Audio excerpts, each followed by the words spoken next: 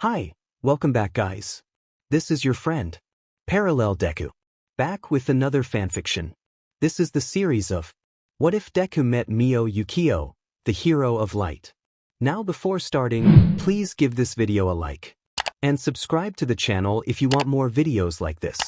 Now let's get into the fanfic. Short prologue. A small boy seated near Mio Ukiyo called out for crayons during drawing time at Mio's kindergarten. All the kids were coloring pictures of superheroes their teacher had provided.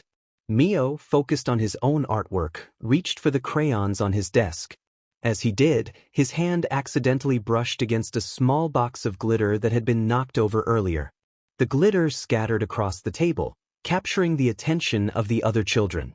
Mio's eyes widened in fascination as he noticed the shimmering effect it created.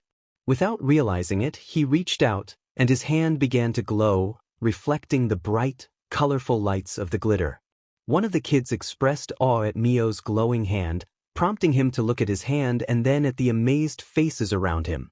He felt a mix of surprise and wonder as he replied that he didn't know how it happened. It just occurred. His teacher approached, observing the glowing hand and the children's reactions. She smiled warmly, recognizing the unique ability for what it was, and told Mio that it seemed he had discovered his quirk. Mio Ukiyo enjoyed a joyful childhood. His parents adored him, and he felt a deep love for himself. The world was vibrant, and he felt he belonged. He spent his days racing through the streets of his neighborhood, chasing after falling leaves, with laughter echoing in the air. His mother would call him inside when the sun dipped below the rooftops, and his father would ruffle his hair, pretending to steal his nose while Mio chased him around the house.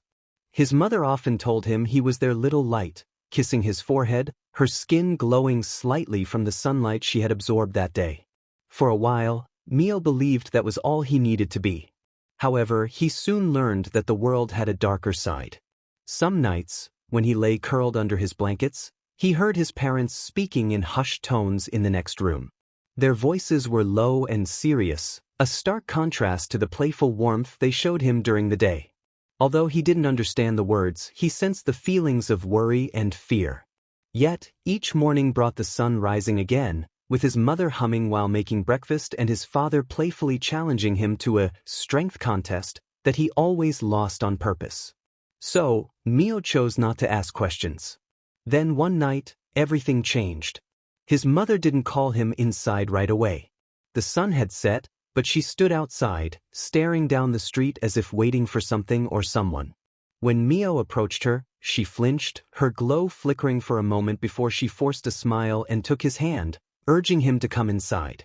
Mio hesitated, glancing back at the street, but saw nothing. The air felt different. Later that night, when he woke up thirsty and crept toward the kitchen, he noticed the front door slightly ajar. He heard voices. A deep, smooth voice spoke, suggesting familiarity with his family. Mio froze, sensing the tension in the air as he peered into the entryway. His parents stood just inside the doorway, his father's broad shoulders tense, positioned protectively in front of his mother, whose glow was dim in the moonlight. His father warned the stranger to leave, stating they refused to give Mio up. The stranger's soft chuckle sent a chill down Mio's spine, and he felt an instinctual fear. The figure remained just outside, shrouded in shadows, watching. Suddenly, his father's voice boomed through the house, filled with desperation, urging them to get Mio and run far away. In an instant, chaos erupted. His father lunged forward, attempting to use his quirk against the intruder, but something invisible and impossibly fast struck first. Mio's heart raced as he witnessed his father being thrown backward, crashing into the wall, the force splintering the wood. His father lay crumpled, unable to move. Mio felt paralyzed, unable to breathe as he processed the scene. His mother, however, sprang into action. She grabbed him tightly, her hands shaking but her grip unbreakable. She whispered for him not to look, but he couldn't help it. As she hoisted him into her arms and sprinted down the hallway, he caught a glimpse of the shadowed figure, still watching, unmoving. His mother turned sharply, racing for the back door. The house became a blur as they passed through the kitchen and living room places filled with memories. His mother's heartbeat pounded in his ear, her breaths ragged as she ran. Then, with a sudden crash, the back door exploded inward, sending shards of wood scattering across the floor. The figure stood in the doorway, and Mio's mother skidded to a stop, nearly losing her balance. But the figure was faster. Before she could react, something struck her. Mio felt the impact as she choked, her grip on him loosening. In a fleeting moment of silence, his mother collapsed to her knees. Mio tumbled from her arms, landing hard on the cold wooden floor. His hands stung from the impact, but he barely noticed. All he could see was his mother, swaying as she tried to reach for him. Her glow dimmed, her breath unsteady. Driven by instinct, Mio scrambled forward, grasping her arm, calling out for her. Please. Her head turned toward him, her eyes wide, so very wide. Mio felt a chill run through him as she whispered his name. And then she finally collapsed. Her body hit the ground with a dull thud, and she lay still. Mio stared in disbelief. His mother was right in front of him, unmoving. The warmth that had always surrounded her, the soft glow of her skin that had comforted him on every dark night, was fading before his eyes. It felt as if the top of her head had shattered, just like his father's had. A shaky breath escaped his throat. His fingers twitched toward her, hesitated, then weakly grasped at the fabric of her shirt. He called out to her, but there was no response. His tiny hands tightened, pulling at her sleeve, his voice cracking as he pleaded for her to wake up. "Mama, we have to go." Still, nothing. A choked sob slipped out before he could stop it. His whole body shook as he leaned over her, pressing his forehead to her shoulder, hoping to wake her. She always woke up when he called for her. "Boys, please." His voice was barely more than a whisper, drowned by the ringing in his ears. The world around him blurred, everything shrinking until all he could see was her still face. She was gone. And then footsteps. Slow, deliberate. A shadowed figure stepped closer, boots crunching against the broken remains of the door. Mio felt frozen in place, his breath coming in ragged, silent gasps as the figure loomed over him. A hand reached down, gripping the back of his collar, lifting him effortlessly into the air. The world tilted around him. He barely struggled. His limbs hung limply as he was held aloft. The figure stared at him for a moment before a slight smile spread across the unobscured part of her face. Her cold voice whispered to him, "Alive? Good." Mio barely registered the words, his gaze still locked on his mother. The figure placed Mio back onto the floor, turning away immediately as she began to leave. She advised him to stay put and said goodbye, leaving him in silence. Mio didn't respond, he barely even breathed. The figure's footsteps echoed as they disappeared into the night, leaving behind destruction: the broken doorway, the shattered glass, the blood-stained floor. Mio stood there, unmoving. His knees wobbled, but he didn't fall. Not yet. The house was silent. His mother hadn't moved. His father hadn't moved. He was alone. This was the first time he had cried. Mio Ukiyo wasn't a very interesting person.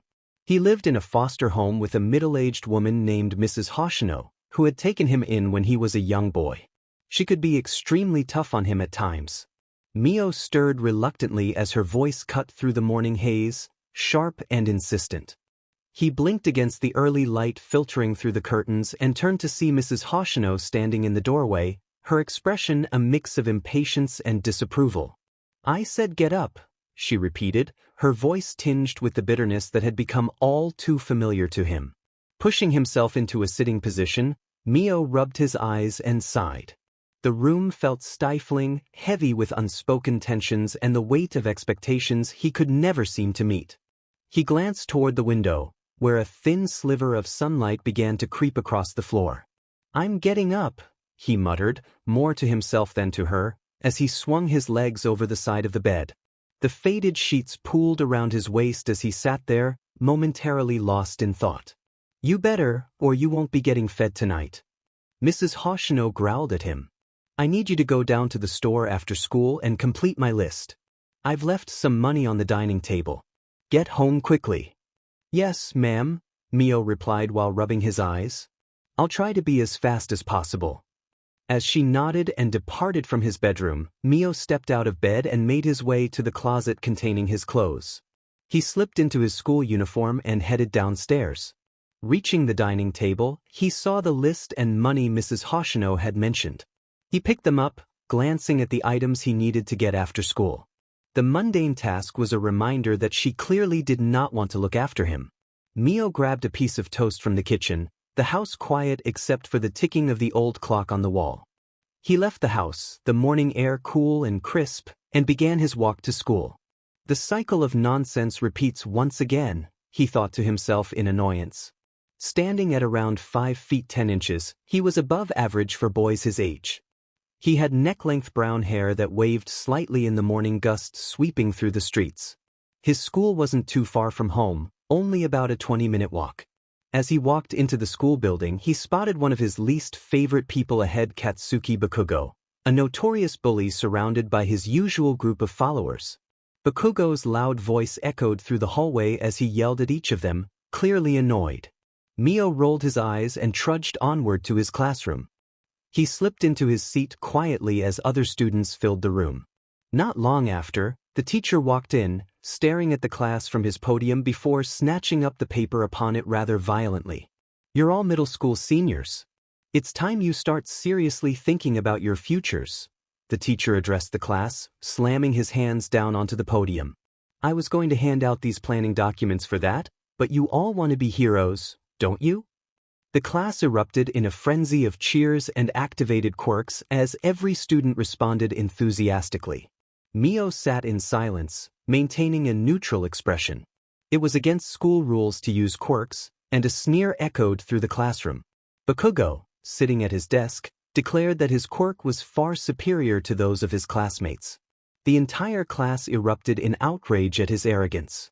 The teacher, surprised, pointed out that Bakugo was aiming for UA, causing a wave of disbelief among the students. They exclaimed how difficult it was to get into UA, but Bakugo confidently asserted that he would easily pass the entrance exam and be the first from their school to succeed. The teacher then mentioned Midoriya, prompting the class to turn their attention to him. Midoriya was visibly nervous, hiding his face behind his arms. Laughter erupted in the classroom, and when Midoriya attempted to defend himself, he stumbled over his words. Bakugo, fueled by his quirk, sent Midoriya tumbling from his seat toward the wall. Fortunately, Mio leaped up and caught Midoriya just in time, preventing a collision. The classroom fell silent, eyes wide with a mix of shock and curiosity. Midoriya expressed his gratitude to Mio, who looked down at him with a reassuring smile. Bakugo, still seething, insulted Midoriya's dreams, his fists crackling with small explosions. He then turned his ire toward Mio, questioning his interference.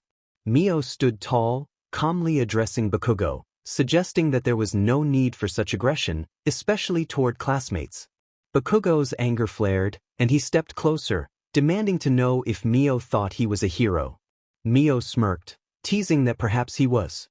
Bakugo's expression twisted in fury as he challenged Mio to prove himself. The teacher interjected, reminding them both that Mio was also aiming for UA. The class looked at Mio with newfound interest, and he felt their scrutiny but maintained his focus on Bakugo. Bakugo scoffed at the idea of Mio getting into UA, claiming he lacked the ability. Mio calmly asserted that his quirk was sufficient for success. Bakugo, filled with scorn, demanded to know what Mio's quirk was, insisting it must be weak if he had never seen it in action. Mio playfully refused to reveal it, suggesting that some things were better left to the imagination, but promised Bakugo would see it during the entrance exam. The teacher, regaining control of the class, ordered them to return to their seats as the lesson was about to begin. Bakugo reluctantly backed off, shooting one last glare at Mio before turning away. The atmosphere in the classroom shifted to an uneasy silence, the earlier confrontation lingering. As the final bell rang, Mio began to gather his belongings. He turned to see Bakugo once again tormenting Midoriya, this time threatening to throw his notebook out the window. Irritation surged within Mio, prompting him to confront Bakugo.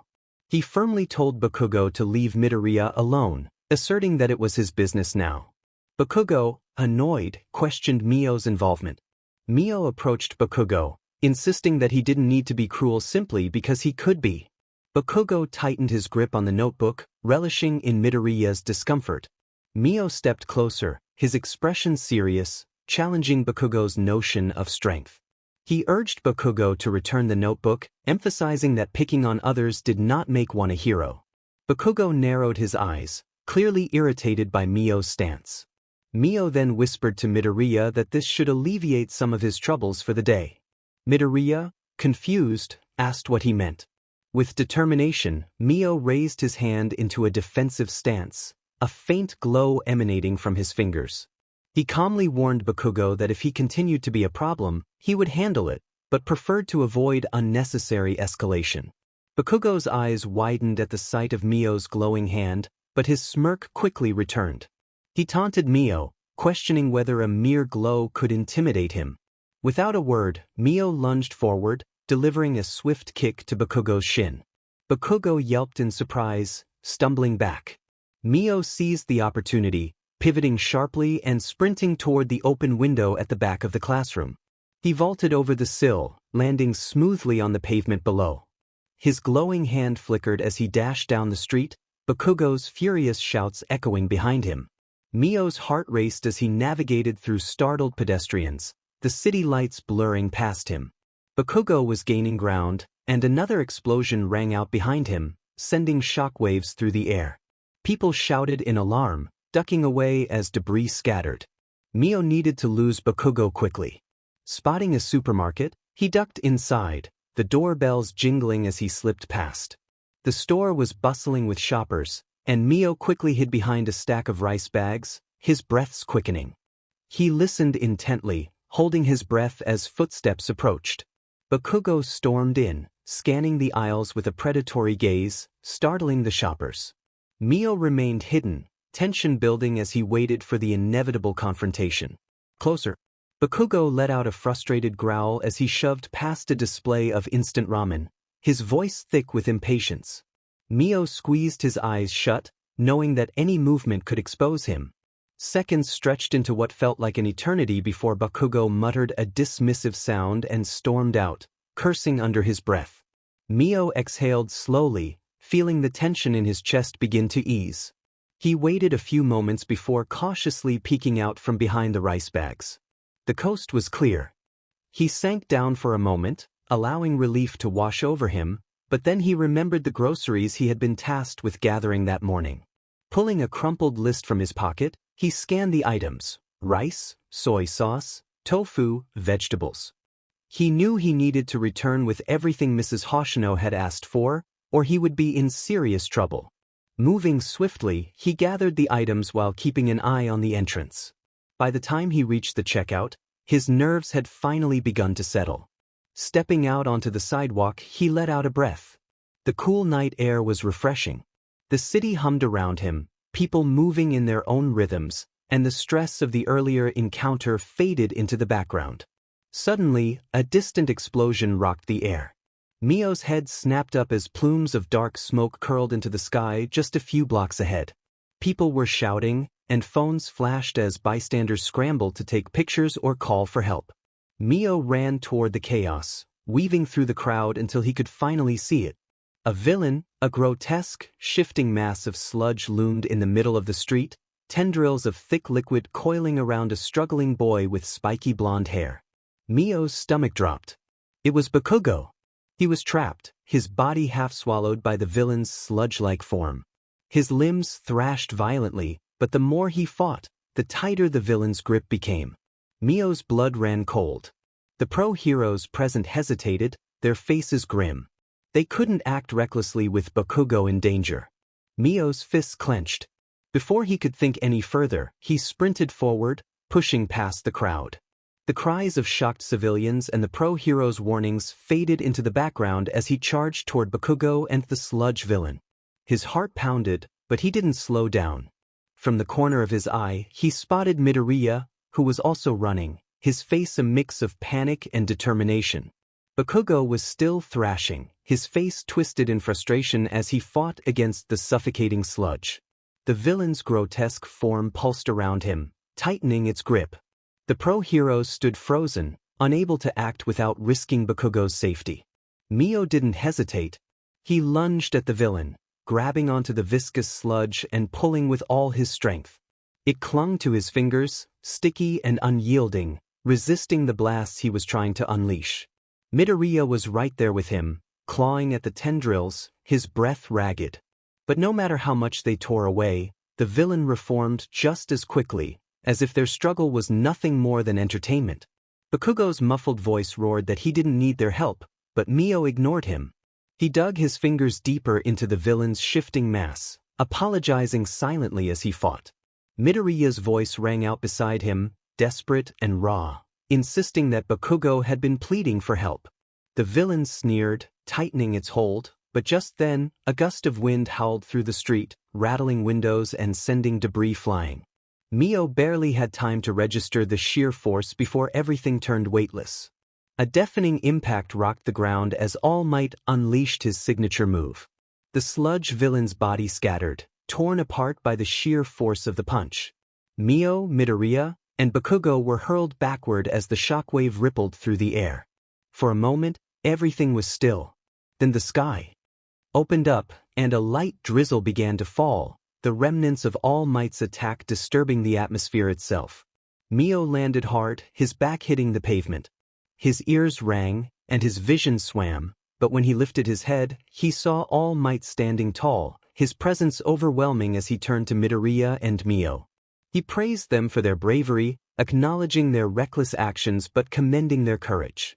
Mio exhaled, his whole body trembling as he lay back on the ground, staring up at the rain-filled sky, feeling immense relief. Bakugo, now free, lay still for a moment before jerking upright.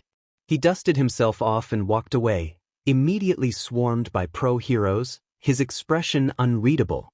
Mio and Midoriya, however, weren't as fortunate.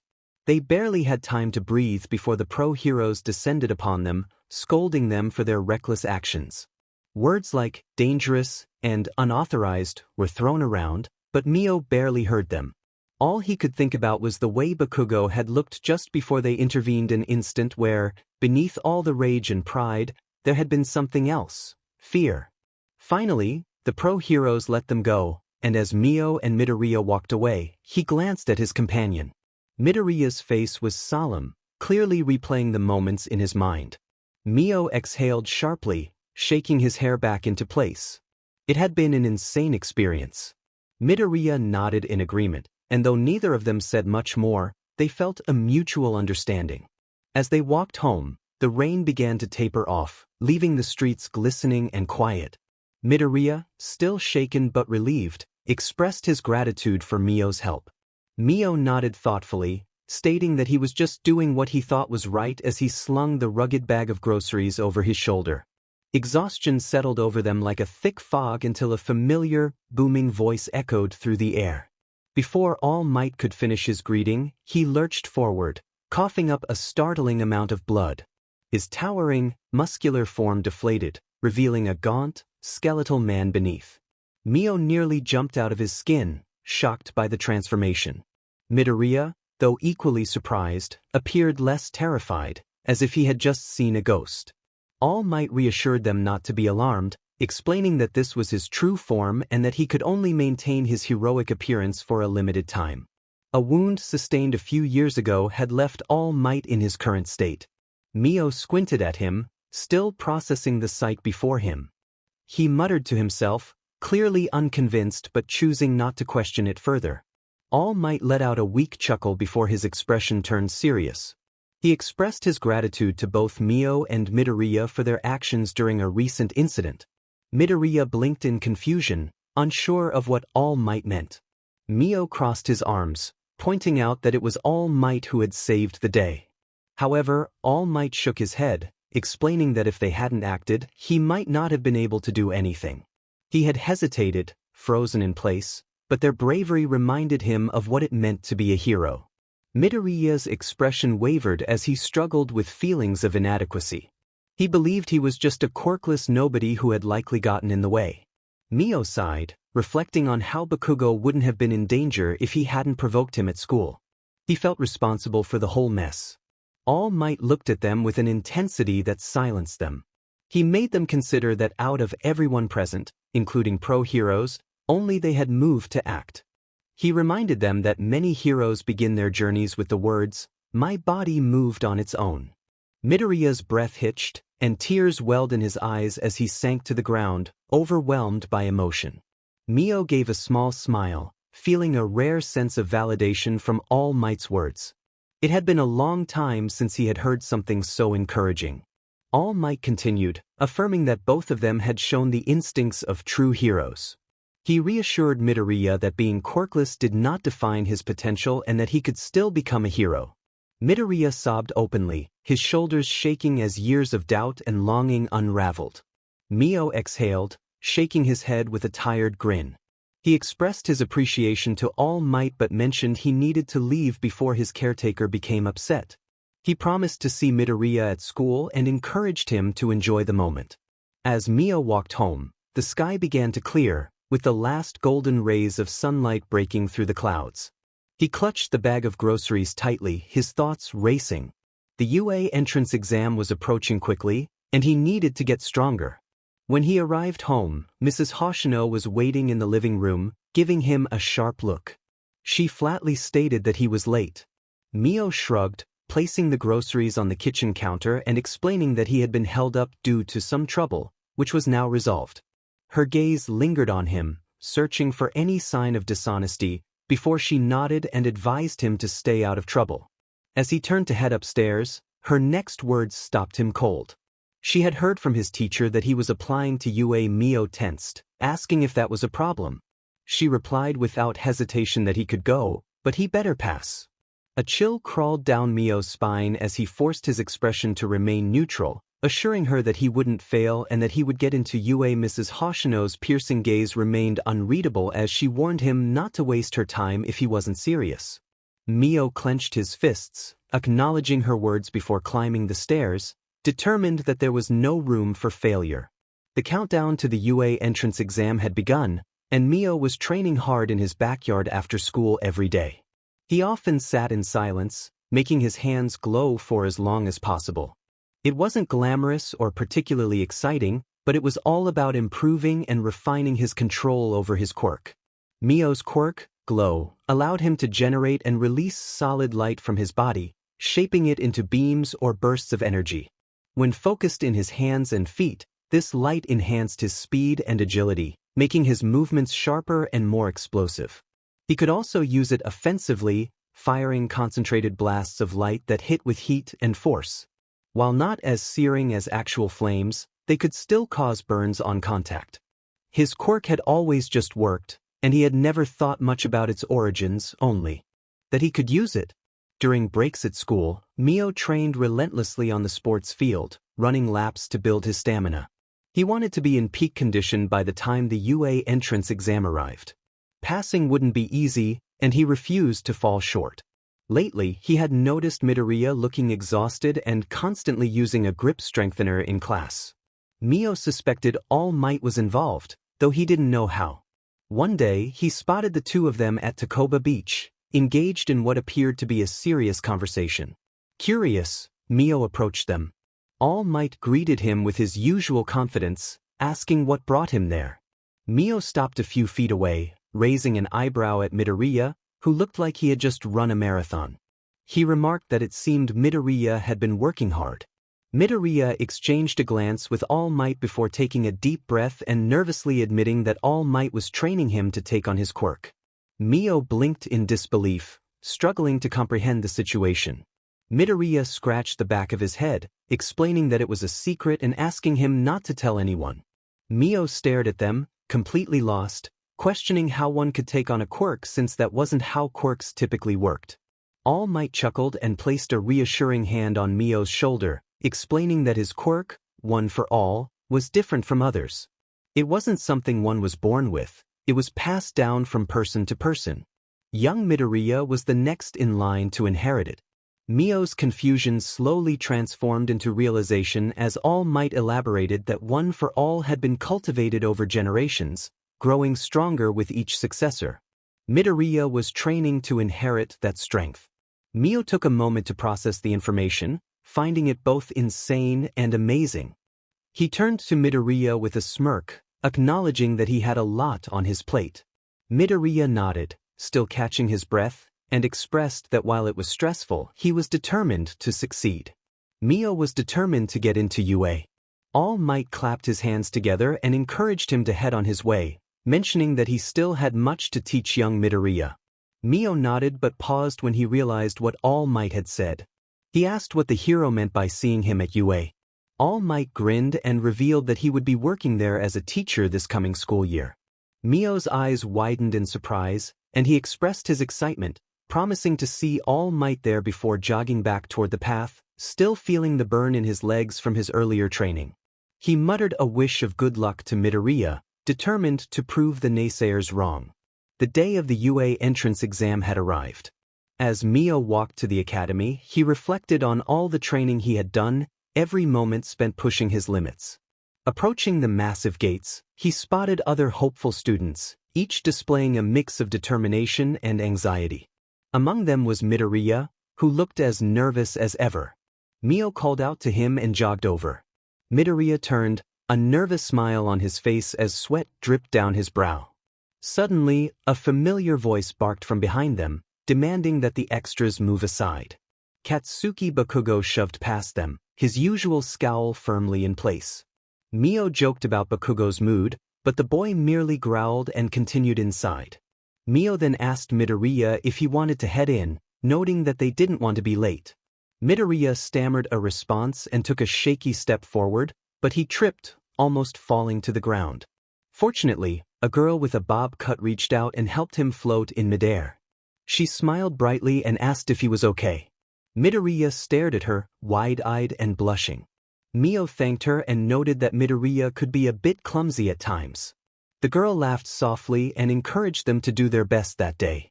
Mio felt a surge of determination and agreed, urging Midoriya to move forward. As they entered, the atmosphere buzzed with excitement and nerves.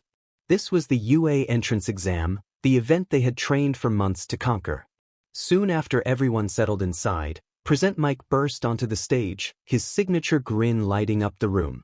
Midoriya began shaking, clearly starstruck by the hero's presence, while Bakugo rolled his eyes in annoyance. Present Mike's voice boomed through the auditorium, welcoming the future heroes and explaining how the exam would proceed. Mio felt his confidence surge as he listened intently.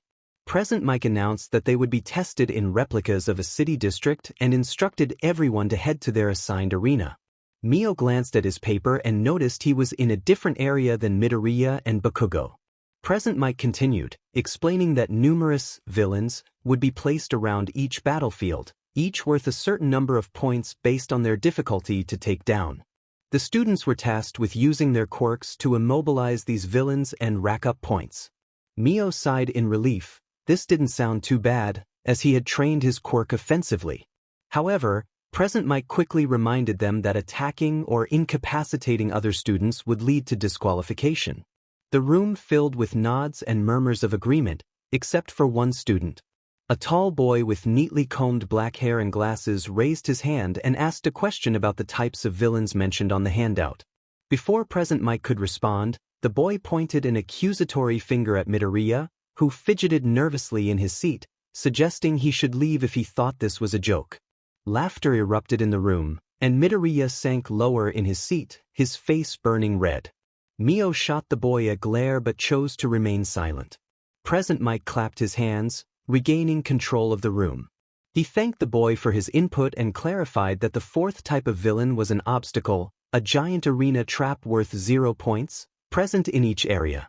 The boy apologized for his rudeness and returned to his seat, maintaining perfect posture. Present Mike reassured everyone that it was time for the main event and encouraged them to head to their assigned areas and give it their all. As students filed out, the excitement in the air was palpable. Mio took a deep breath, his mind racing with strategies. He glanced back at Midoriya, who still looked flustered, and gave him a thumbs up, wishing him good luck. Midoriya managed a shaky smile in return. Mio made his way to his assigned arena, feeling a mix of nerves and determination. He clenched his fists, a faint glow emanating from his palms as he activated his quirk. Standing at the gates of his district, he instinctively ran his fingers through his hair, stretching to ease the tension in his muscles. The air was thick with anticipation, and he could feel his heart racing. He took a deep breath, reminding himself to stay focused and give it his all. Just as he was about to shake off the last of his jitters, someone bumped into him, nearly knocking him off balance. He turned, ready to express his frustration, but then he saw the source of the collision, a boy with wild, spiky yellow hair and an overconfident grin. The boy apologized for the bump, flashing a bright smile. Mio was trying to figure out the best place to start. He raised an eyebrow at the boy beside him, noting his uncertain stance. It seemed logical to begin at the front with everyone else, but there was a risk of being overwhelmed by the speed quirks or the large individual holding a steel beam. The boy's eyes lit up, nodding enthusiastically. He believed that finding a middle ground would be his best bet, claiming he was a genius. Mio smirked, amused by the boy's confidence, and wished him luck with his strategy. The boy introduced himself as Denki Kaminari, explaining his quirk, electrification, which allowed him to discharge electricity. He demonstrated with a playful zap sound, clearly pleased with himself. Mio introduced himself as Mio Ukiyo, sharing that his quirk, Glow, enabled him to illuminate his hands and feet for speed and shoot beams of solid light. Kaminari was impressed, exclaiming that Mio was like a human flashlight who could shoot lasers. He playfully slapped Mio on the back, nearly causing him to stumble. Before they could continue their conversation, a sharp whistle pierced the air, followed by Present Mic's booming voice announcing the start of the exam. The suddenness caught everyone off guard, and there was no countdown to prepare them for the action. Present Mic urged them not to get too comfortable, emphasizing that there was never a countdown in a real battle. The tension in the air became palpable as everyone scrambled to get into position. Mio's adrenaline surged, and he flashed a grin at Kaminari before dashing into the arena, eager to make an impression.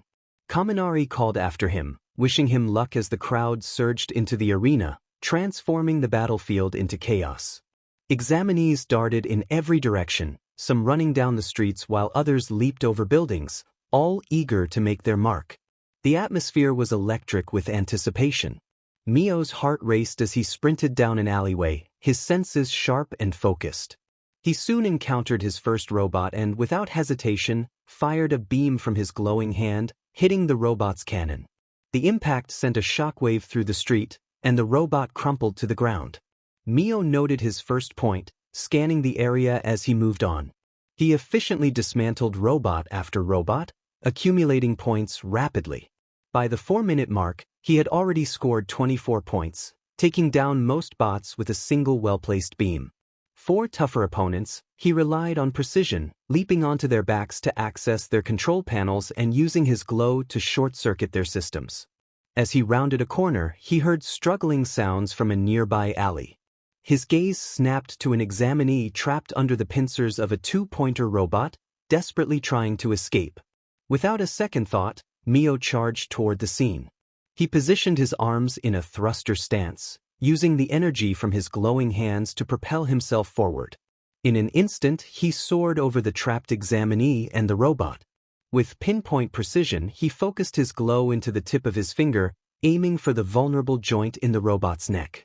He fired, and the beam sliced through the robot's metal shell, causing it to collapse as its systems failed. The examinee, freed from the fallen robot, scrambled out and expressed his gratitude before bouncing away, propelled by coils in his feet. Mio nodded with a small smile before sprinting off again. Time was running out, and he needed to claim more points. However, he noticed that most of the robots had already been cleared.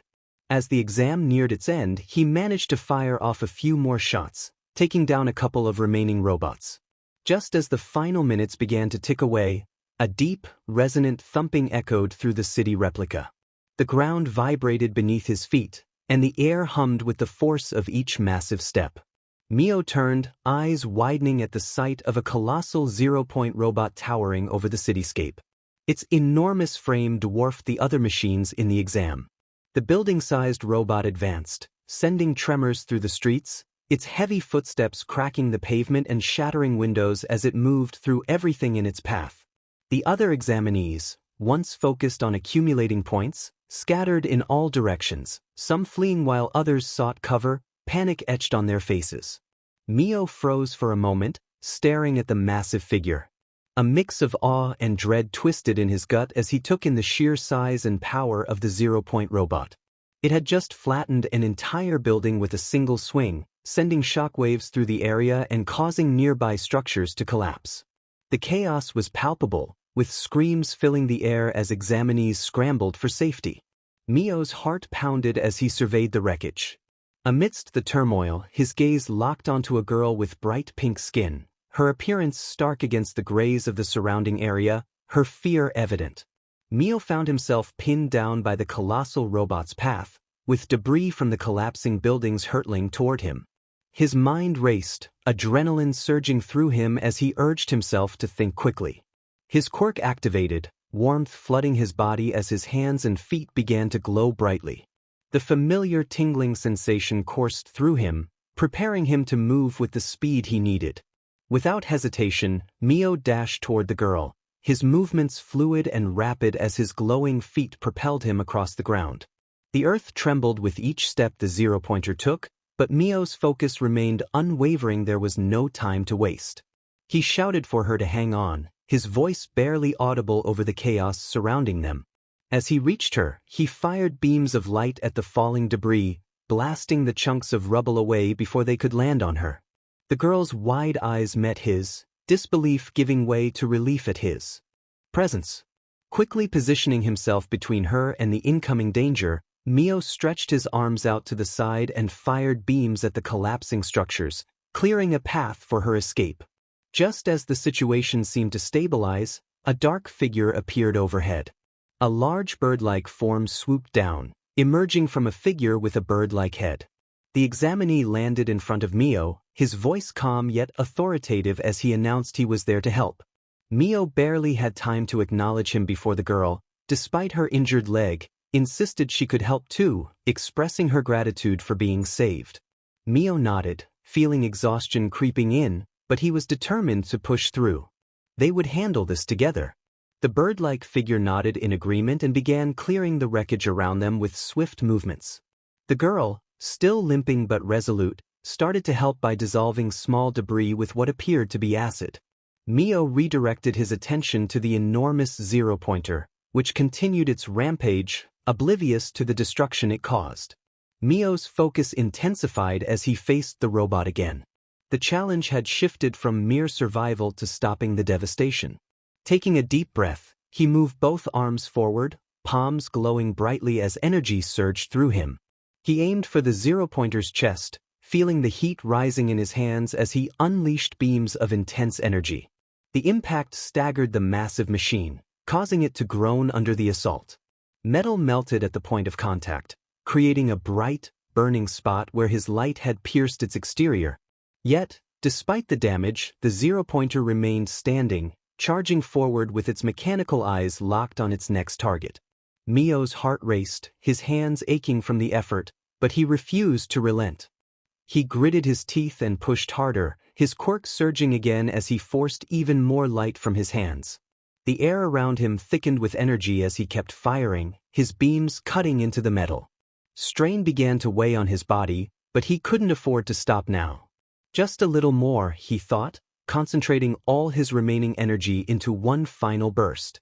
The beams lanced through the robot's chest once more, tearing through its circuits. Sparks flew as the robot's systems overloaded, and with a deafening crash, the massive zero-pointer crumpled to the ground in a pile of scrap and sparks. In the aftermath, Mio's body went limp. His legs buckled beneath him, and he collapsed to the ground, breathing heavily. The glow in his hands faded, and exhaustion hit him all at once. His vision blurred as he lay on his back, staring up at the sky, trying to steady his breathing. The girl and the bird figure rushed to his side. The girl knelt beside him, concern etched on her face despite her own injuries. She asked if he was all right, her voice gentle yet filled with worry. Mio could only nod weakly, a small, strained smile crossing his face as he admitted he had simply run out of energy. The bird-like figure offered him a hand to help him sit up, commending him for his efforts. Before Mio could respond, the loudspeaker crackled to life, and present mixed booming voice filled the air, announcing that the exam was over. The words washed over him like a wave. He had done it. The 0-pointer was down, the girl was safe, and he had given everything he had. A deep breath escaped him, a mixture of relief and exhaustion flooding his senses. The exam was truly over. A week later, Mio lay back on his bed, his mind replaying the chaos of the entrance exam. The image of the 0-pointer collapsing under the force of his beams was etched in his memory, a strange blend of pride and disbelief. He had pushed himself to the limit, fought through exhaustion, and now all he could do was wait. Each day felt like an eternity, each passing hour stretching longer than the last. Doubts nagged at him. Had he done enough? A knock on the door broke his thoughts. He sat up quickly, his heart racing at the sound. Mrs. Hoshino entered, holding an envelope emblazoned with the UA High School logo. Her expression was unreadable as she handed it to him with sharp, precise movements. Mio's hands trembled as he took the envelope, his pulse quickening. This was it. The weight of the moment bore down on him. Taking a deep breath to steady himself, he carefully peeled open the seal, pulling out a small disc. He placed it on his desk, watching intently as it projected a holographic image into the air. The familiar, larger-than-life figure of All Might appeared before him, his vibrant voice booming with energy.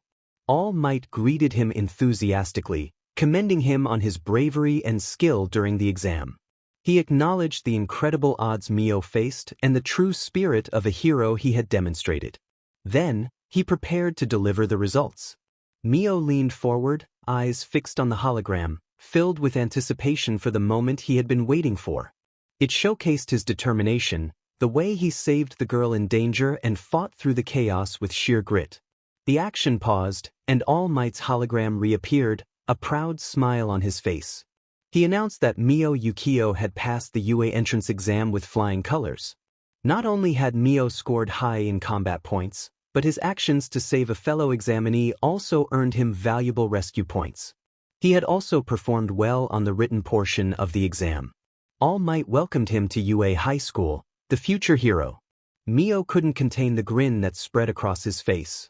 A weight he hadn't realized he was carrying lifted off his shoulders. He had made it into UA High School. He let out a breath he didn't know he was holding. From the doorway, Mrs. Hoshino gave a silent nod before turning to leave, her footsteps soft against the floor. Mio sat there for a moment, still processing the news, before a wide smile tugged at his lips. He quickly grabbed his phone, fingers shaking with excitement as he texted Midoriya. The reply came almost instantly, and when he read the words, his heart skipped a beat. Midoriya had also made it in. Mio's grin grew wider, practically glowing with energy. Without a second thought, he jumped up from the bed, pumping his fist in the air, filled with excitement. He shouted in triumph, feeling the moment he had worked for finally arrive. He could almost feel the smiles of his parents beaming down on him. Mio was reminded to not be late home, and he acknowledged the reminder while barely containing the excitement bubbling inside him. As soon as the door clicked shut behind him, the tension melted away. His grin widened as he stepped out into the street, his heart racing. No more stern reminders from Mrs. Hoshino, no more pretending to be calm. It was his first day at UA High School. He shouted out loud, practically bouncing down the sidewalk in his crisp uniform, unable to contain his excitement. He imagined everything he would get to do: the training, the rescues, meeting all kinds of people, and maybe, just maybe, making a few friends along the way. This was it. He could really become a hero. He hoped the three he met at the exam would be in his class, 1A. He remembered Kaminari, the guy he had chatted with before the exam, and the girl with the pink skin and the guy with the bird head, who had worked with him to take down the 0-pointer. As Mio continued on his way, he noticed people glancing at him, some giving congratulatory smiles, others whispering about his acceptance into UA. He walked through the streets, feeling the weight of it all. Being a UA student meant the path to becoming a pro hero was now open. It wasn't just for anyone. He finally boarded the train, the journey to UA feeling surreal. A 10-minute ride, followed by a short walk up the hill to the school. As he made his way up, the view of Mizudefu spread out below him, so alive, so full of possibility. This was it, and his pulse quickened.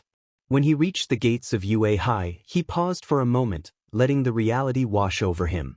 The gates opened with a soft creak, and he stepped onto the campus, surrounded by the buzz of students. He joined the flow of first years from all courses heading towards their designated classrooms. His destination was 1A. Eventually, Mio found the classroom, its door towering over him. He muttered to himself about the size quirks as he placed his hand on the door handle and pushed it open. Inside, the room was alive with chatter, students already seated and mingling. Across the room, Bakugo lounged in his seat with his legs casually thrown up on the desk. He sneered at Mio but didn't say anything else. Mio sighed, scanning the seating chart next to the door. His seat was next to Fumikage Tokoyami and Tenya Ida. He made his way to the second row from the back and sat down, settling in for the start of the year. It wasn't long before Kaminari appeared, grinning widely. As soon as he spotted Mio, he rushed over, excited to share that they were in the same class. He expressed his relief at not being alone for the next 3 years. Mio chuckled, leaning back in his seat, and reassured Kaminari that he would make other friends in class, as everyone seemed friendly. Kaminari leaned in, glancing toward the front of the room, and remarked that the guy with the spiky blonde hair looked pretty menacing. Mio confirmed that it was Bakugo, adding a sarcastic comment about his anger issues. Bakugo's voice exploded from across the room, cutting through the chatter, and both Mio and Kaminari laughed, exchanging amused looks. Before anything else could happen, a tall, clean-cut student entered the room, the same one who had interrupted President Mick's speech during the exam. He called for everyone to stop shouting, emphasizing that it was only their first day.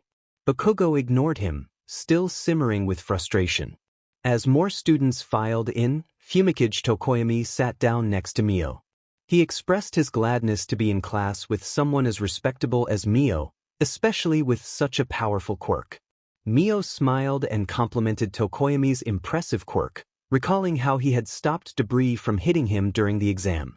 He introduced himself, and Kaminari chimed in, eager to make his presence known.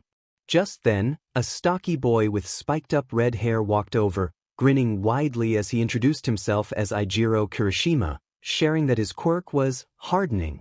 The atmosphere in the classroom buzzed with excitement as everyone began to mingle. Kirishima's hair had undergone a dramatic change, and a girl with pink skin, the same one Mio had helped during the exam, rushed over to him, her eyes sparkling with excitement. She then noticed Mio and Tokoyami nearby and beamed at them, introducing herself as Mina Ishido. She expressed her happiness at finally meeting them. Mio smiled back, recognizing her immediately and introducing himself as Mio Ukiyo. Denki Kaminari joined in, flashing his usual grin and expressing his excitement about being in Class 1A. Tokoyami introduced himself with a slight nod, and Ishido's enthusiasm grew as she looked around at her new classmates, thrilled that they were all in the same class. Just as everyone settled in, the last student arrived, the floating girl who had assisted Midoriya during the exam. She was engaged in conversation with Midoriya and Tenya Ida near the door until a tired voice interrupted them. The class fell silent, turning toward the speaker, who emerged from a sleeping bag and introduced himself as Shota Aizawa, their homeroom teacher. He instructed everyone to take their seats, signaling that it was time to begin. The atmosphere shifted as the class scrambled to their desks, anticipation hanging in the air. Mio straightened in his seat, eager to make a good impression. Aizawa announced that they would not be attending orientation, deeming it a waste of time.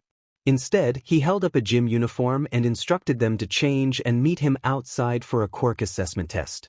Everyone quickly changed into their gym uniforms and followed Aizawa outside to the UA sports field. Kaminari's nervousness was evident as he exclaimed about the test occurring on the first day. Kirishima, filled with excitement, cracked his knuckles in anticipation. The floating girl, still lost in thought, questioned Aizawa about the lack of orientation, to which he replied that UA allowed freedom for both students and teachers. Aizawa then explained that they would be using their quirks in the physical tests, asking Bakugo how far he could pitch a softball in middle school. Bakugo confidently replied with a distance of 67 meters. Aizawa handed him the ball, urging him not to hold back. With a smirk, Bakugo stepped into the outlined white ring and launched the ball with a massive explosion, sending it soaring through the air. The class watched in stunned silence as the ball traveled an impressive distance before hitting the ground. Aizawa displayed Bakugo's result of 705.2 meters on a small device, explaining that this would be the metric forming the basis of their hero foundation. Kaminari and Ishido expressed their excitement, but Mio sensed a shift in Aizawa's demeanor, sensing that he had something more serious in mind. Aizawa's voice turned dark as he introduced a new rule. The student who ranked the lowest in these trials would be expelled. The weight of his words settled heavily on the class, causing panic to spread, especially for Midoriya. Mio reassured himself that he wouldn't fail. Aizawa continued, emphasizing the hardships they would face at UA, a place where they would strive for greatness, what they called plus ultra. The class took a collective deep breath, determined not to let themselves fail. Mio was up first for the trials. He powered through the 50-meter dash with ease, using his quirk to boost his speed and finishing in just 4.06 seconds. For the grip strength test, he focused, enhancing his grip with his quirk, but the result was only 60 kilograms.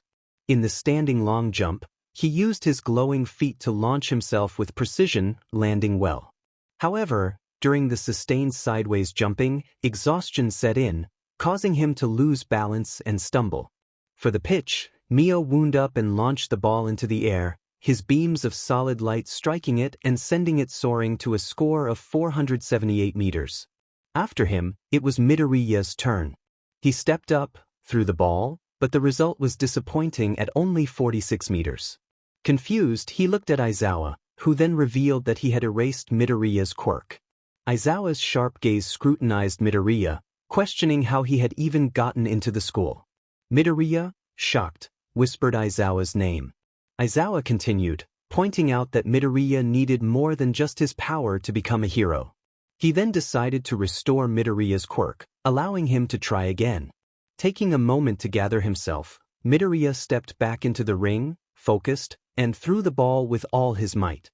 Mio watched in awe as the ball soared far beyond expectations.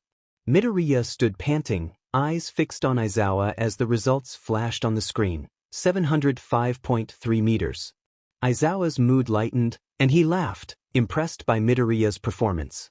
He looked satisfied with the result. Midoriya stood there, still panting, his body trembling. He expressed his exhaustion, struggling to hold back tears.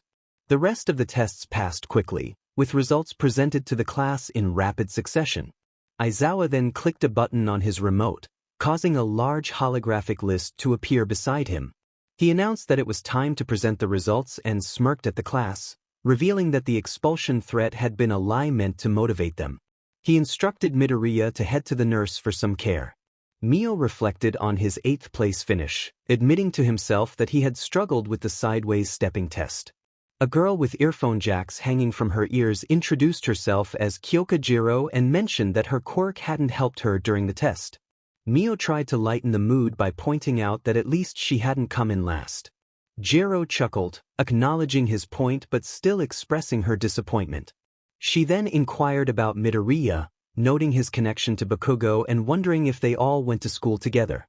Mio confirmed that they did, explaining that Midoriya was still learning to control his quirk and had been through a lot, suggesting it would take time for him to catch up.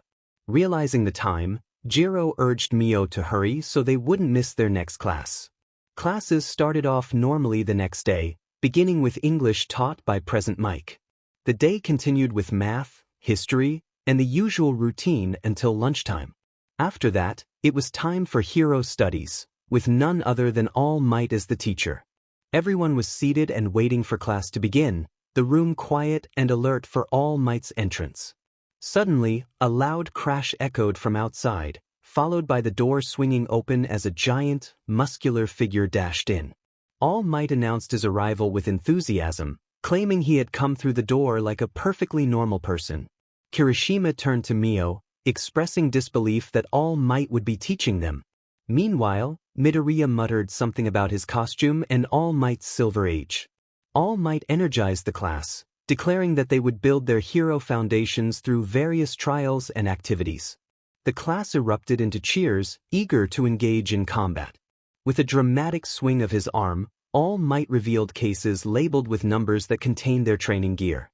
He instructed everyone to get changed and meet at Ground Omega. The class scrambled to grab their gear, and Mio selected case number 9 before heading to the changing rooms. His hero costume was sleek and practical, designed with his quirk, glow, in mind. The form-fitting suit was dark, flexible, and light enough to allow full movement. The absence of gloves ensured his hands were free to channel his light beams, while reinforced sections at the elbows and knees anticipated the physical strain of training. The boots had vents to manage the heat from his glowing feet during intense use. Once suited up, Mio spotted Kaminari and walked over to him. Kaminari complimented his costume, joking that it would look cooler with an orange globe around his head. Mio teased him back, suggesting he might show up in a Pikachu onesie. Just then, All Might stood before them, ready to begin the training exercise. He announced that they would be separated into 2 groups for a 2-on-2 team battle. The class erupted with questions, prompting All Might to call for silence. He explained that the villain team would guard a fake nuclear weapon, and if they managed to defend it or capture the heroes, they would win. Conversely, if the heroes could reach the weapon or capture the villains, they would win. Teams were assigned randomly. The matchups were as follows. Team A, Izuku Midoriya and Ochako Uraraka vs. Team D, Katsuki Bakugo and Tenya Ida. Team B, Shoto Todoroki and Mizo Shoji vs. Team I, Masahiro Ojiro and Toru Hagakure. Team J, Hantasiro and Eijiro Kirishima vs. Team H, Fumikage Tokoyami and Tsuyu Azui. Team C, Momo Yaoyorozu and Minoru Mineta vs. Team G, Denki Kaminari and Kyoka Jiro. Team F, Mio Ukiyo and Rikido Sato vs. Team E, Mina Ishido and Yuga Oyama. All Might explained that the villain teams would start inside the building while the heroes had 5 minutes to study a map. After that, they would be sent in. He sent Team A and Team D off to the building while the rest of the class followed him to a nearby room to watch the battle. The first match was intense. Midoriya and Bakugo clashed head-on, while Uraraka attempted to grab the weapon from Ida. In the end, Midoriya and Uraraka emerged victorious after Midoriya created an opening for Uraraka to get past Ida, but the effort left him unconscious from the blows he had taken. The rest of the class gathered for an evaluation in the viewing room.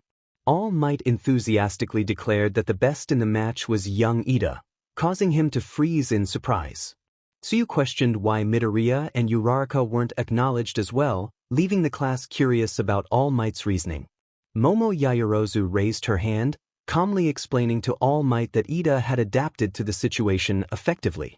She noted that Bakugo's actions stemmed from a personal grudge, while Midoriya had been reckless.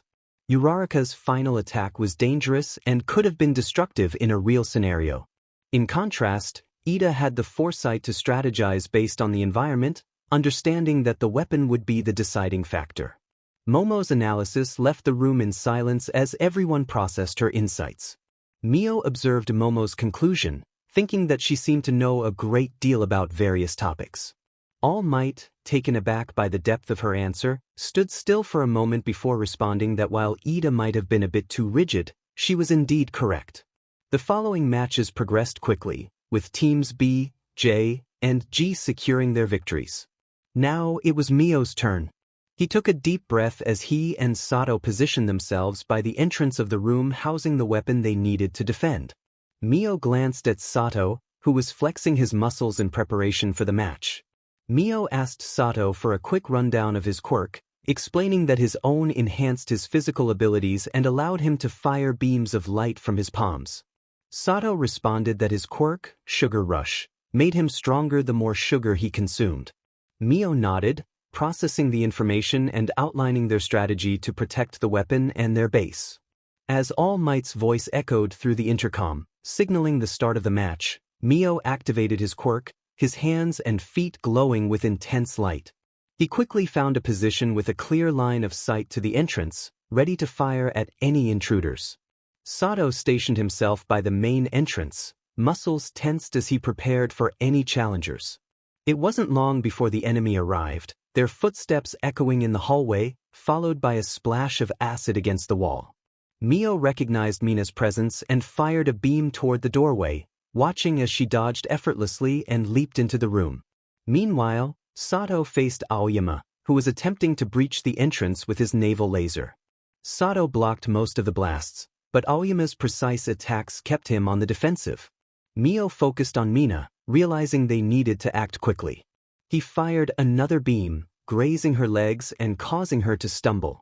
Despite the sting, Mina grinned and retaliated by throwing acid at him. Mio instructed Sato to keep Aoyama busy while he charged toward Mina. Sato acknowledged the command, tightening his fists as he charged at Aoyama. The two exchanged blows, with Aoyama trying to maintain his distance while Sato closed the gap. Mio concentrated on Mina, charging his quirk for a powerful beam. With a swift motion, he released it, striking Mina squarely in the chest and knocking her back. Knowing they needed to secure the weapon, Mio fired another beam at Mina's feet to keep her off balance. She dodged just in time, throwing more acid his way. Mio jumped back, narrowly avoiding the corrosive liquid. His glowing hands were starting to overheat, but he pressed on. Sato continued to keep Aoyama occupied, preventing him from getting a clean shot. The two were locked in a struggle, with Sato using his strength to overpower Aoyama. Mio watched Mina carefully, predicting her next move as she lunged forward, launching a stream of acid at him. He quickly dodged and fired a beam at her outstretched arm, forcing her to stumble back. Sato managed to grab Aoyama's arm, preventing him from aiming his laser. Just then, Mina sprinted toward Mio, acid bubbling in her hands. Mio barely had time to react as acid splashed against his suit, a few drops hitting his face. Wincing in pain, he quickly scanned for Mina, turning just in time to see her charging toward the weapon. Sato was too far behind to intervene. Determined, Mio positioned himself like a sprinter and used his beams to launch himself across the room. He tackled Mina just as she was about to reach the weapon, both crashing to the ground. Mina's face flushed as she realized their position, her eyes widening in surprise. Mio quickly got off her, twirling the capture tape in his fingers. With one swift move, he secured her to the ground. Mina struggled for a moment before realizing she was trapped. She sighed in defeat, her cheeks still flushed, and acknowledged his skill. Mio teased her about putting up a good fight just as Sato approached, having secured Aoyama. All Might's voice boomed over the intercom, announcing that Team F had successfully defended the weapon. All Might congratulated the students, noting that there were no major injuries aside from Midoriya's. Mio remarked that it had been an honest lesson following Mr. Aizawa's earlier teachings, and the class nodded in agreement. All Might emphasized that honest lessons were part of the freedom at the school and instructed everyone to change and return to their classroom as he went to speak with Midoriya. As the class began to disperse, heading back to the locker rooms to change out of their hero costumes, Mio glanced around at his classmates, observing a mix of exhaustion, excitement, and relief on their faces. A lot of them had felt a bit worn out from their first training exercise. Kirishima slung his arm around Mio's neck as they walked back to the changing rooms, praising him for his impressive moves during the exercise. He mentioned how clever Mio's final move against Mina had been. Mina, jokingly rolling her eyes, remarked on how her backside hurt, questioning whether it was truly a genius move. Mio, with a grin, claimed to be the smartest guy alive, teasing that everyone wished they were as clever as he was. Mina responded with a light-hearted challenge to keep dreaming. Mio then complimented Kirishima on his move against Tokoyami, giving him a fist bump and expressing his admiration. Shiro, who had partnered with Kirishima, chimed in, suggesting that the move seemed rather spontaneous. Kirishima confidently declared that he would come up with even crazier moves next time, challenging everyone to step up their game. Eventually, the group made their way to the classroom, where they continued discussing the exercise until Midoriya arrived. Kirishima excitedly told Midoriya about the intense standoff, while Mina praised his dodging skills. Midoriya, still a bit dazed, acknowledged their comments and assured them that he was feeling better.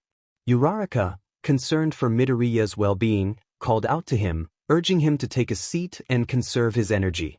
Mio watched with a small smile. Curious, Mina asked Mio if he knew Midoriya. Mio explained that he had gone to middle school with both Midoriya and Bakugo but hadn't interacted with them much. Kaminari remarked on how this gave Mio insight into Bakugo's character. Mio humorously described Bakugo as a raging bull who got upset easily. A growl from the other side of the classroom hinted that Bakugo was listening in, prompting a call for silence. The conversation shifted as someone mentioned All Might beginning to teach at UA. A reporter approached Mio, asking about his experience with All Might. Mio, slightly annoyed, continued walking, muttering about the reporters being bothersome. Once in the classroom, Mr. Aizawa entered, appearing half asleep as he dropped some papers on his podium. He began discussing the training exercise, addressing Bakugo's behavior and Midoriya's need to take care of his arm. Midoriya nodded, while Bakugo turned away, uninterested. Aizawa then announced that they needed to elect a class president, which caused chaos in the room as everyone shouted their intentions. Ida stood up dramatically, insisting on the importance of the role and the need for a democratic vote. The class, however, seemed unconvinced, with some expressing doubts about trusting each other yet. Mio, feeling overwhelmed, just wanted to get it over with. Aizawa, tired of the noise, instructed them to write down names for the vote. As the votes were counted, Mio groaned upon realizing he had received 3 votes, while Ida muttered about only getting 1. Kirishima and Kaminari teased Mio about his unexpected popularity, while Mina joked about how people would naturally vote for the smartest guy alive. Mio wished Ida had been elected instead, believing he would be more suited for the role. Aizawa confirmed that Mio would be the class president, with Momo as vice president. Mio slumped back in his chair, feeling the weight of his new responsibility. Momo reassured him that she would help with any duties. Mina encouraged Mio, reminding him that he had support, while Jiro playfully suggested that being president was mostly ceremonial. As lunch approached, Mio stood in line at the cafeteria with Kaminari and Jiro, feeling the pressure of his new role. Kaminari nudged him, reminding him that Momo would handle the serious matters. Jiro added that he just needed to smile and wave. Mio sighed, hoping that if he started to struggle, one of them would come to his rescue. Mio felt a wave of frustration wash over him as he considered the chaos that had unfolded. Kaminari, looking sheepish, mentioned that Yaoyorozu could handle the situation. Mio raised an eyebrow, curious about the earlier events. He asked if they had been bothered by journalists again that morning. Jiro, visibly annoyed, confirmed that they had indeed faced harassment, expressing her desire to retaliate against the reporters. Kaminari, however, found the attention amusing, claiming it made him feel famous. Mio rolled his eyes at Kaminari's lightheartedness, while Jiro recounted a particularly intrusive journalist who had invaded her personal space, trying to touch her earphone jacks. She was grateful when Mr. Aizawa intervened to stop the unwanted attention. Mio empathized with Jiro's frustration, acknowledging how relentless journalists could be. Kaminari chuckled, noting Mr. Aizawa's uncanny ability to appear just when needed. Mio agreed, wishing he could blend into the background and avoid the chaos. Suddenly, a loud alarm blared throughout the school, startling every student. The artificial voice of the security system announced a breach, urging students to evacuate immediately. Mio's confusion grew as he wondered what was happening. Jiro quickly explained that someone had infiltrated the campus, and they needed to head to the evacuation point. As they navigated through the throng of students, chaos erupted. The crowd surged forward, and Mio struggled to keep up with Kaminari and Jiro. Panic rippled through the masses, and he felt overwhelmed by the stampede of bodies. His heart raced as he fought to stay on his feet, calling out to his friends, but his voice was drowned out by the noise. Desperate to find a way through, Mio attempted to move to the side, but the relentless flow of people pushed him back. He clutched his tray tightly, trying to anchor himself amidst the chaos. Just when it seemed hopeless, a commanding voice cut through the din. It was Ida, urging everyone to calm down and reminding them of their status as UA students. Mio turned to see Ida standing firmly against the wall, his authority gradually bringing the frantic movement to a halt. The alarms blaring became an annoying backdrop as students began to process Ida's words, realizing there was no immediate danger. The atmosphere shifted from panic to a tense stillness. Moments later, the police arrived, taking control of the situation and guiding students back to their classrooms. As the atmosphere returned to normal, Mio stood up, addressing Aizawa, who appeared unfazed by the earlier incident. He suggested considering Ida for the role of class president, citing Ida's ability to manage the crowd effectively. The class reacted with surprise, and Ida expressed his confusion. Mio explained that Ida had demonstrated leadership during the crisis, keeping everyone calm when it mattered most. The students began to nod in agreement, and even Mina showed her support. Ida, initially speechless, soon embraced the responsibility with determination. Relieved that he wouldn't have to take on another responsibility, Mio quietly expressed his gratitude.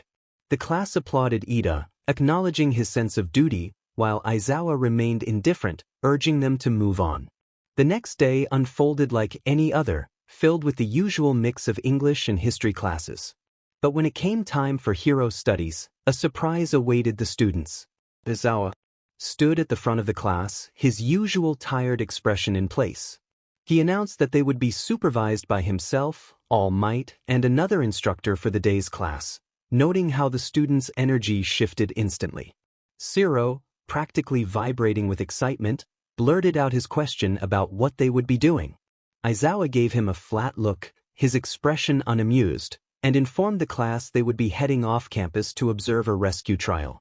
The room erupted in murmurs, thick with excitement and curiosity about what that entailed: rescue training or perhaps a mock disaster.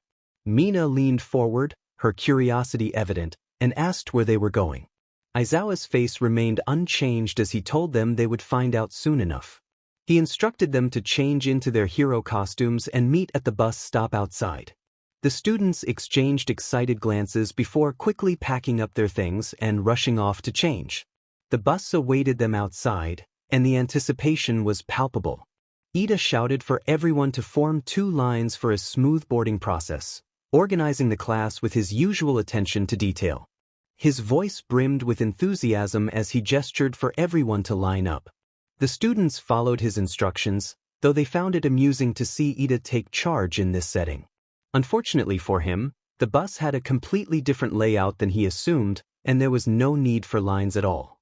Everyone boarded, some trying hard not to laugh at Ida's overzealousness. Ida slumped in his seat next to Mina, his face flushed with embarrassment. He dropped his head between his legs, clearly regretting his attempts at organization. Mio, lounging back in his seat next to Kaminari, remarked that there was no point in Ida's efforts, but at least he tried. Ida groaned in defeat, not moving an inch. Tsu, seated a few rows ahead, turned her head slightly and called out to Midoriya, a curious glint in her eyes. She mentioned that she always spoke her mind, no matter what. Midoriya blinked, startled by the sudden attention, and responded hesitantly. Tsu introduced herself and noted that his quirk reminded her of All Might's. Midoriya froze for a moment, wide-eyed, and stammered that it wasn't really the same. Mio smirked from his seat, and Kirishima suddenly called out, cutting off Midoriya's nervous rambling. He pointed out that All Might didn't get hurt when using his quirk. Mio casually explained that Tsu likely meant both quirks involved enhanced strength to some degree, noticing how Midoriya shifted awkwardly in his seat. Kirishima added that he was a bit jealous of Midoriya, as a simple strength quirk like his or All Might's offered so much potential and was flashy. Midoriya's eyes lit up at the compliment, his nerves forgotten as he enthusiastically agreed that it was an awesome quirk, definitely useful for pro heroes. Aoyama, who had been silently observing, finally spoke up dramatically about how heroism was more about image than just power. He mentioned that his naval laser had both flashiness and utility for a pro-level quirk. Mina couldn't help but snicker, teasing Aoyama about the potential problem if his stomach collapsed.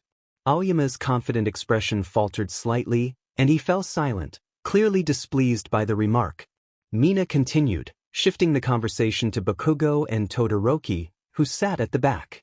Bakugo rolled his eyes dramatically, uninterested, while Todoroki stared out the window, barely acknowledging the comment. Tsuyu couldn't resist making a playful jab about Bakugo's grumpy mood, suggesting he wouldn't ever be popular. The others snickered, and Bakugo's anger flared as he yelled back, asserting he would definitely be popular. Tsuyu remained unfazed, and the others laughed, their reactions varying from mild chuckles to full-on bursts of laughter. Mio leaned back casually and quipped about Bakugo being popular with a specific crowd, which only fueled Bakugo's anger further. He shot up from his seat, glaring at Mio with intensity, threatening to take action. Aizawa, who had been eerily quiet, finally spoke up, cutting through the chaos. He urged everyone to calm down, reminding them they were almost at their destination and to save their energy for what was next. Upon arrival, Kaminari exclaimed in awe at the massive area before them, comparing it to a theme park. The dome was filled with different zones, each representing various disasters, such as floods, landslides, and fires. Then, a well-known hero appeared, the owner of the place. 13 introduced the practical training arena she helped create, designed to simulate all kinds of accidents and disasters. She named it the Unforeseen Simulation Joint, or USJ for short. Midoriya recognized her as the space hero, 13, who specialized in rescue work. Uraraka began bouncing with joy, revealing that 13 was one of her favorite heroes. Aizawa and 13 exchanged a quick conversation before addressing the class again. 13 explained her quirk, Black Hole, which could turn any material SEG into its vortex into dust.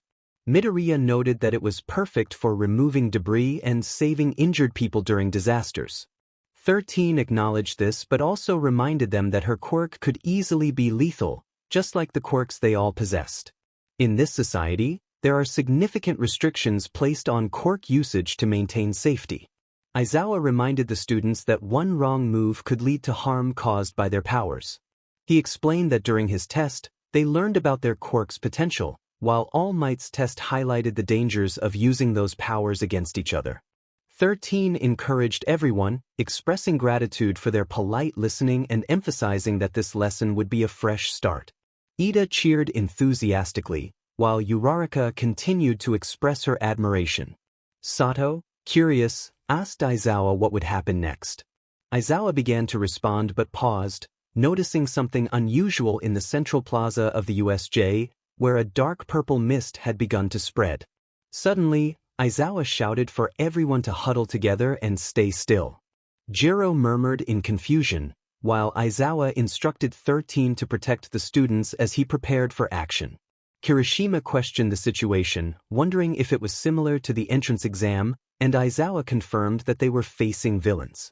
The purple mist coalesced into a shadowy figure, its voice booming across the area, expressing frustration that All Might was absent. A tall, lanky villain with blue hair and multiple hands covering his body sneered, revealing their intent to draw out All Might by threatening the students. Mineta, overwhelmed with fear, ran in panic until he tripped and fell, crying out in distress. Yaoyorozu turned to 13, asking about the intruder alarms.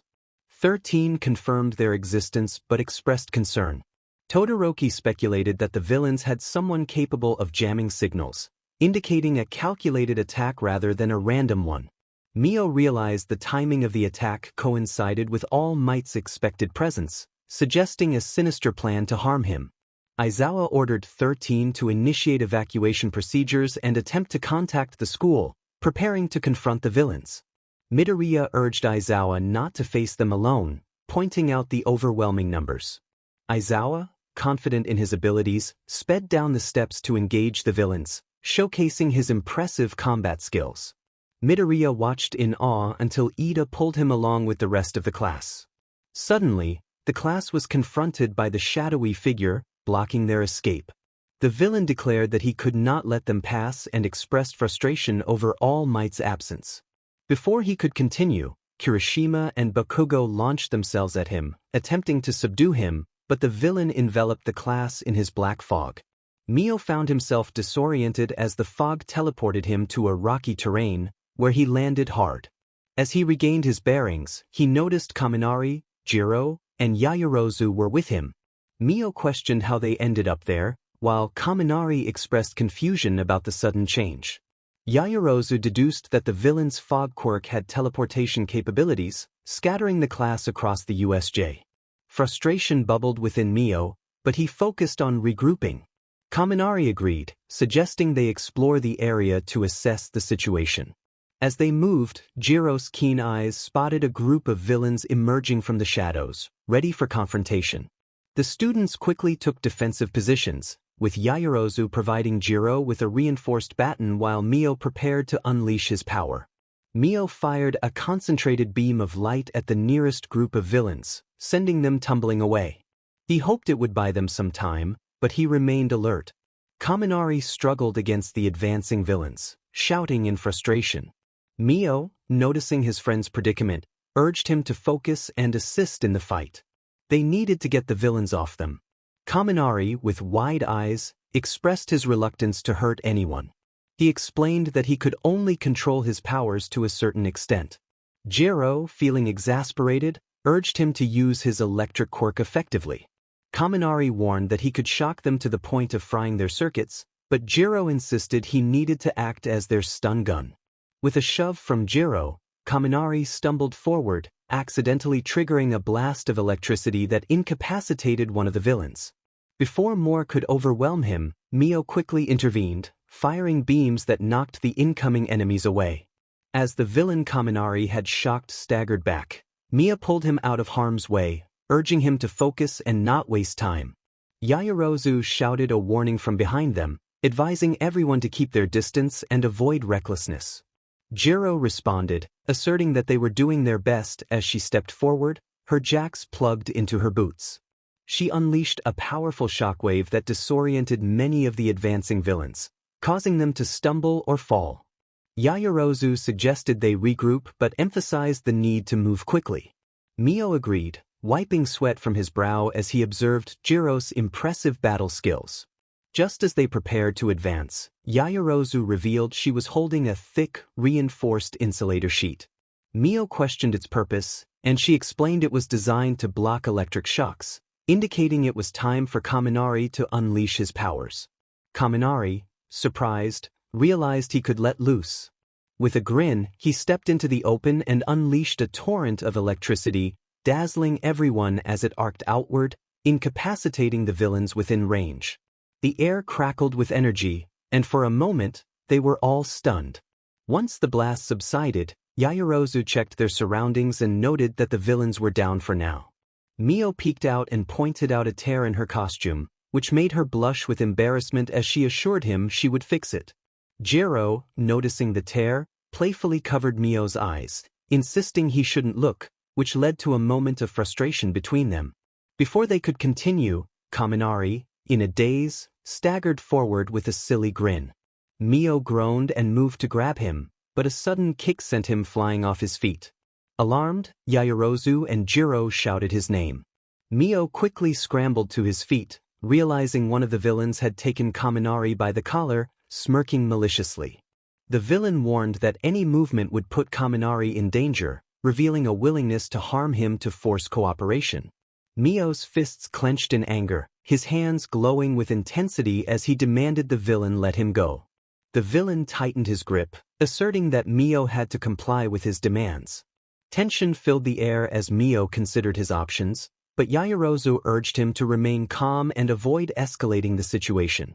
Jiro attempted to buy time by engaging the villain in conversation, questioning his motives and suggesting he could do more with his quirk. The villain's demeanor shifted slightly, revealing a hint of unease. As the villain dragged Kaminari along, Jiro and Mio exchanged glances, readying themselves for action. Yaoyorozu whispered her concern, but before the villain could react, Jiro's subtle movement created a distraction. The villain sensed something was off, tightening his grip again. Suddenly, a series of gunshots rang out, and the villain screamed as bullets struck him, causing him to release Kaminari. Mio's heart raced as he turned to see a group of pro-heroes at the entrance, weapons aimed at the fallen villain. Relief washed over Yaoyorozu as she acknowledged their arrival. Mio, still shaken, apologized for getting carried away, and Yaoyorozu reminded him they were a team and needed to keep their emotions in check. Jiro playfully encouraged Kaminari to walk, but he, still dazed, requested to be carried. Mio prepared to support his friend, determined to get them all to safety. Outside the USJ, Class 1A awaited instructions from someone in authority, while Midoriya was absent, having been taken to the school due to injuries sustained in his fight. They eventually began chatting amongst themselves. Mio turned to Kirishima and Tokoyami, curious about their experiences. Tokoyami shared that he had been sent to an area filled with rain and had fought against a group of low-life thugs, noting that the rest of them likely faced similar challenges. Kirishima excitedly recounted how he and Bakugo had found themselves in a fiery zone, expressing how underestimated they had been and how they had decisively defeated their opponents. Mio nodded in agreement, mentioning that they had encountered one villain who had been clever enough to take Kaminari hostage. Kaminari, appearing at Mio's side, protested that she wasn't supposed to reveal that detail. Kirishima, however, found it impressive that Kaminari had survived such a situation, calling it very manly. Tokoyami added that he respected Kaminari for enduring such an ordeal, giving him a polite nod. Mio leaned in to whisper to his friend, suggesting he could thank her later. At that moment, a detective from the Mizudafu police station, Tsukachi, approached the group. He informed the students that they needed to return to school and that they couldn't answer their questions immediately. Tsuyu then asked about Aizawa-sensei's condition. Tsukachi explained that Aizawa had suffered multiple fractures in his arms and face but had fortunately avoided brain damage. He mentioned that the bones around Aizawa's eyes had been severely damaged, which could potentially affect his eyesight. Tsuyu's voice trembled with concern as she processed the news. Tsukachi reassured them that 13 and all might had sustained serious injuries but were not in life-threatening conditions. When Uraraka inquired about Deku, Tsukachi initially seemed confused, but Mio clarified that she meant Midoriya. Tsukachi confirmed that Midoriya had been taken to the infirmary at UA and would be all right. He then took his leave, instructing Sancha to watch over the rest of the group. Class 1A stood in stunned silence for a moment, still shaken from the recent villain incident. Ida eventually broke the quiet, suggesting they start boarding the bus, and the classmates nodded in agreement as they followed his lead. Mio opened the front door to his house, the familiar creak of the hinges barely registering in his mind. Mrs. Hoshino sat in the living room, her eyes glued to the TV screen. She didn't acknowledge him as he entered, only sipping her tea. When she finally spoke, her voice lacked the usual sharpness that Mio had come to expect. She acknowledged his return but seemed indifferent to the news of the villain attack. Mio felt a heaviness in his chest as he recounted the events, noting that some people had been hurt. Mrs. Hoshino's reaction was minimal. She simply stated that worrying wouldn't change anything and urged him to focus on his training. Her cold demeanor stung more than he anticipated, leaving him feeling unheard. Despite wanting to argue for her concern, he found it difficult to voice his feelings. She instructed him to do his homework and left for the kitchen, leaving Mio alone in the silence of the house. The following day, school was closed to allow the students to recover from the traumatic event, but it reopened shortly after. Ida stood at the front of the class, instructing everyone to settle down for homeroom. Ciro pointed out that Ida was the only one not seated, prompting him to rush back to his desk just as Aizawa entered the room. Aizawa's face was covered in bandages, leaving only slits for his eyes. The class erupted in surprise at his early return, with Ida expressing relief. Aizawa, however, urged them not to worry about him, stating that the battle was not over yet. Mio's mind raced with questions, and Mineta squealed in fear at the thought of more villains. Aizawa clarified that the UA Sports Festival was approaching, which caught Mio off guard as he had completely forgotten about it. He felt a mix of excitement and nervousness at the prospect of the festival, especially after the recent attack. Ida speculated that security would likely be tightened this year, and Aizawa confirmed that police presence would be greater than usual. What the teacher wanted the students to consider was the significant opportunity the upcoming festival would provide them. Mineta expressed his concerns about the possibility of villains showing up, questioning whether they would be able to stop them. Midoriya, with an intense expression, reminded him of the sports festival's importance. Kirishima reassured Mineta, stating that it was one of the biggest events in Japan, and it was unlikely any villain would attempt to infiltrate such a grand occasion. Yaoyorozu added that all the top pro heroes would be present, scouting for potential talent. Kaminari, with a bright smile, shared his ambition to join a pro heroes squad as a sidekick after graduation, viewing it as a great opportunity to make a name for himself. Mio cautioned him about the risks of getting stuck as a sidekick throughout his career, while Jiro teased Kaminari about his aspirations. Aizawa, with a stern demeanor, reminded the class that being acknowledged by a notable hero could significantly enhance their experience and status. He emphasized that this was their first of 3 chances over the next 3 years. As the bell rang, signaling the end of class, Class 1A gathered their belongings and headed for the door. However, they were met with a crowd of students from other classes blocking their exit. Kirishima, confused, asked what was happening. Bakugo, with his usual disdain, pointed out that they were likely scouting the competition and told them to leave. Mio jokingly warned Bakugo to calm down, but he merely glared at him before attempting to push through the crowd. A tall student with messy purple hair interrupted Bakugo, questioning the arrogance of the hero students and expressing disappointment. Bakugo, bristling at the comment, clenched his fists and confronted the student about his remarks. The student continued, mentioning that many talented candidates were stuck in general studies due to failing the heroics test and that some might be transferred based on their performance in the sports festival.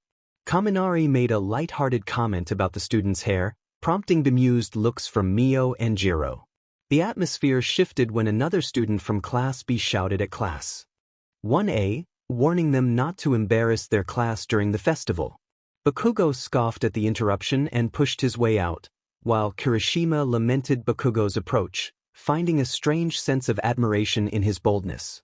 Mio rolled his eyes at Kirishima's reaction, pointing out that Bakugo's behavior could create enemies. Jiro expressed her frustration with Bakugo's foolishness before deciding to leave. Mio quickly joined her, and Kaminari followed suit, eager to escape the tension. As they walked down Yue's slope, enjoying the fresh air, Kaminari remarked on the excitement surrounding the sports festival. Jiro noted that while it was a significant event, some students were taking it too seriously, mentioning Uraraka's intense demeanor and a student from the general course who seemed overly stressed. Mio acknowledged the pressure everyone felt, understanding that their futures depended on their performances. Kaminari suggested organizing a practice session for the festival over the weekend, excited about the idea of training together.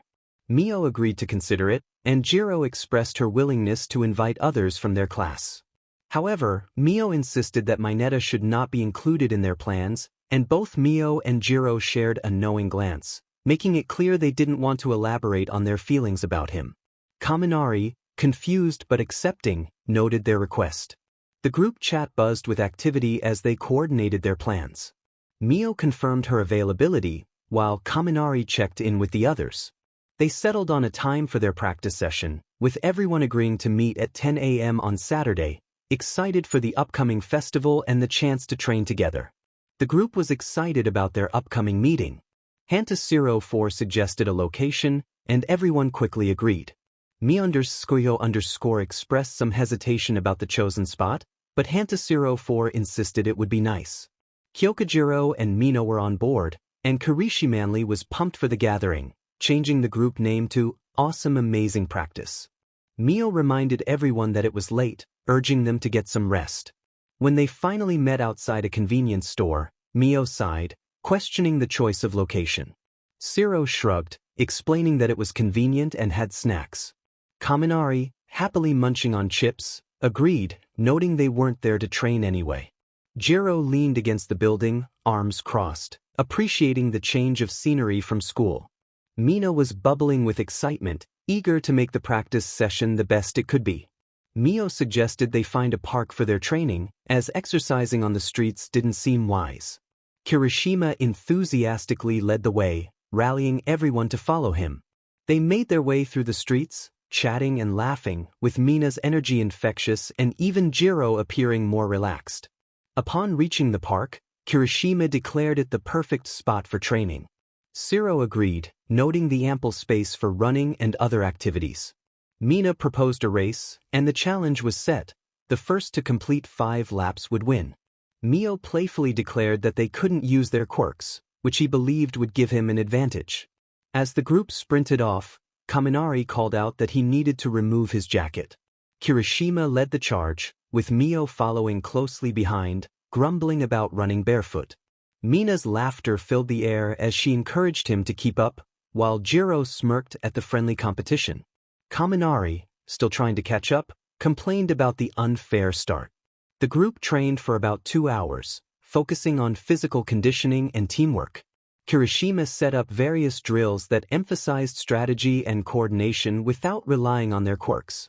Despite his earlier frustrations, Kaminari began to enjoy the challenge, while Jiro's sharp reflexes made her an excellent partner.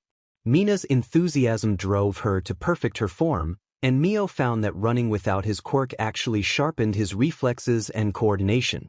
After their training, they gathered near the park entrance, catching their breath and discussing their progress.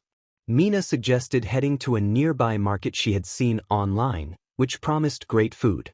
Kirishima agreed, and the group made their way to the bustling market filled with food stalls. At the market, they split up to grab different types of food and reconvened at a central table with an assortment of snacks and drinks. Kaminari proudly presented takoyaki, while Mina shared yakitori and drinks. Jiro observed the lively atmosphere, noting the variety of enticing smells. Mio teased Jiro about her love for music, leading to a humorous exchange.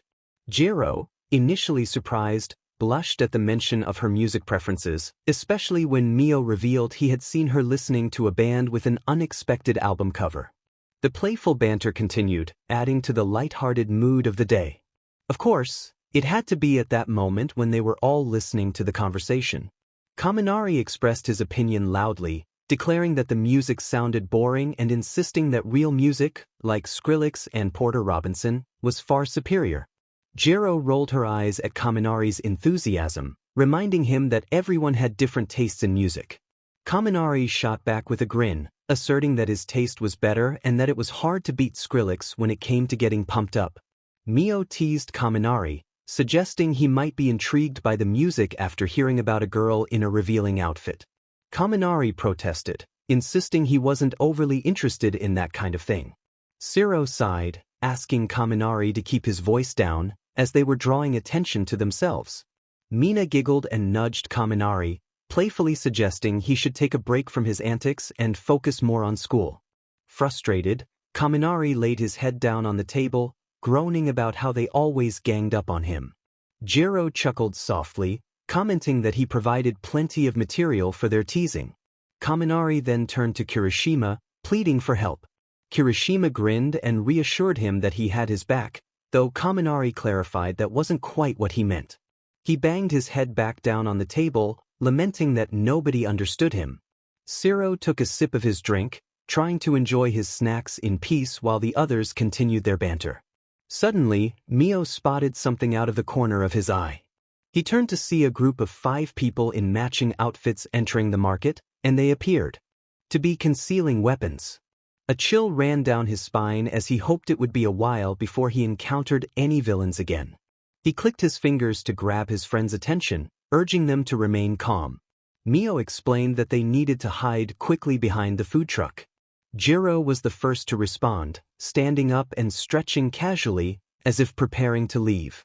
Kaminari quickly followed suit, pretending to take a final sip of his drink before standing up. Mina, maintaining her bubbly demeanor, picked up the tray of empty dishes and suggested they clean up and head out. Kirishima and Shiro exchanged serious glances, with Kirishima being the last to rise, keeping a watchful eye on the group Mio had spotted. As they walked towards the food truck, the tension was palpable, but they did their best to act normally. Once behind the truck, out of sight, Mio turned to his friends, speaking in a low but urgent tone. He expressed concern about the group's intentions and mentioned that they seemed to be concealing firearms beneath their jackets. Just then, a loud voice boomed through the market, causing everyone to freeze. The group of thugs had stepped forward, and one of them, a tall man with a shaved head and a scar across his face, demanded attention. He raised a pistol into the air, announcing that it was a robbery and instructing everyone to keep quiet and keep their hands visible. The lively atmosphere of the market vanished, replaced by a tense silence as shoppers and vendors stared in shock. One of the thugs, a lanky man with a cocky smirk, stepped forward, his hand glowing faintly as he began to draw phones from people's pockets and bags, gathering them into a pile at his feet. He sneered, warning that no one should call for help. Kirishima whispered to the others that they needed to do something, unable to just watch as the thugs committed a crime. Mio agreed, emphasizing the need for caution since the thugs were armed. Jiro's earphone jacks twitched as she picked up the movements of the thugs. She suggested they create a distraction to give them a chance to act. Mio proposed a plan. Jiro could scout the thugs' positions, and when one was far enough away, he would fire a beam of light to gain their attention. Shiro would then use tape to silence the thug, pulling him in with another shot of tape. Shiro agreed that the plan had potential, but they needed to figure out what the others would do. Mina, Kirishima, and Kaminari would help keep watch and step in if necessary, while also trying to contact the authorities. Kaminari nodded and stepped aside to make the call, his expression serious as he waited for it to connect. Meanwhile, Jiro concentrated on picking up the thugs' movements, informing them that one was too far from the others, positioned by a stall with a red awning. Mio felt a surge of hope as he acknowledged the situation. Shiro was always ready, preparing his tape as Mio carefully peered around the corner, locking eyes on the isolated thug. With a deep breath, he focused, his skin glowing faintly as he prepared to unleash a beam of light. Aiming for the ground near the thug's feet, he released a controlled burst that struck the pavement with a sharp crack, creating a bright flash. The thug turned sharply, drawn to the unexpected light. Before he could react, Shiro fired a strand of tape, the adhesive material sticking to the thug's mouth, silencing him. A second shot hit the thug's arm, and with a quick tug, Shiro pulled him toward their hiding spot. Kirishima, Mina, and Jiro were on high alert, ready to step in if needed. Kaminari, still on the phone, glanced over with a thumbs up, signaling that he had reached the authorities. The thug struggled against the tape, cash spilling from his pockets, but the surprise and speed of their ambush left him disoriented. Kirishima quickly moved to secure him, using his strength to ensure the thug couldn't break free as Shiro taped him down to the ground. Mio listened carefully, his jacks twitching. He noted that two thugs were near the market entrance. One was by a drinking fountain, and another was still at the center. The thug in the center was close to where they had just captured their target. They needed to act fast before the others realized what was happening. Mio nodded, and the team quickly regrouped to plan their next move. They decided to take out the one by the center next. Shiro would use the same tactic. Mio would draw him out, and Shiro would bring him in while the others kept an eye on the remaining thugs. As they moved into position, the tension grew thicker. They were inexperienced, but the element of surprise was still on their side. If they could take down the thugs one by one, they might just succeed without anyone getting hurt. Mio stepped out just enough to catch the thug's attention, his skin glowing faintly. He kept the glow subtle enough not to draw too much attention but bright enough to be noticeable. The thug in the center, distracted by the unexpected light, turned to investigate. Shiro was ready, tape in hand. As the thug approached, Mio created a sudden flash of light, disorienting him. In that split second, Shiro launched his tape, hitting the thug squarely in the face and silencing any potential cry for help. A second shot wrapped around the thug's arm, and with a swift pull, Shiro brought him into their hiding spot. Kirishima quickly moved to subdue the thug, ensuring he was securely restrained. The others kept a close watch, their eyes darting between the remaining thugs, who were still oblivious to the fact that their numbers were dwindling. That made two down, and Mio felt the adrenaline making his hands tremble slightly. Jiro reported that the thug by the drinking fountain was distracted, but the ones near the entrance were starting to look around more. They needed to be quick. Mio decided they would take down the one by the fountain next, using the same tactic but preparing for the possibility that the others might catch on. They moved swiftly, keeping low and out of sight as they approached their next target. Mio repeated the tactic, catching the thug's attention with a faint glow before Shiro struck with his tape. The thug barely had time to react before he was silenced and pulled into their hiding spot. Suddenly, a voice cut through the tense silence, calling out for the missing members of the group. The boss had noticed their absence and began searching the area. The group's hearts raced as the leader's voice echoed. Their carefully orchestrated plan was on the verge of unraveling.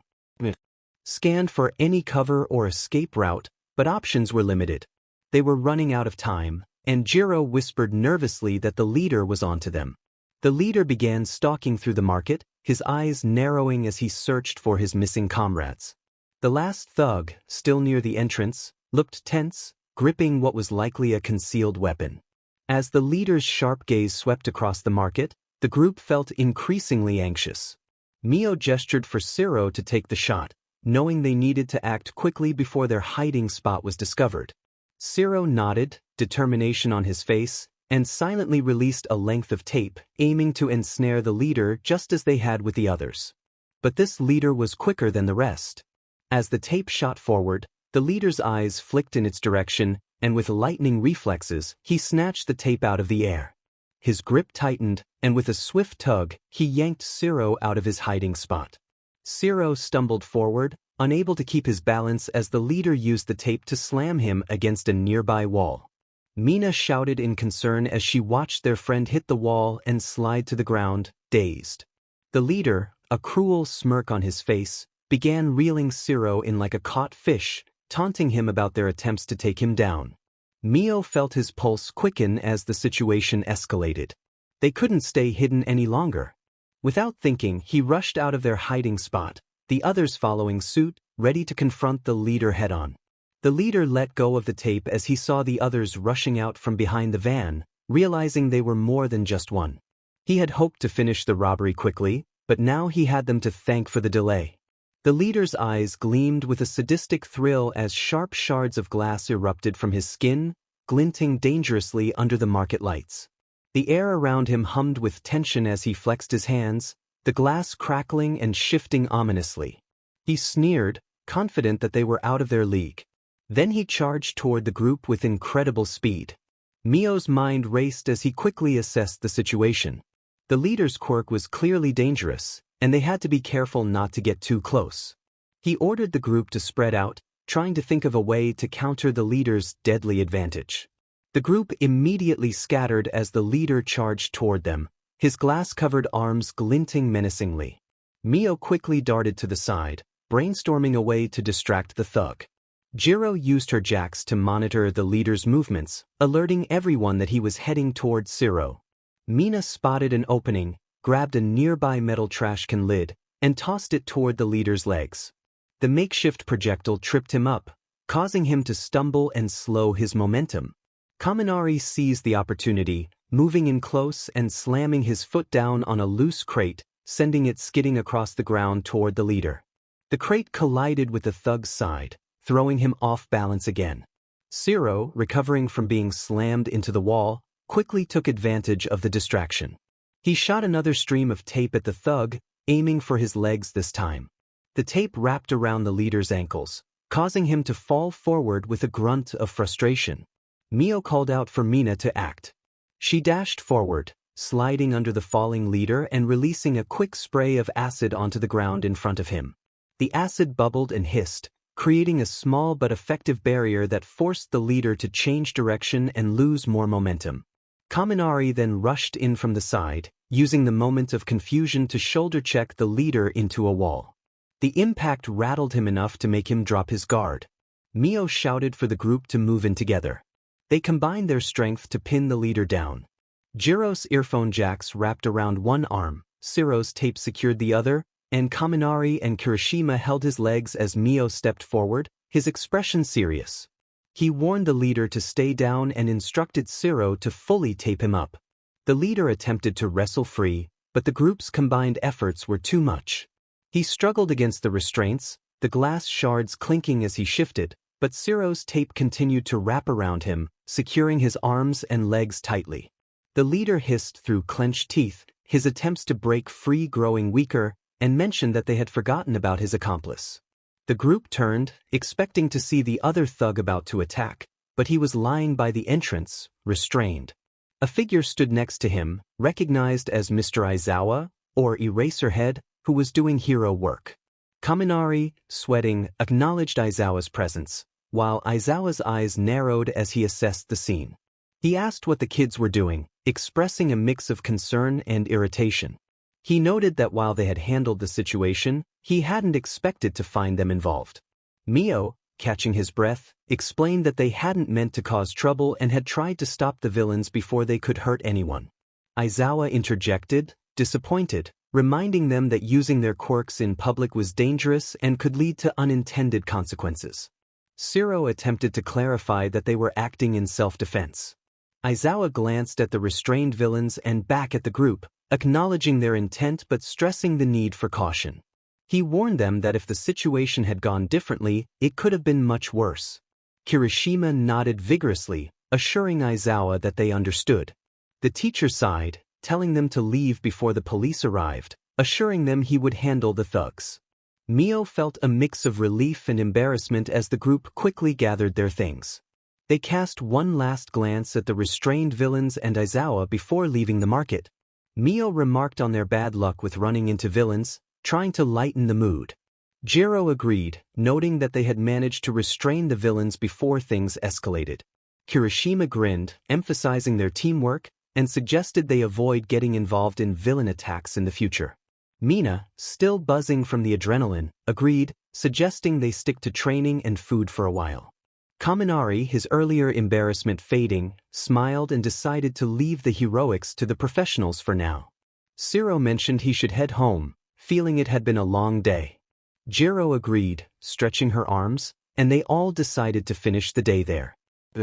Said their goodbyes and split up, except for Jiro, who lived closer to Mio than he had thought. She fell into step beside him, asking if she could join him for the walk. Mio, surprised but pleased, welcomed the company. Jiro mentioned she was looking for music recommendations, noting that Mio seemed to be into music as well. Mio jokingly claimed he hated music, which shocked Jiro. He then admitted he was kidding and offered to share some suggestions. Jiro expressed relief and mentioned she was looking for more punk music, any subgenre. Mio pulled out his phone to check his music library, suggesting Disintegration by The Cure, a great gothic post-punk album. Jiro's eyes lit up with interest, and she promised to check them out. Mio grinned, assuring her he had plenty more recommendations if she needed them. As they continued walking, Jiro pulled out her phone to note the recommendation, expressing her appreciation. It was always nice to receive new music recommendations from someone who shared similar interests. Mio glanced over, his smile widening as he expressed his happiness to help. He encouraged Jiro to share any cool tracks he discovered, eager to explore new music together. Jiro nodded, clearly pleased, and they both felt confident that they would have plenty to discuss next time. Mio noted how calm their conversation was after such a stressful day, finding it a bit strange. Jiro responded that as heroes in training, this was the kind of stress they would have to manage moving forward. Mio joked about needing to get enough sleep, exclaiming that he would rather not burn his own eyes out, which made Jiro giggle. As Mio prepared to leave through the front door, Mrs. Hoshino reminded him not to embarrass himself that day, to which he replied affirmatively. Kaminari expressed his nerves about how many people would be watching them.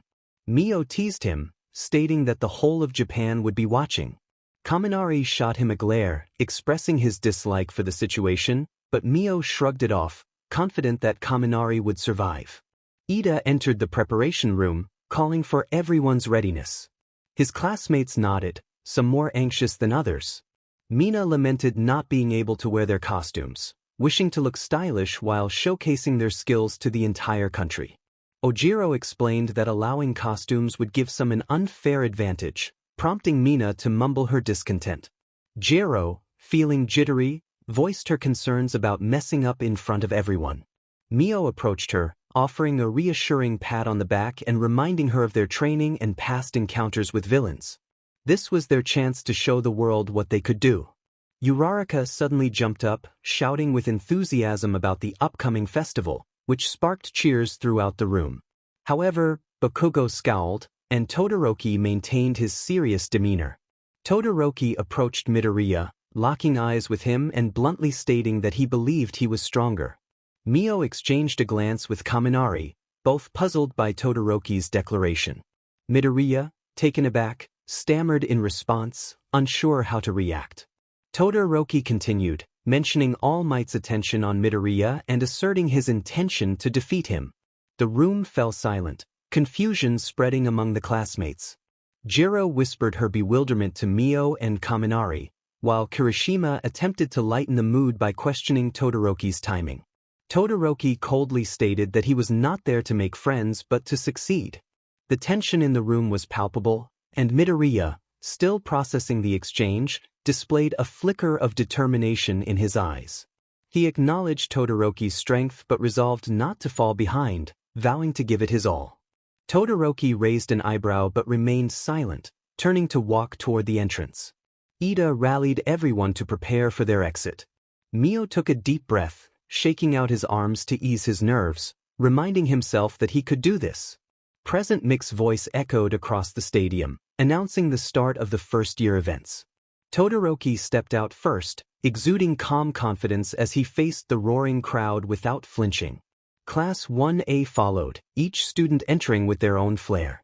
Ida marched with precision, Uraraka bounced with excitement, and Bakugo walked with fiery determination.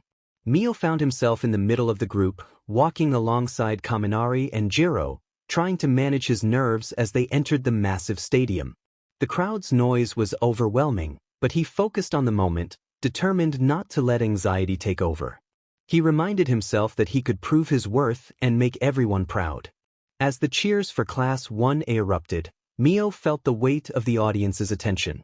He steadied himself, glancing at Jiro, who offered him a small, reassuring smile. He nodded back, feeling a surge of determination. Present Mick's voice boomed once more, announcing Class 1A, and Mio looked up at the figure standing at the podium, Midnight, the hero known for her captivating presence. Her presence was impossible to ignore, and Mio couldn't help but glance at her with a mix of curiosity and mild confusion. Tokoyami muttered under his breath, questioning whether she was really allowed to be there, considering it was a high school.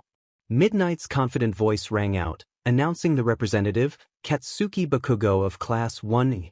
Midoriya's eyes widened in surprise at the mention of Kaken, realizing he must have placed first in the entrance exam. Shiro sighed, a small smile tugging at his lips as he glanced over at Midoriya, while Mio, standing slightly behind them, shook his head sarcastically, thinking about how this would end.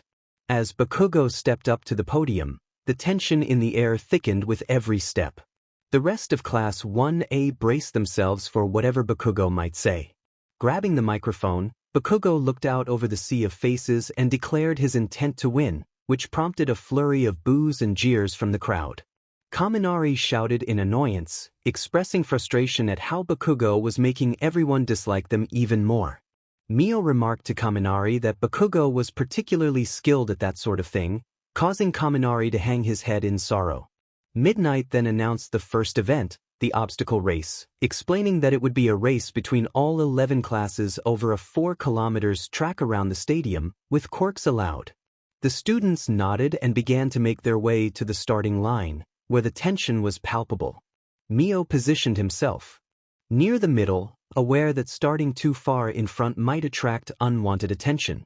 He sized up the competition, his heart pounding, but he was determined to stay focused. Mio whispered to himself to remember their training, knowing that staying calm was crucial in a chaotic event like this. Beside him, Kaminari tried to psych himself up, insisting they just needed to be fast and smart. Mio teased him lightly, earning a smirk in return. Jiro, standing nearby, gave them both a thumbs up, encouraging them to go all out. Taking a deep breath, Mio steadied his nerves, knowing he couldn't afford to second-guess himself now. Midnight's voice echoed through the stadium, calling everyone to their marks. As the crowd grew silent in anticipation, Mio's muscles tensed, ready to spring into action. When the signal was given, the air exploded with movement as students surged forward, quirks activating in a blur of power and color. Mio launched himself into the race, his feet hitting the ground in quick, powerful strides. He weaved through the crowd, dodging blasts of fire, ice, and other quirks, keeping his focus on the track ahead. Spotting a rock in the distance, Mio knew he needed to reach it. He quickly climbed to the top and leaped into the air, feeling weightless for a brief moment as the noise of the race faded into the background. Activating his quirk, His hands glowed brightly as he shot beams of solid light, propelling himself forward like a rocket and shooting past several classmates. Present Mick's voice boomed over the speakers, announcing Mio's impressive speed. Mio continued to boost himself smoothly until the first obstacle appeared, multiple large zero-point robots from the entrance exam. Present Mike announced the first barrier, much to the crowd's displeasure. Todoroki, standing at the front, calmly assessed the situation and then slammed his foot down, sending a wave of ice surging from the ground, covering the robots and immobilizing them instantly.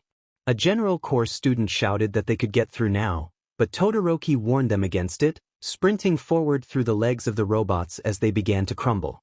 Mio called out to Kirishima, who burst out from under a fallen robot, triumphant and unharmed.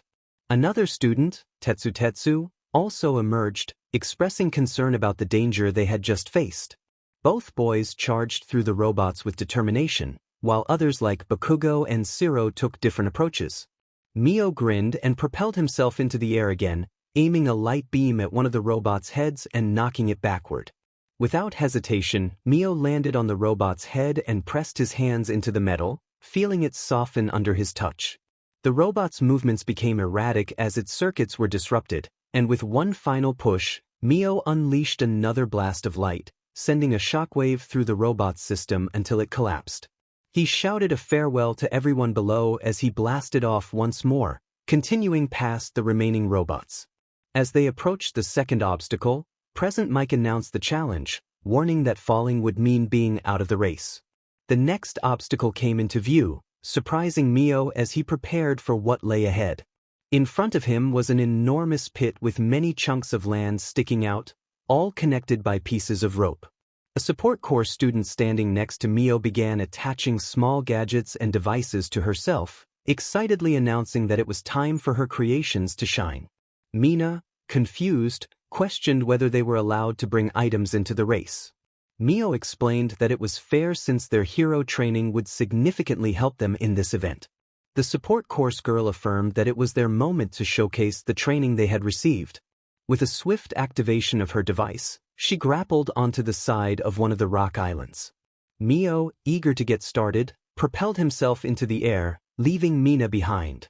He soared over the large pit, not needing to cross the ropes, and landed on the other side, close to Todoroki, who was leading the charge. Present Mick's voice echoed through the stadium, announcing the arrival of the final barrier, the minefield. Mio's heart raced as he surveyed the ground ahead, scattered with small, hidden mines that would explode with the slightest touch. The field stretched wide, presenting a daunting challenge with no clear path to navigate. He noticed Todoroki and a few others ahead, already attempting to make their way through the minefield. With determination, Mio moved into the air once more, propelling himself over the dangerous terrain. As he fired beams down, some struck the ground, triggering the concealed mines.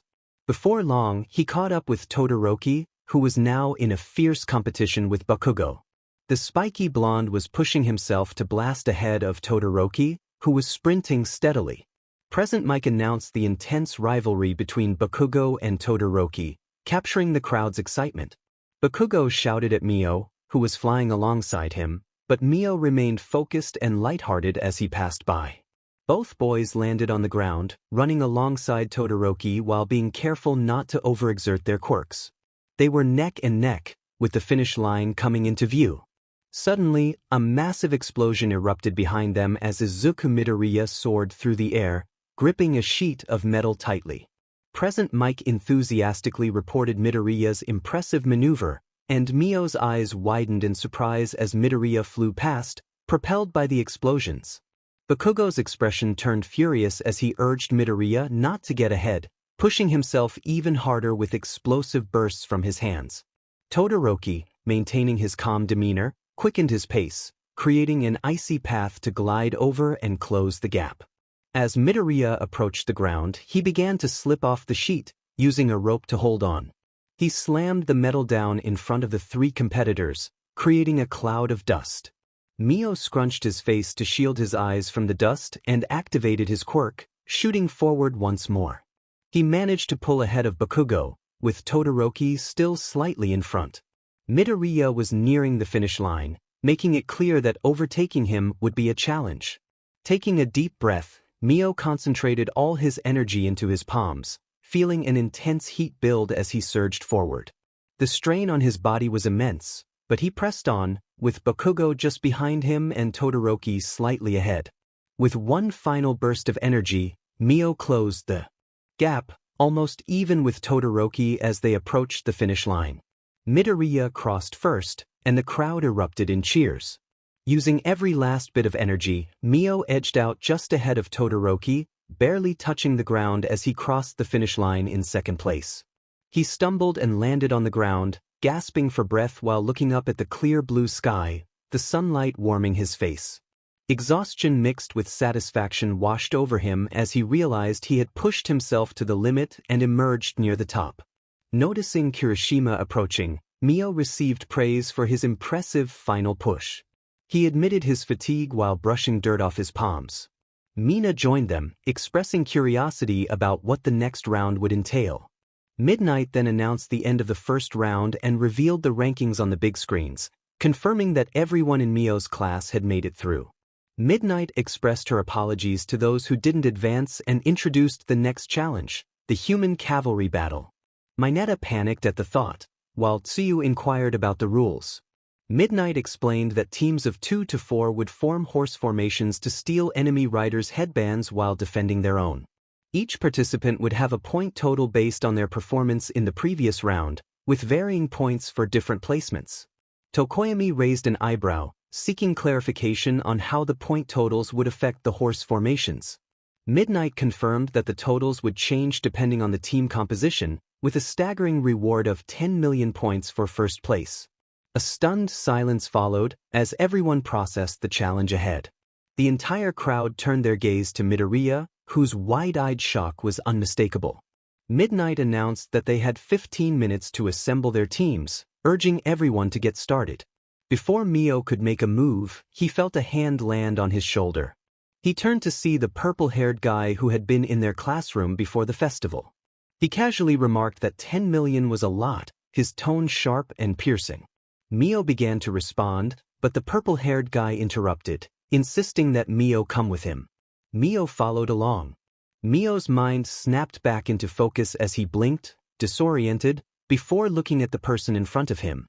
It was Ojiro. Confused, Mio asked what had happened. Ojiro replied, annoyance clear in his tone, that the cavalry battle was over and that the purple-haired guy had used his quirk on them. Mio's gaze shifted to the distance, spotting the purple-haired guy standing off to the side. Ojiro continued, expressing his disappointment and explaining that they had both fallen into a trap. They had made it to the third round, but Ojiro questioned whether they deserved it. Mio shook his head, trying to clear the fog of confusion still lingering in his mind. He muttered about mind control and how that explained why he couldn't stop himself, frustration creeping into his voice. Ojiro sighed, his shoulders slumping in frustration as he lamented how hard it was to feel good about moving forward when they hadn't achieved it on their own. Present Mick's voice boomed across the arena, announcing a lunch break and instructing everyone to return in an hour. Mio turned back to Ojiro, his expression softening as he suggested they head to lunch with the others. Ojiro nodded quietly, and the two of them joined the steady stream of students leaving the field. Inside the cafeteria, the familiar buzz of chatter filled the air as they made their way toward a table where their classmates were gathered. Kirishima waved enthusiastically, a wide grin stretching across his face. Mina smiled as Mio sat down next to her, expressing her disappointment that she couldn't find him while making teams and questioning why he teamed up with the intimidating guy. Mio chuckled awkwardly, rubbing the back of his neck as he explained that it wasn't really his choice and that he had gotten roped into it without realizing what was happening. Mina raised an eyebrow, intrigued, prompting Ojiro to bluntly explain that they had been mind-controlled by the purple-haired guy, and they hadn't even known what was happening until it was over. Kirishima burst out in disbelief, questioning why someone would do that. Momo chimed in, mentioning that Shinso was trying to get into the hero course, as he had said when he visited their class. Mio nodded, his expression hardening as he recalled Shinso's determination and how wrong it felt to use his quirk in a competition like this. Jiro crossed her arms, leaning back in her chair, agreeing that it was messed up but acknowledging that Shinso would do whatever he thought necessary to succeed. Mio took a deep breath and picked up his sandwich, taking a bite while the frustration in his chest still burned. Shinso's interference had disrupted his chance to shine. He wasn't just there to survive, he was there to prove himself. Kirishima encouraged him to eat up and not to beat himself up over something that wasn't his fault, expressing his desire not to see his friend falter. Mio smiled at Kirishima's encouragement before continuing to eat. Momo then stood up, informing everyone that the girls needed to get into cheer uniforms for a cheer battle as instructed by Mr. Aizawa. Mio raised an eyebrow, wishing them well as they left. The boys continued to eat until Ojiro turned to Mio, suggesting that Mineta and Kaminari might have lied about the cheerleading outfits.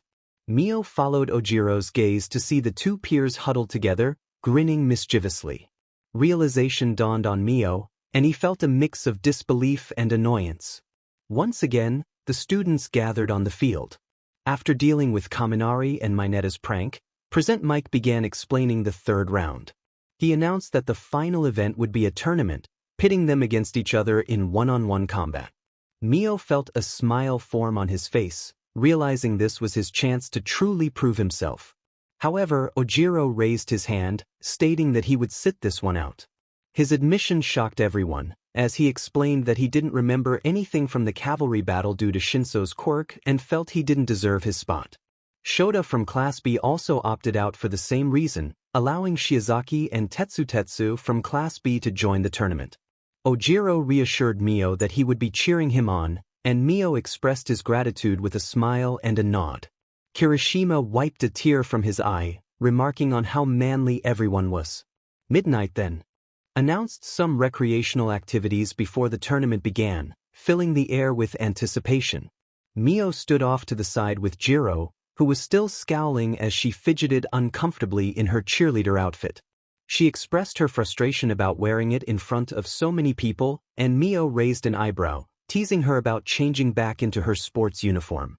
Jiro flatly replied that her uniform had vanished after she changed, prompting a small smirk from Mio. Mio had a good idea of what had happened. He casually suggested that Jiro must have misplaced her uniform and invited her to follow him. He led her to the change rooms, where he rummaged through his bag and pulled out a spare sports uniform, his usual backup for situations like this. He explained that he always brought one just in case. Although it was a bit big, it would work. Jiro's eyes widened in surprise and gratitude as she realized he had actually brought a spare. She took the uniform from him and went into one of the stalls.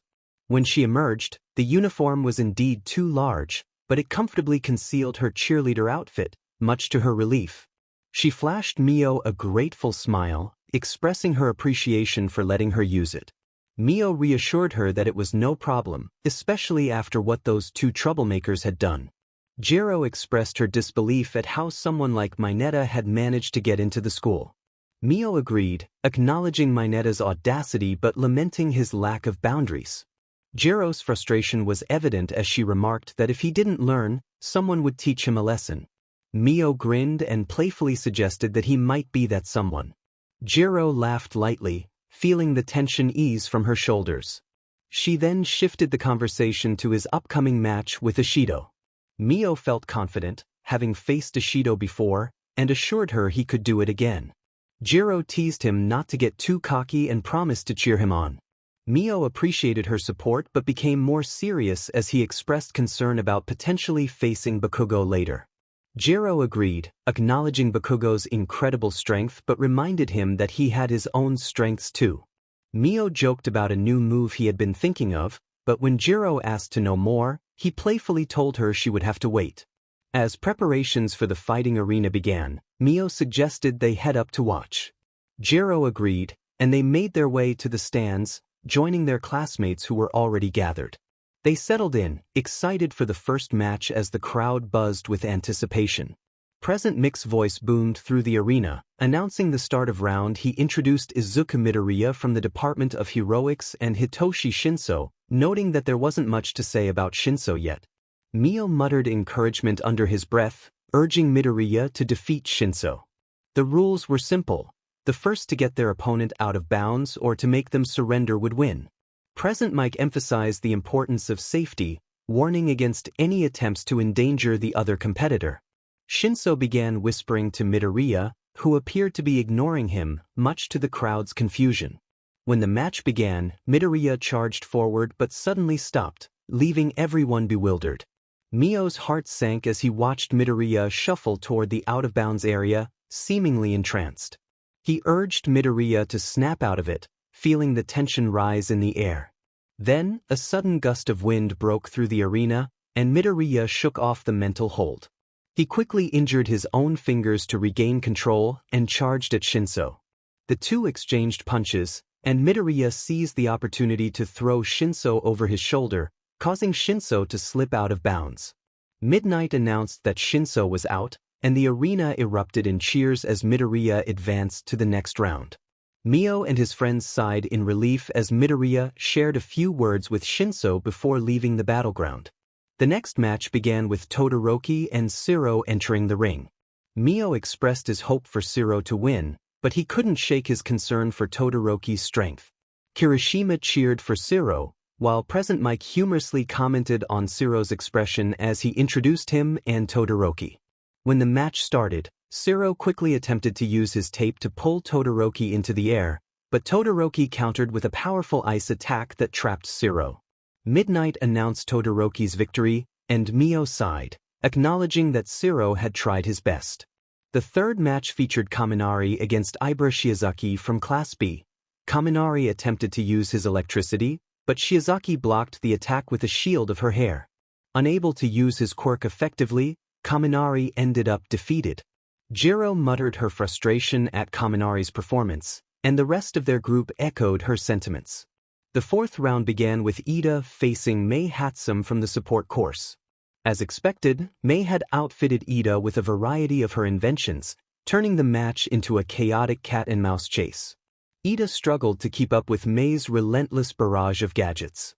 Eventually, Mei seemed to tire of the whole affair and casually stepped out of bounds, signaling her self-disqualification. Mio leaned back in his seat, shaking his head. He noted that Mei had certainly achieved her goal of gaining attention. It was time for Mio's match against Mina, and his classmates wished him luck as he made his way to the waiting room. Upon stepping onto the field, he spotted Mina across from him. Her usual playful smile had been replaced by a focused and determined expression. Despite their friendship, both knew they needed to win this fight. Mio took a deep breath, aware that Mina's acid quirk was unpredictable and dangerous. He couldn't afford to underestimate her. Present Mick's voice rang out, announcing Mina Ishido from the hero course against the boy who sometimes resembled a very dangerous torch, Mio Ukiyo, also from the hero course. With Midnight's shout of, "Begin!" the match commenced.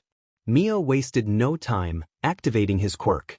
His hands and feet glowed with a brilliant light as he shot forward with impressive speed. Mina quickly responded, launching a burst of acid his way. Mio dodged to the side just in time, hearing the sizzling sound of the acid hitting the ground where he had been moments before. He fired a beam of solid light, hoping to throw her off balance. Mina was quick, sliding under the beam and shooting another burst of acid. Mio leaped backward to avoid the attack, teasing her about her aim. Mina shot back, her laughter ringing out as she fired more acid. One of the attacks grazed Mio's arm, causing him to wince slightly. He muttered to himself that it was time to step it up, using his quirk to launch himself into the air, flying toward Mina. She flung a blob of acid in response, but Mio effortlessly incinerated it with a focused beam. He landed directly in front of her, knocking her back with the force of the impact. Mina stumbled, her eyes wide with surprise. For a moment, she seemed caught off guard, but she quickly regained her composure.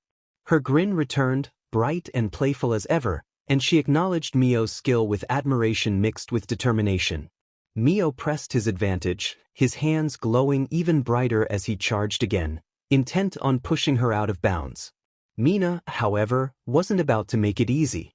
She shot another burst of acid at the ground, creating a slick surface that caused Mio to lose his footing just slightly. But Mio was fast. With a quick burst of light, he propelled himself back into the air, soaring over Mina's head and landing behind her. He concentrated the light within his palms, pressing them against her back and firing off a beam of solid light, sending her stumbling forward. Mina fought to regain her footing, but the force of Mio's attack was too much. Her feet skidded across the ground, and despite her efforts, the edge of the arena came closer. She stretched out her arms in a final attempt to stop herself from going out of bounds. But it was no use. Mina's foot crossed the line, and she tumbled out of the ring, her expression a mix of surprise and acceptance. Midnight announced that Mina Ishido was out of bounds and that Mio Ukiyo advanced to the next round. Mio exhaled a breath he hadn't realized he was holding and walked over to Mina, offering her a hand to help her up with a warm smile. He expressed his respect for her performance, and Mina, catching her breath, acknowledged the intensity of the match. She playfully asked him to promise to defeat Bakugo for her, to which Mio agreed with determination. Neither Mina nor Mio had sustained serious injuries during their fight, just a couple of bruises and minor cuts. As they made their way to Recovery Girl's office, they kept the conversation light, discussing the highlights of their match and teasing each other about close calls. Once they reached the office, Recovery Girl quickly patched them up, her usual no-nonsense attitude present as she thanked them for being careful. With a quick, "Thank you," they were back on their feet and heading out. They made their way to their friends in the stands, who congratulated them as Yaoyorozu and Tokoyami prepared to begin their fight. Kirishima enthusiastically praised their match, while Shiro noted that they had performed better than he had. Mina beamed at the compliments, and Mio offered a modest smile. They settled back into their seats, waiting for the next fight to begin. As soon as it did, Tokoyami rushed toward Yaoyorozu, picking her up and throwing her out of bounds immediately before she could react. Mio commented on the speed of the match, noting that Yaoyorozu's quirk would have needed more preparation to compete against someone like Tokoyami. Shiro expressed his frustration at the quick outcome. Kirishima and Tetsu soon took to the stage, glaring at each other intensely. They rushed toward the center, transforming their skin as they threw powerful punches. Jiro remarked on how they were like mirror images of each other, while Mio observed that it would be a battle of endurance. Each punch from one was instantly met with a punch in return from the other, resulting in a constant exchange of blows. As time went on, both grew weary, their movements becoming more sluggish. Eventually, the last punch was traded, and both boys slumped to the ground, unconscious. They knocked each other out, and Kaminari's eyes widened in surprise. Present Mike, momentarily speechless, finally found his voice. He announced that they had a double knockout and declared the match a draw, stating that it would be decided by a simple arm wrestle when the fighters awoke. The crowd erupted into applause, clearly intrigued by the matchup of quirks. As medical staff rushed onto the field to check on the two, Mio turned to his friends with a serious look. "It's Uraraka and Bakugo next," he informed them, noting Bakugo's intensity. "I feel like I might just look away the entire time," Jiro admitted, anxiously grasping her arms. Mio glanced at her. "Yeah, it's gonna be rough. But Uraraka's tough. She won't back down. You saw how determined she was for the festival." Jiro nodded, though worry still lingered on her face. "I know, but Bakugo, he's just so intense. I hope she can hold her own." "She will," Mio reassured her. "She's smart, and I know she has a solid strategy. Or maybe Midoriya has helped her with all those notes he's written on us." Everyone turned to him, surprised. "What?" Mio asked, noticing their expressions. "Haven't you seen the little book he scribbles in? He's got notes on everyone in our class." "Seriously?" Kirishima raised an eyebrow. Mina looked intrigued. "I knew he was always taking notes, but I didn't think it was on all of us." "I want to know what he wrote about how to take me out," Kaminari said. "I'm sure it wouldn't be anything complex," Mio replied. Uraraka and Bakugo slowly made their way into the arena. Bakugo looked as disgruntled as ever, while Uraraka appeared determined, her eyes focused on her opponent. She took a deep breath, maintaining her composure despite Bakugo's intense glare. "All right, everyone." Present Mick's voice boomed through the stadium. "Get ready for the next match. It's the kid I'm rooting for, Achiko Uraraka from the Hero course, versus the boy who's been famous since middle school, Katsuki Bakugo from the same department. Who will come out on top? Begin! Present Mike shouted. Uraraka lunged forward, trying to reach Bakugo. He stood still, watching her approach, and then unleashed an explosion as she got close, creating a massive cloud of smoke. Seizing the moment, Uraraka discarded her jacket as a decoy and attempted to sneak behind Bakugo to make him float, but he quickly turned and countered with another explosion, sending her flying back. She can't even get a touch in, Zero remarked. His reaction time is incredibly fast. The odds are against her since she needs to touch her target for her quirk to activate, Mio added. It's tough with reflexes like his. Uraraka made several more attempts to get closer but was continuously pushed back by Bakugo's explosions. Determined, she shouted, I'm still standin'. Ochako! Tsuyu murmured, glancing at Jiro, who had covered her eyes. The crowd began to express their discontent with Bakugo for not finishing the match. How dare you toy with a girl? You're trying to be a hero? Shut it, Aizawa's voice came from the commentator's room. Anyone who thinks he is toying with her should just head home. He is clearly on the defensive, he recognizes her strength. Uraraka finally stood up, panting heavily. She focused her energy and pressed her fingertips together, causing everyone to look up at the sky, where a large amount of debris floated above Bakugo. A meteor shower? Mio exclaimed. Huh? Jiro uncovered her face, surprised. The debris began to fall rapidly toward Bakugo. He raised his hand and unleashed a powerful explosion, causing the stadium to shake and incinerating the debris instantly. Uraraka seemed momentarily stunned before collapsing to the ground, having reached her limit. Midnight approached to check on her. Uraraka can't move, Bakugo wins, she announced.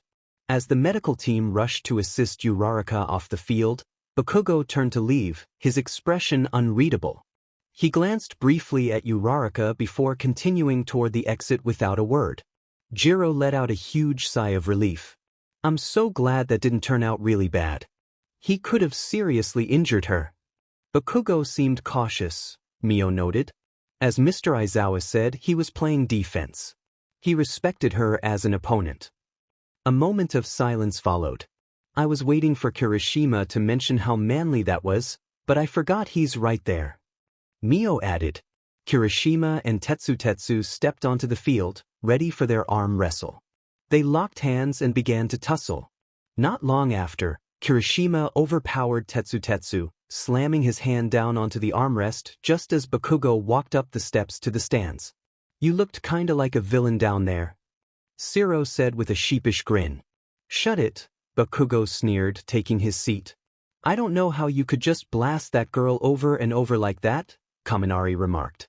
I wouldn't have gone through with it. Reminder, Tsuyu interjected, you were beaten incredibly fast, Kaminari. Everyone chuckled, while Bakugo rolled his eyes and muttered to himself, where do you see fragile in her? For this match, both competitors are at the top of their class. Present Mike announced. The world isn't big enough for the two of them. Todoroki versus Midoriya. Todoroki stood on one side, his expression stoic, while Midoriya, despite the determination in his eyes, appeared to be mentally preparing for the toughest fight of his life. Mio leaned forward in his seat, eyes fixed on the arena. This is gonna be insane, he muttered. You got that right, Kirishima agreed, having just arrived to see the start of the fight. As soon as Midnight instructed them to start, Todoroki attempted to freeze Midoriya, summoning ice that shot toward him. Midoriya pulled back one of his fingers and unleashed a blast of air that shattered the ice, slightly knocking Todoroki back. This exchange continued multiple times until Todoroki tried to close the distance. In response, Midoriya unleashed an even larger blast of air, causing Todoroki to stagger. Midoriya began to catch his breath as Todoroki slowly approached him, trying to communicate. Todoroki attempted to execute a finishing move, but the green-haired boy countered with a blast of air that shattered the ice. Grasping his arm in pain, he called out for everyone to hear. The intensity of Midoriya's shout echoed through the stadium, capturing everyone's attention. Todoroki paused, his expression conflicted.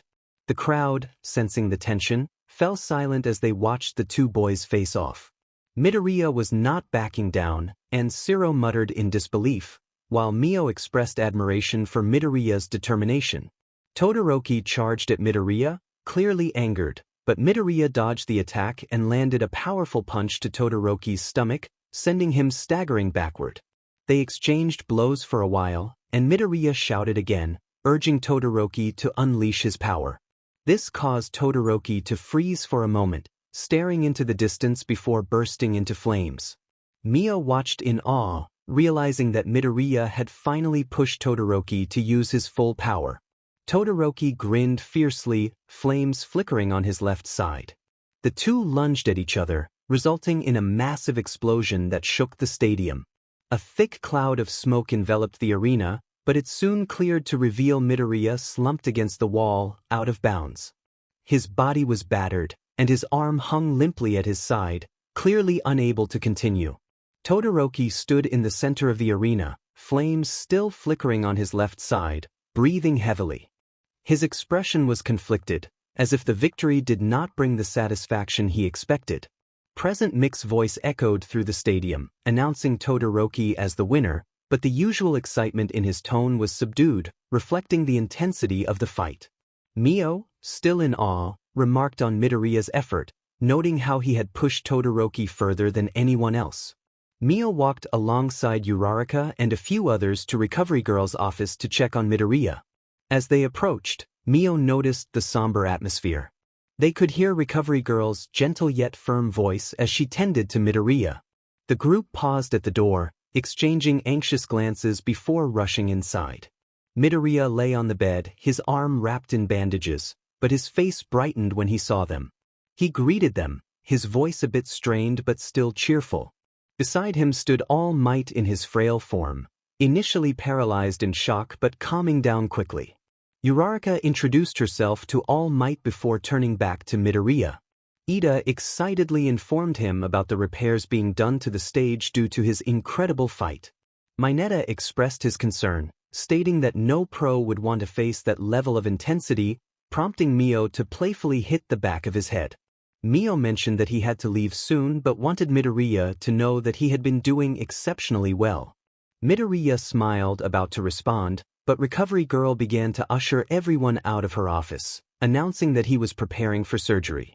Midoriya expressed regret for interfering, but All Might reassured him that sometimes a true hero needs to step in. That was the last they heard. Before Recovery Girl shut the door, Mio quickly said farewell to the group before heading toward the changing rooms, where he watched Ida swiftly defeat Shiozaki, knocking her out of bounds. It was now time for Mio to face Tokoyami. The two boys stepped into the arena, walking toward each other at a steady pace. Their eyes met, and they exchanged a respectful nod. The crowd buzzed with anticipation, their cheers echoing throughout the stadium. Present Mick's voice boomed through the speakers, announcing the next match between Mio Ukiyo and Tokoyami. Midnight signaled for the match to begin. Tokoyami and Dark Shadow lunged forward immediately, prompting Mio to jump out of the way, feeling the rush of air from their attack. In response, he blasted a beam of light, aiming to create some distance. The beam sliced through the air, forcing Tokoyami and his shadow to veer off course, but they quickly regrouped for another strike. Mio assessed the situation, recalling that Tokoyami's quirk was powerful in the shadows but weak against light. With his hands glowing, he fired another shot directly at Dark Shadow. The creature recoiled, its form wavering under the intense light, but it persisted, continuing its assault. Mio rushed toward Tokoyami, gathering energy in his palms. As he leapt into the air, planning to drop down from above, Dark Shadow caught him and slammed him into the ground. Mio winced in pain but refused to give up. Dark Shadow had him trapped, but he was not done yet. The glow in his hands intensified as he focused all his remaining energy. With a determined yell, he released it in a sudden burst, creating a blinding flash that flooded the field with light. Dark Shadow recoiled, retreating into Tokoyami, who shielded his eyes from the brightness. The force of the flash was enough to loosen Dark Shadow's grip, giving Mio the opportunity he needed. He got back on his feet and launched at Tokoyami using his quirk, knocking him out of bounds. Breathing heavily, Mio stood there with a satisfied smirk as he looked over at Tokoyami, who was already regaining his composure. Midnight raised her arm, declaring Mio the winner of the match, while Present Mic's voice boomed over the speakers, hyping up the crowd even more. Mio offered a hand to Tokoyami, who accepted it with a nod of respect, acknowledging the impressive move. Mio grinned, the adrenaline still pumping through his veins. Mio had to come up with something new. He was tough to beat, especially with Dark Shadow backing him up. Tokoyami resolved to be ready for the next challenge. As they walked off the field toward their friends in the stands, Jiro asked Mio if that was the move he had mentioned earlier, the bright, flashy technique. Mio nodded, admitting he had been experimenting with a smaller version in his room. Kaminari chimed in, expressing his disappointment that Mio had shared the information with Jiro but not with him. Mio rolled his eyes, cutting Kaminari off, reminding him that he hadn't discussed it with him either. Kaminari then inquired about Mio's plan for Bakugo, to which Mio admitted he didn't really have one, having not given it much thought. Everyone reacted in disbelief, urging him to come up with a strategy. Mio groaned, wanting to focus on watching the current match. Kaminari shook his head, warning him that Bakugo would be a formidable opponent. Mio shrugged it off, confident that Bakugo wouldn't stand a chance against him. Jiro teased him, nudging him with her elbow, and he promised to last at least 10 seconds in the match. Meanwhile, on the field, Kirishima was giving it his all, trying to withstand the constant blasts coming from Bakugo. He managed to land a punch, drawing a small mark on Bakugo's cheek. Kirishima shouted for Bakugo to go down, but Bakugo dodged and countered with a blast that knocked the wind out of Kirishima. Mio sighed, realizing Kirishima had done his best. Bakugo then focused all his energy into a massive blast aimed directly at Kirishima, sending him crashing to the ground. Bakugo stood over him, breathing heavily, his usual scowl in place. Midnight announced that Kirishima could not continue, declaring Bakugo the winner. Mio stood up, acknowledging Bakugo's fierce intensity as he walked off the field. Present Mic's voice boomed, announcing the assembly of the top 4 competitors and the start of the 3rd round. Mio informed his friends that he needed to prepare for his upcoming match and said his goodbyes as he made his way into the hallways. The sounds of Todoroki and Ida's battle echoed through the stone walls. Mio knew Bakugo was a major threat. He couldn't afford to lose this match, he had come too far. He mentally reminded himself that losing would mean facing the wrath of Mrs. Hoshino. He refused to be beaten by someone like Bakugo, especially after having outmaneuvered him in middle school. He was determined to make Bakugo regret underestimating him. As Mio stepped onto the field, the crowd's roars were deafening. Across from him, Bakugo appeared with arms crossed and an arrogant smirk. His expression shifted to a scowl as he warned Mio that he should be scared, promising to blow him away. Present Mic announced the match, and Midnight signaled for it to begin. Bakugo wasted no time, launching himself forward with explosive force, cracking the ground beneath him. Mio barely managed to dodge the initial blast, which sent a shockwave through the arena. He retaliated with a beam of solid light aimed at Bakugo's midsection, but Bakugo twisted away, his reflexes sharp. Bakugo taunted Mio, questioning his ability to keep up as he unleashed another barrage of blasts. Mio darted back, deflecting some of the attacks, but he could feel the impact of each explosion. Frustration built inside him as he realized Bakugo was trying to get under his skin, but he had to maintain focus. Mio fired another beam of light, this time targeting Bakugo's feet. Bakugo leaped to avoid it, allowing Mio to close the distance and deliver a swift punch to Bakugo's chest. Bakugo grunted but quickly recovered, grabbing Mio's arm and yanking him forward. In that moment, Bakugo slammed an explosive palm into Mio's side, sending him sprawling across the arena floor. Bakugo snarled at Mio to stay down, but Mio was already back on his feet, wiping blood from his mouth.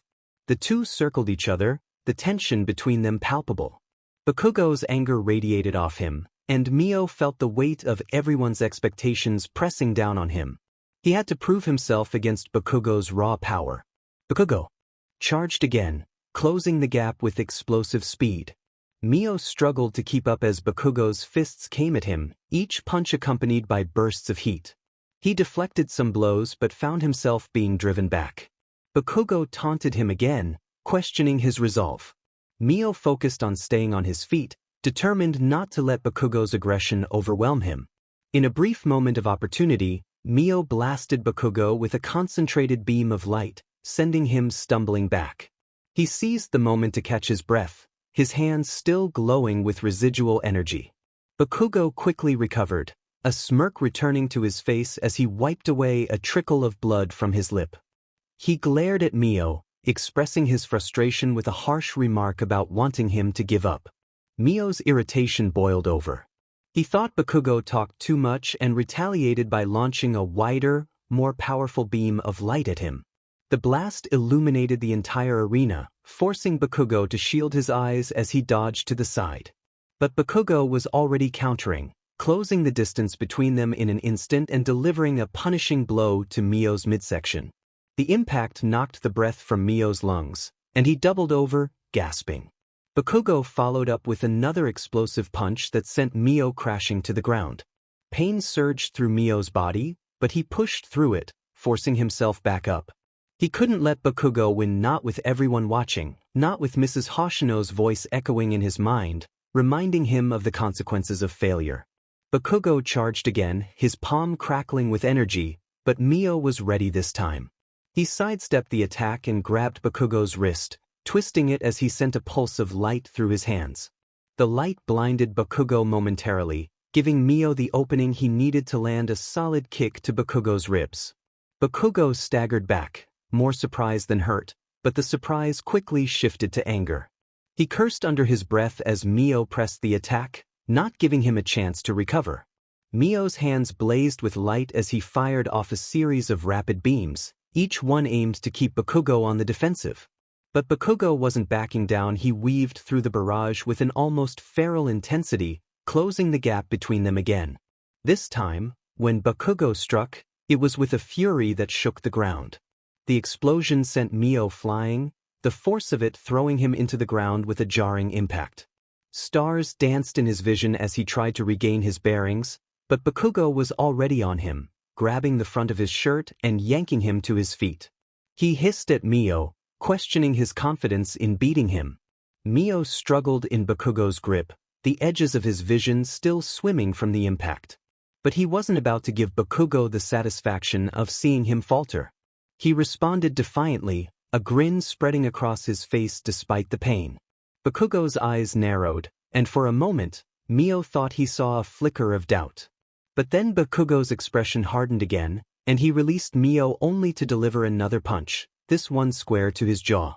Mio staggered back, his vision blurring as pain radiated through his skull. He could taste blood, feel it trickling down his chin, but he forced himself to stay upright.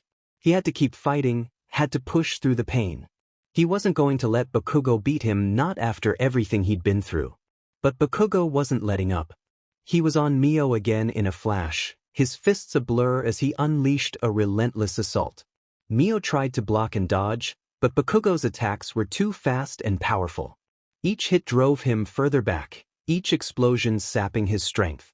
Finally, Bakugo landed a direct hit to Mio's chest, the explosion sending him crashing to the ground, gasping for air once more. He could feel the energy draining from his body, his quirk flickering as exhaustion set in. Bakugo stood over him, his chest heaving with exertion, his eyes blazing with victory. He growled at Mio to give up, declaring that he was done. Mio wanted to get up, wanted to keep fighting, but his body wouldn't obey. The pain was overwhelming, and exhaustion dragged him down like a weight. He could barely keep his eyes open, let alone muster the strength to stand. But even as his vision dimmed, one thought remained clear in Mio's mind. He couldn't lose. He couldn't let Bakugo win. Summoning the last of his strength, Mio forced his hands to glow, the light flickering weakly at first, then growing brighter. He could see Bakugo's surprise, the flicker of uncertainty in his eyes as the light filled the arena with a blinding brilliance. Mio focused all his energy into his palms, gathering the light until it felt like his skin was burning from the inside out. Then, with a final, desperate push, he released it, a flash of light and heat that exploded from his hands with enough force to shake the stadium. The light was blinding, even to Mio. He could hear Bakugo's shout of surprise, could feel the pressure of the blast as it threw him back. For a moment, everything was chaos, light and sound blending into a disorienting swirl. Mio hit the ground hard, the impact jarring him as he skidded across the arena floor. His vision was a haze of bright spots, the afterimage of his own quirk seared into his eyes. He tried to push himself up, but his body refused to obey. All he could do was lie there, gasping for breath as the remnants of his last attack flickered out, leaving the arena in stunned silence. As the light faded, the roar of the crowd began to filter back into Mio's awareness, a dull roar that grew louder with each passing second. He blinked, trying to clear his vision, trying to see through the haze of pain and exhaustion. The world slowly came back into focus, the harsh glare of the stadium lights, the worried faces in the stands, and most importantly, Bakugo, standing a few feet away. Bakugo was still on his feet, but just barely. His clothes were scorched, his hair disheveled, and his face was set in a grimace of both pain and frustration. His usual cocky demeanor was gone, replaced by something more primal. He looked at Mio with a mixture of fury and something that almost resembled respect. He panted, struggling to maintain his balance, but the stubborn fire in his eyes refused to die out. He was determined to finish this, to see it through to the end. As Bakugo raised his hand, sparks crackling weakly from his palm, Mio knew this was at the final moment, the deciding blow. He braced himself, but there was nothing more he could do. His body was spent, quirk exhausted. All he could do was wait for the inevitable. Bakugo's hand shook as he gathered the last bit of explosive power he had left, glaring down at Mio with the same intensity that had fueled him throughout the match. With a feral grin, he expressed his confidence, asserting that Mio could never defeat him. Before Mio could react, Bakugo unleashed a small but powerful explosion aimed directly at his chest. The force sent Mio flying back, slamming him into the arena wall. Pain surged through his body, every nerve screaming in discomfort as he crumpled to the ground, unable to move. Mio's vision blurred, the edges darkening as consciousness began to slip away. He could barely make out Bakugo, who was still on his feet, albeit swaying slightly, his chest heaving with exertion. The crowd's roar was distant, muffled, like it was coming from underwater. But even through the haze of pain and exhaustion, the sting of defeat cut through like a knife. He had given everything, and it still hadn't been enough. The announcement of Bakugo's victory echoed through the arena, confirming what Mio already knew. The reality of it hit him hard. He had lost. The fear, the anger, the frustration, it all welled up inside him, threatening to burst out in a wave of tears he desperately tried to hold back. His vision blurred, not just from the pain, but from the bitter sting of failure. Bakugo staggered forward, his expression a mix of exhaustion and triumph. He made it clear that Mio should never think he could defeat him. Mio's chest tightened, the weight of his loss pressing down on him. He clenched his fists, nails digging into his palms as he fought against the overwhelming urge to cry. This wasn't just a loss in the arena, it felt like a personal failure, a confirmation of all his fears. He had wanted to prove himself, to show that he could stand against someone like Bakugo, and he had failed. As the medics rushed onto the field, Mio felt his consciousness fading, but the bitter taste of defeat stayed with him, a reminder that, despite everything, he still wasn't good enough. Mio awoke in one of the many beds in Recovery Girl's office. The door creaked open, and he turned his head to see his friends filing in: Jiro, Kaminari, Tokoyami, Kirishima, Mina, and Shiro. Their expressions were a mix of concern and awkwardness, unsure of what to say. Jiro broke the silence, giving Mio a small, encouraging smile as she sat down beside him. Kaminari tried to lighten the mood, expressing that Mio had scared them but had been awesome out there. Kirishima chimed in, praising Mio for taking on Bakugo head-on, noting that it took guts. Mio forced a smile, but it didn't reach his eyes. He acknowledged their compliments but felt the weight of his loss. Mina leaned against the wall, reminding him that doing his best was what truly counted. Shiro added that they were all proud of him, and Jiro mentioned that Bakugo had even beaten Todoroki. Mio sighed, expressing his frustration over training so hard and still not being enough. Kaminari leaned against the bed, trying to catch Mio's eye, reminding him that he had pushed Bakugo further than anyone expected. Kirishima nodded in agreement, emphasizing how tough Mio had shown himself to be. But Mio admitted that it still hurt, feeling as though he had confirmed everyone's doubts instead of proving himself. Jiro reassured him that he had nearly beaten Bakugo completely, noting that Bakugo had collapsed the moment Mio was taken off. Kirishima grinned, celebrating Mio's performance as a display of true strength. Recovery Girl then entered, asking everyone to wait outside while she prepared Mio for the medal ceremony. The group reluctantly stood up, exchanging reassuring smiles with Mio before heading out. The soft murmur of their voices faded as they left, leaving Mio alone with Recovery Girl. As the door closed behind them, Recovery Girl began her work, her practiced hands moving efficiently as she prepared Mio for the next part of the event. The room was quiet except for the soft hum of the medical equipment and the occasional rustle of Recovery Girl's movements. With a final check and a few last words of encouragement, she finished her preparations and gave Mio a reassuring nod. As they headed out to join the others, Mio took a deep breath, preparing himself for the ceremony. Despite the ache of defeat still lingering, the support of his friends and the acknowledgement of his efforts made him smile a little.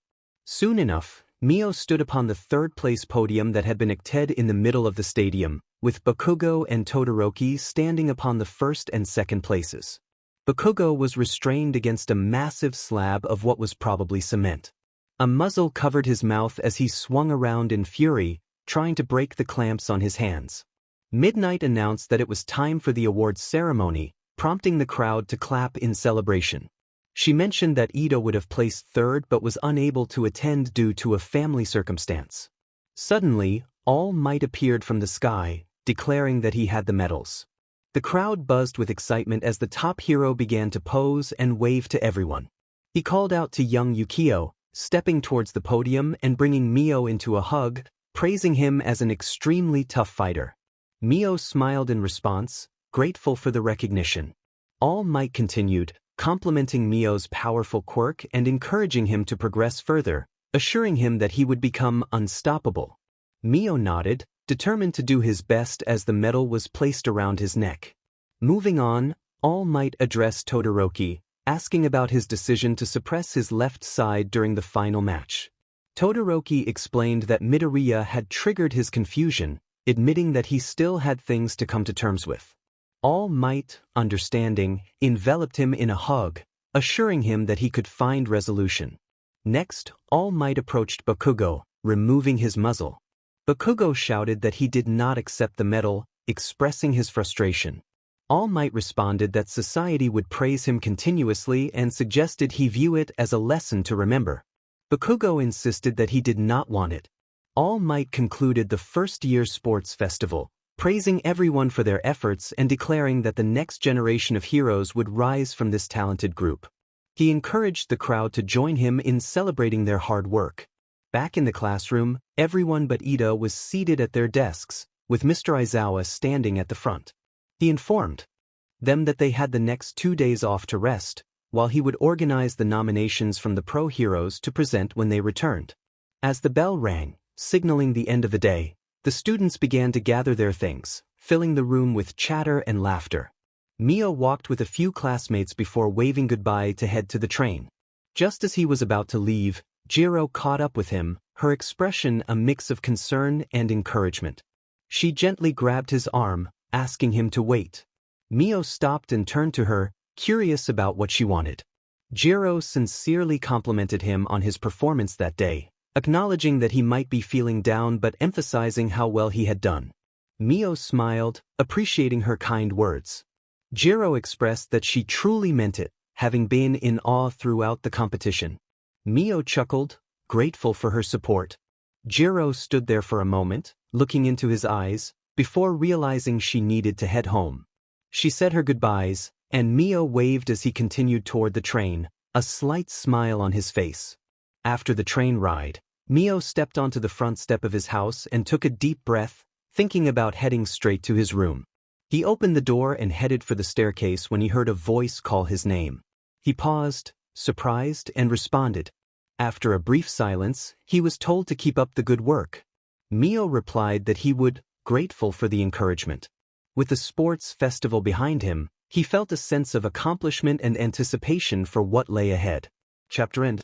It was a busy morning, and the 10th person called out to Ukiyo from the hero course, causing a wave of excitement.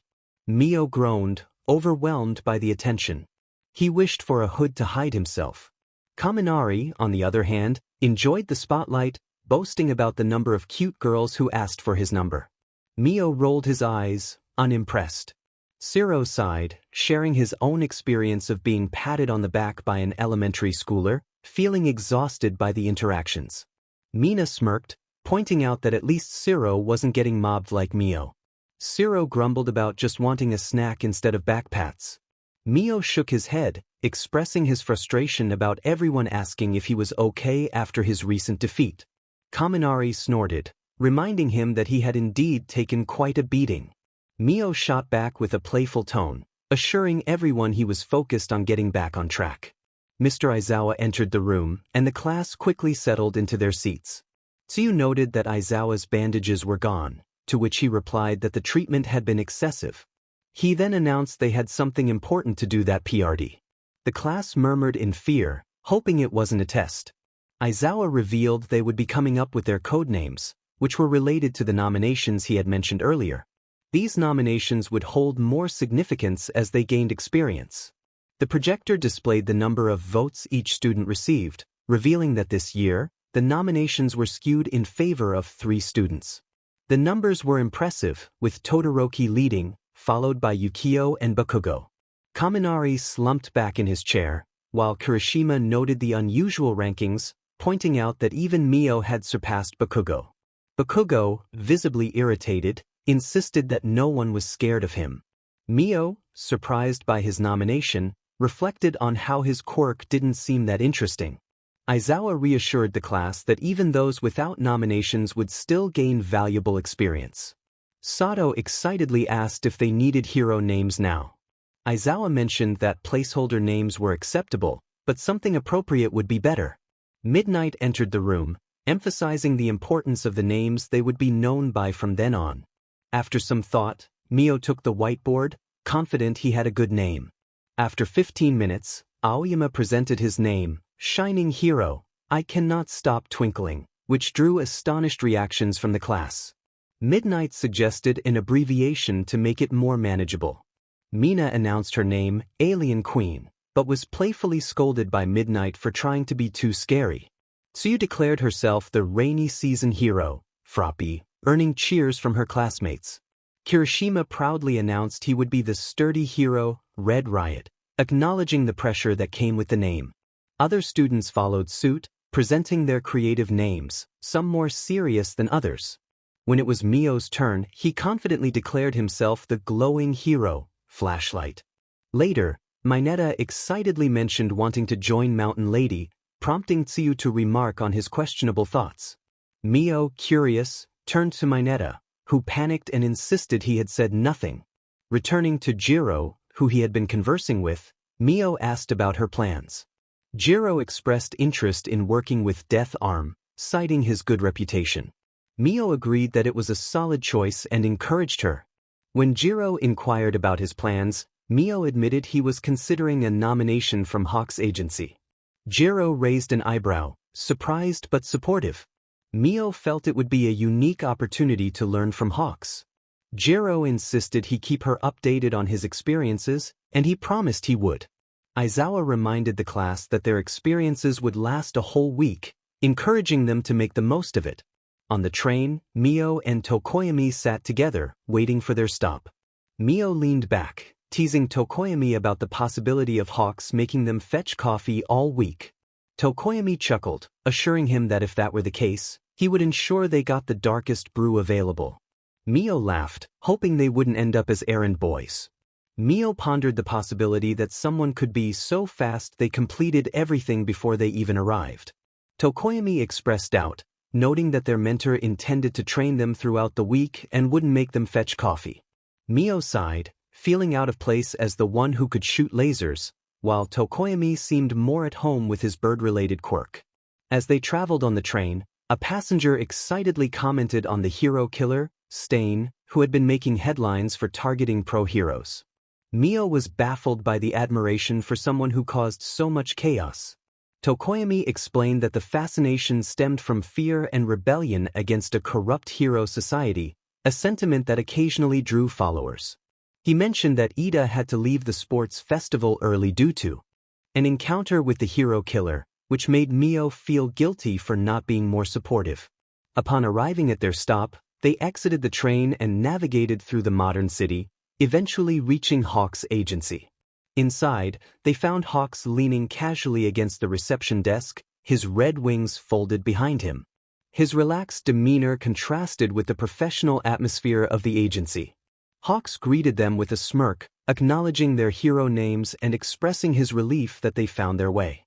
He wasted no time in explaining that their week would involve fieldwork and hands-on training, emphasizing that he preferred a more dynamic approach. He instructed them to change into their hero costumes and assured them he would be there to guide them. Once in their costumes, they were eager to begin.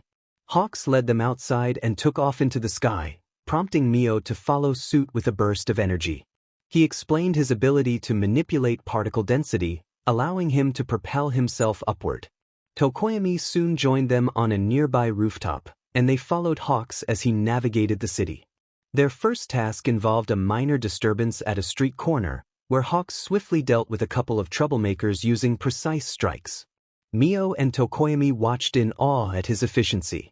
They continued to observe Hawks handle various situations of fire in a high-rise, a robbery, and a public disturbance, each time showcasing his impressive agility and skill. After the last incident, Hawks landed beside them and suggested they return to the office. Once inside, he praised their efforts, but Mio expressed his frustration about not being more involved. Tokoyami echoed this sentiment, questioning why Hawks had chosen to take them on if they were merely spectators. Hawks acknowledged their concerns, explaining that he initially thought having students from Class 1A would be interesting and that he believed they could keep up with him. However, he admitted that part of his motivation was to gather intel from them, given their experience during the League of Villains attack.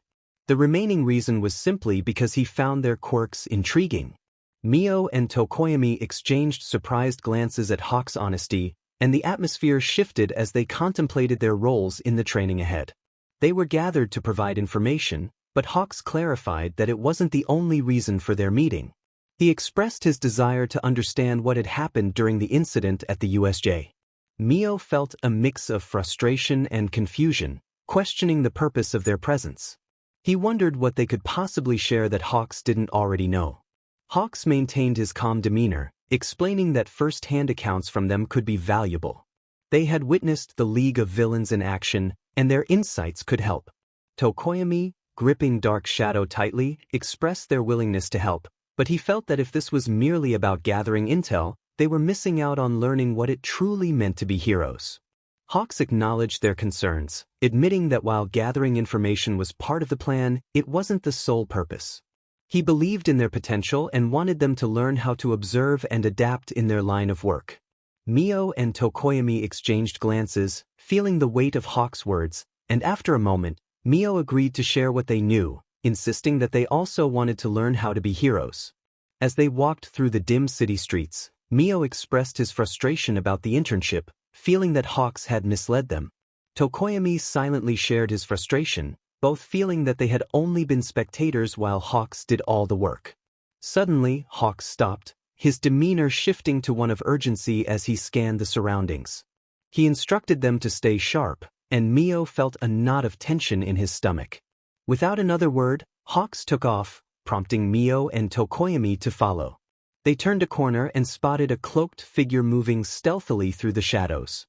Hawks recognized her immediately and warned them to stay back. Before they could react, the figure dashed away with incredible speed. Hawks launched himself into the air, and the two boys sprinted after him, adrenaline surging through their veins.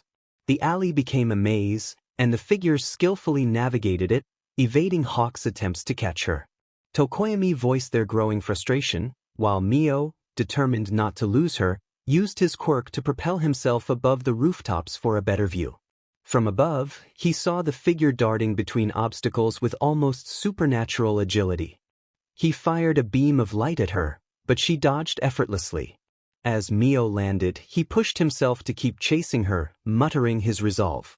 Just when he thought he had her cornered, the figure produced a small object from her coat, a tennis ball.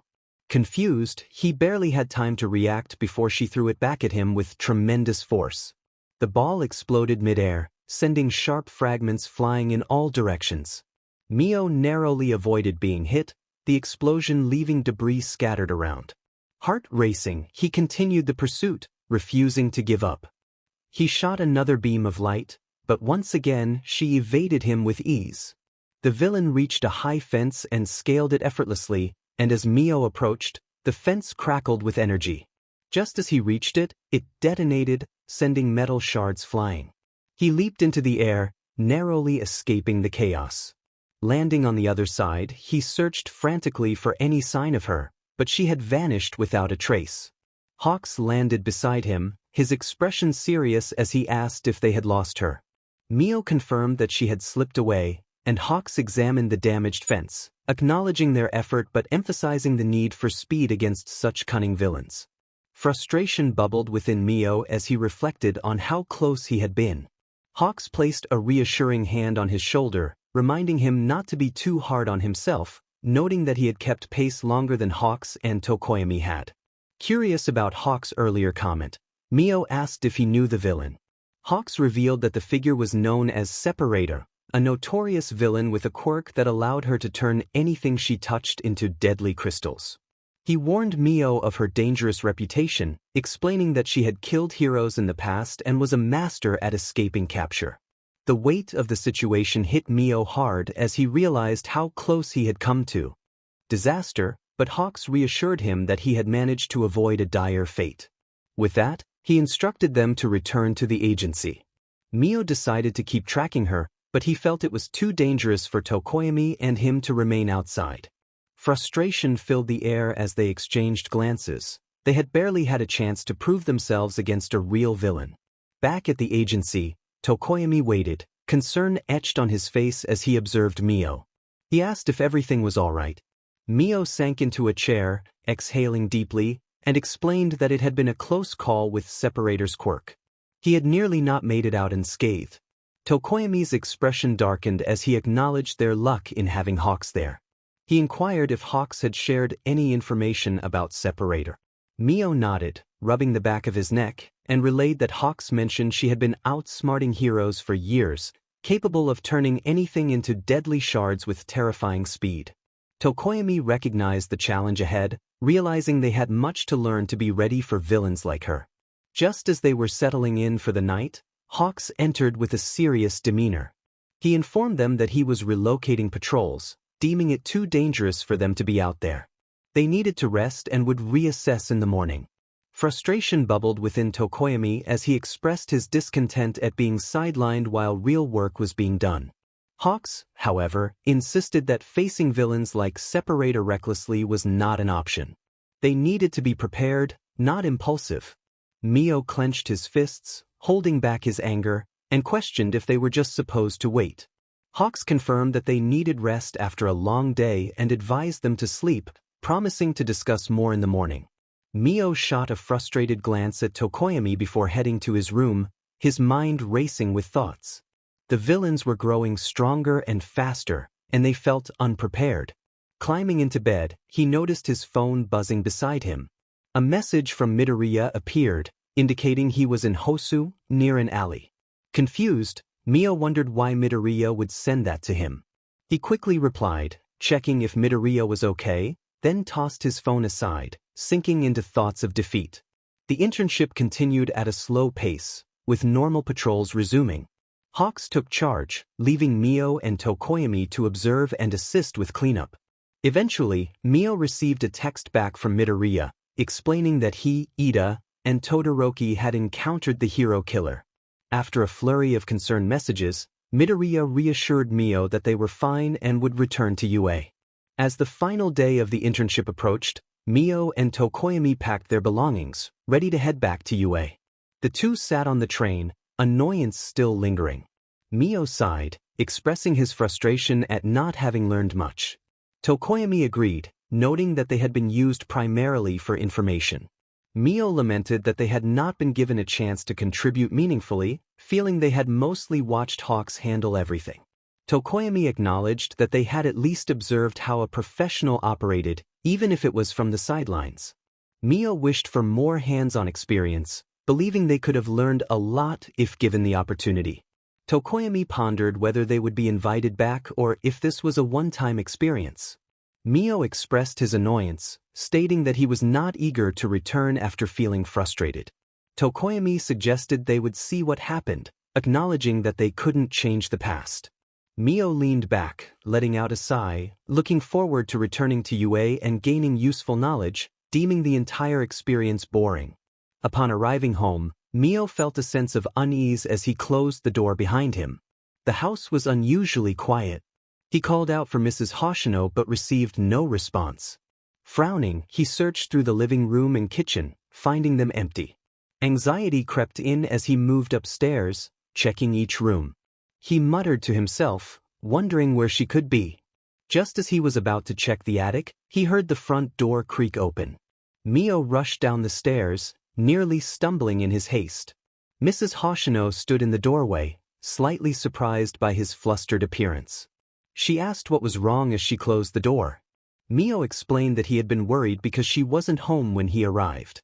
Mrs. Hoshino raised an eyebrow, confused, and reassured him that she had been out taking care of things. She advised him to call her next time instead of running around in a panic. Mio watched her, still feeling uneasy about her explanation. Something felt off, but he couldn't pinpoint it. He nodded, trying to calm himself, agreeing to call her next time. In Class 1A, Bakugo stood with a new haircut that was both neat and notably unappealing to his classmates. A few of the students were bursting with laughter. Mio exclaimed in a fit of laughter alongside Kirishima and Shiro, commenting on Bakugo's hair, which was spiked up in an unusual way. Bakugo, clearly aggravated, shouted that it was the fault of a certain hero who had styled it that way and that it wouldn't go back to normal. Suddenly, his hair spiked up again, and he expressed his frustration at the others. Mina asked Jiro if she had gotten to do villain cleanup, to which Jiro replied that it was mainly scouting and helping people escape, with no real fighting involved. Tsuyu chimed in, mentioning that she had faced off against a bunch of villains on a boat, which made Mina squeal with excitement. The girls turned to Uraraka, who was in a battle stance, breathing deeply. She mentioned that her experience had been fruitful. Mineta, in a corner, muttered to Kaminari about how women were devils, referencing his experience with MT Lady. Kaminari, a bit taken aback, noted that his own internship hadn't been that scary.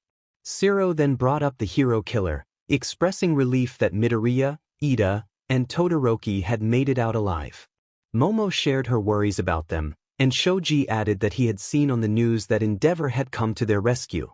Mio admitted that she had been scared, but also mentioned a video that had been circulating, which made Kaminari wonder if the hero killer was a little cool.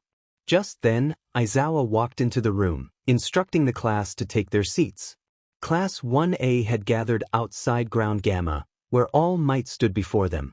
He greeted the students and announced that they would be mixing in an element of play after their workplace experience, a rescue training race. Ida questioned whether this would normally take place at the USJ, but Mio clarified that they were doing a straight rescue race instead. All Might explained that the training would be divided into 4 groups of 5, and he would signal for the first group to come to his aid. Mio was part of the first group alongside Midoriya, Ashido, Shiro, and Ojiro. Momo expressed concern that Midoriya might be at a disadvantage due to his injuries, while Kirishima predicted that Shiro or Mio would take the lead given their speed. Bakugo growled that Midoriya would be in last place, and Mineta, before being interrupted by Kirishima, suggested Ashido would win due to her athleticism. With the signal to start, Mio channeled energy into his feet and jumped into the air, propelling himself forward with beams of light shooting from his palms. He flew past Mina, who was trying to skate along a metal pipe with her acid. As he navigated the maze of pipes and metal structures with agility, Shiro swung from beam to beam, and Ojiro used his tail to vault himself forward. Mio maintained the lead until Midoriya suddenly leaped from platform to platform with incredible speed, taking the lead and widening the gap. However, as he landed on a narrow platform, his foot slipped. Mio seized the opportunity and raced to the finish line ahead of the others, celebrating his victory.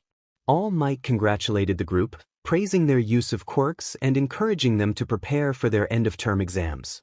Mio asked Midoriya where he had learned his impressive moves, and Midoriya explained that he had interned with All Might's old master, who had taught him how to channel his quirk throughout his body. All Might then quietly invited Midoriya to his office after the exercise, allowing Mio to join if he wished, to discuss the truth about his quirk. The two friends exchanged determined nods. Later, the boys changed out of their hero costumes in the locker room, with Aoyama commenting on how he had sweated during the training. Kaminari expressed envy towards Mio and Siro for their speed, to which Mio responded with encouragement about Kaminari's own strengths. Their conversation was interrupted by Mineta, who jumped up and down, trying to grab everyone's attention. He shouted about a hole in the wall that led to the girls' changing room, revealing a small hole he had uncovered. Ida reprimanded him for his behavior, insisting that peeping was a crime. Mineta, undeterred, continued to gawk at the hole, making inappropriate comments about the girls. Mineta yelped in surprise as an earphone jack belonging to Kyoka Jiro poked him in the eye, causing him to fall to the ground in pain. He lamented his misfortune while Mio approached him with an aggravated smile, suggesting a playful challenge involving pressing her hands against his face. Mineta pleaded for mercy. Mio and Midoriya entered All Might's office, where the hero was seated on his couch. All Might instructed Midoriya to lock the door before expressing relief that Mio had survived an encounter with the villains separated. Mio nodded, grateful that she hadn't been harmed. All Might turned his attention to Midoriya, mentioning that the hero killer had ingested his blood. Midoriya recalled that it was related to the villain's quirk. All Might reminded him of their earlier conversation about one for all, clarifying that it couldn't be forcibly taken but could be willingly given. Both Mio and Midoriya felt relieved. All Might explained the history of quirks, detailing how All for One, a quirk that could steal from others, had emerged during a chaotic time in society. He described how this villain had risen to power by taking quirks from people, making himself the ruler of Japan. Mio and Midoriya expressed their disbelief, noting that such information wasn't found in textbooks. All Might continued, revealing that All for One had a quirkless younger brother who opposed his actions. This brother was given a strength stockpiling quirk, which eventually merged with his own quirk, creating One for All. Midoriya questioned how the villain could still be alive, to which All Might explained that he had stolen a quirk to halt his aging. The brother had decided to pass on One for All to future generations in hopes of defeating All for One. All Might emphasized that One for All was a power cultivated to confront All for One, suggesting that Midoriya and Mio might have to face this villain in battle. Midoriya vowed to do whatever it took, with Mio promising to support him. All Might expressed his gratitude, his emotions evident. Aizawa then addressed Class 1A, informing them that summer break was approaching, but they wouldn't have time to relax.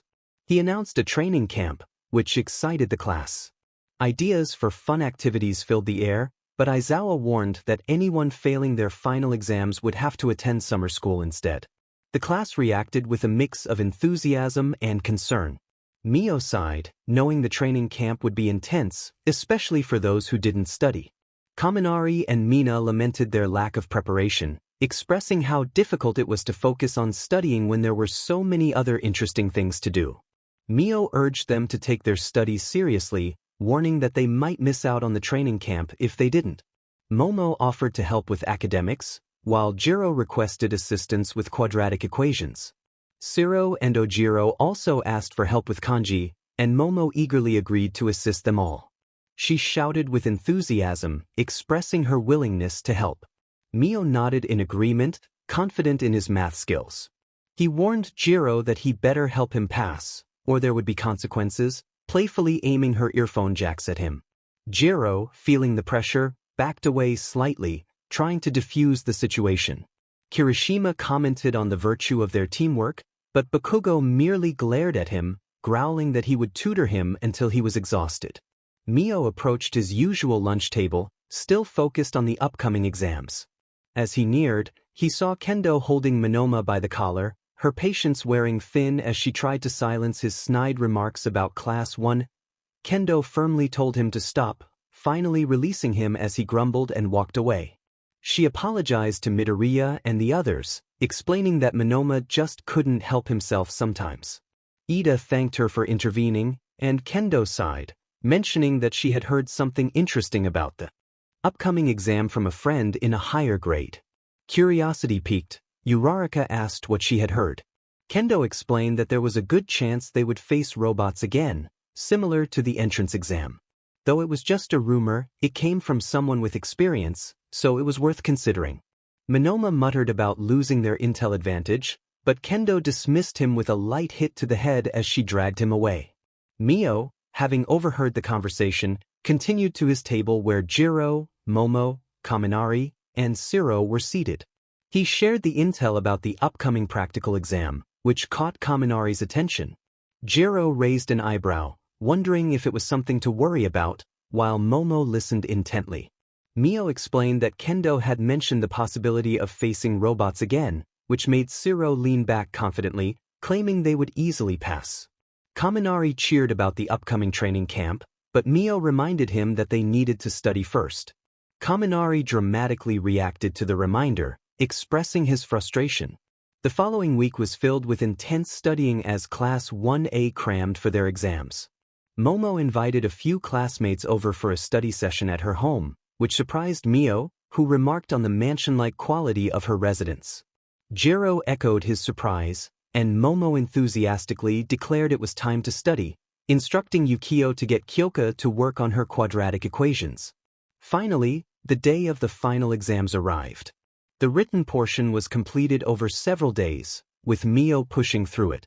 On the day of the practical exam, Class 1A gathered in their hero costumes, awaiting instructions from the 8 teachers standing before them. Aizawa warned them that it was possible to fail the exam and emphasized the importance of not messing up if they wanted to attend the training camp. Jiro quietly questioned the number of teachers present, while Nizu announced a revision to the exam format, focusing more on person-to-person battles. Kaminari's face fell as he realized the implications. Mio asked for clarification, and Nizu explained that they would be pairing up to face teachers instead of fighting robots. Uraraka expressed her disbelief at the idea of battling a teacher. Nizu confirmed that their pairings had been decided based on their battle moves, friendships, and grades. Aizawa announced the first pairing, Todoroki and Yaoyorozu against him. Both students were taken aback but nodded in agreement.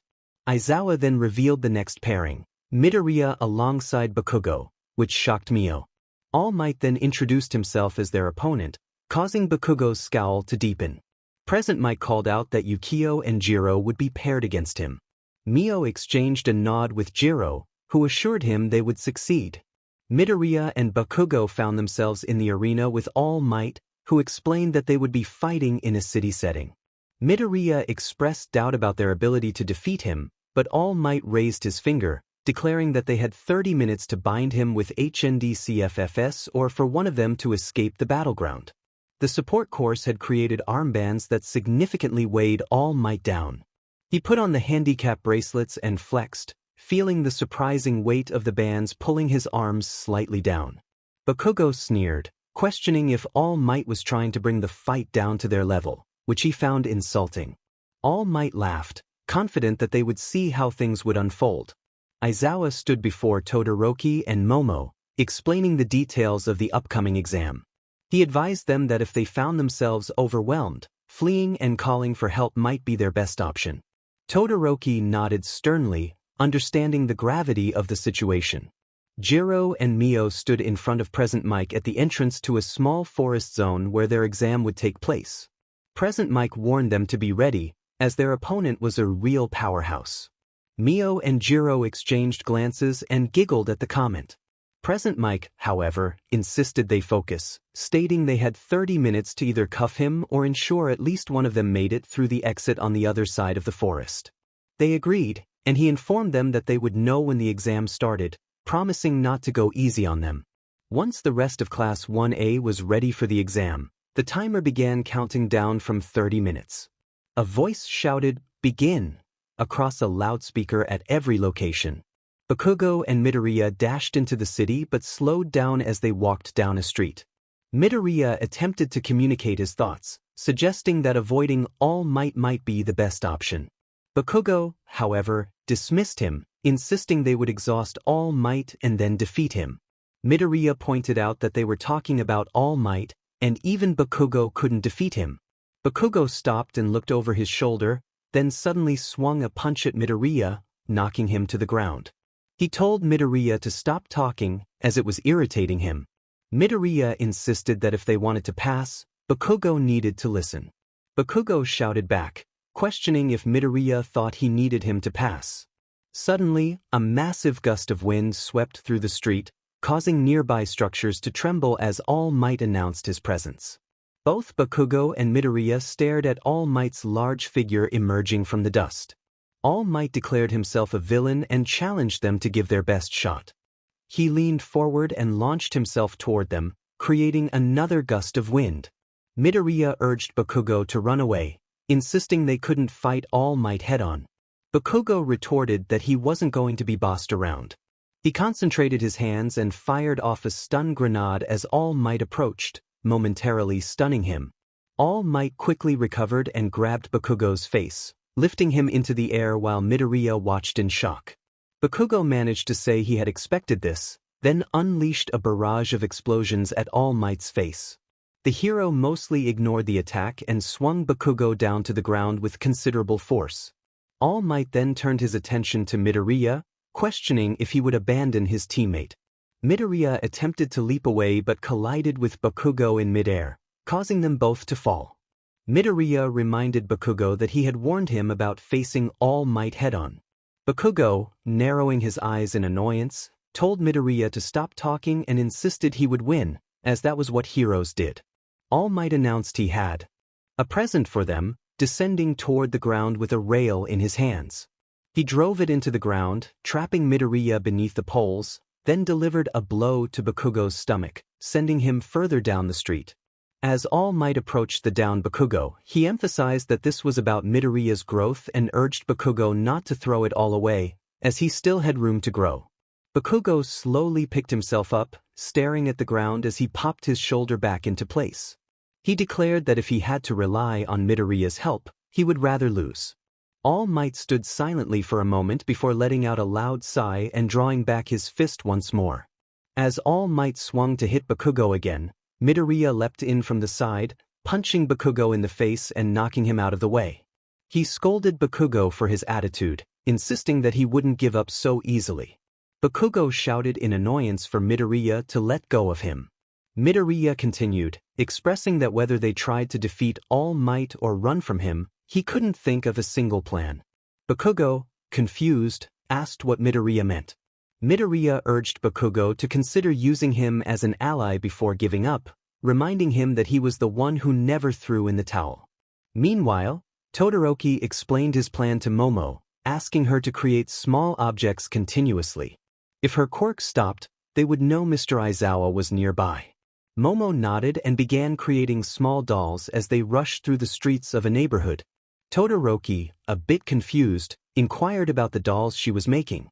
Momo explained they were Russian matryoshka dolls, which she stored in her utility belt. Todoroki nodded, instructing her to inform him if her quirk started acting up. They continued on, keeping a keen eye out for their homeroom teacher, who could be anywhere due to his exceptional mobility. Momo broke the silence, expressing that she wasn't surprised Todoroki could devise a strategy against Mr. Aizawa. Aizawa moved quickly, always figuring out the best approach. Todoroki took a moment to process what she was saying before he responded, downplaying his abilities.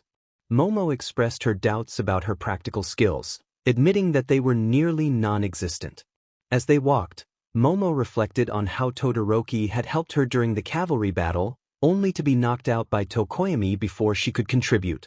Suddenly, Todoroki turned to face her, his eyes widening in shock.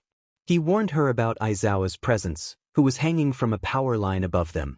Aizawa dropped down, urging them to escape now that he was onto them.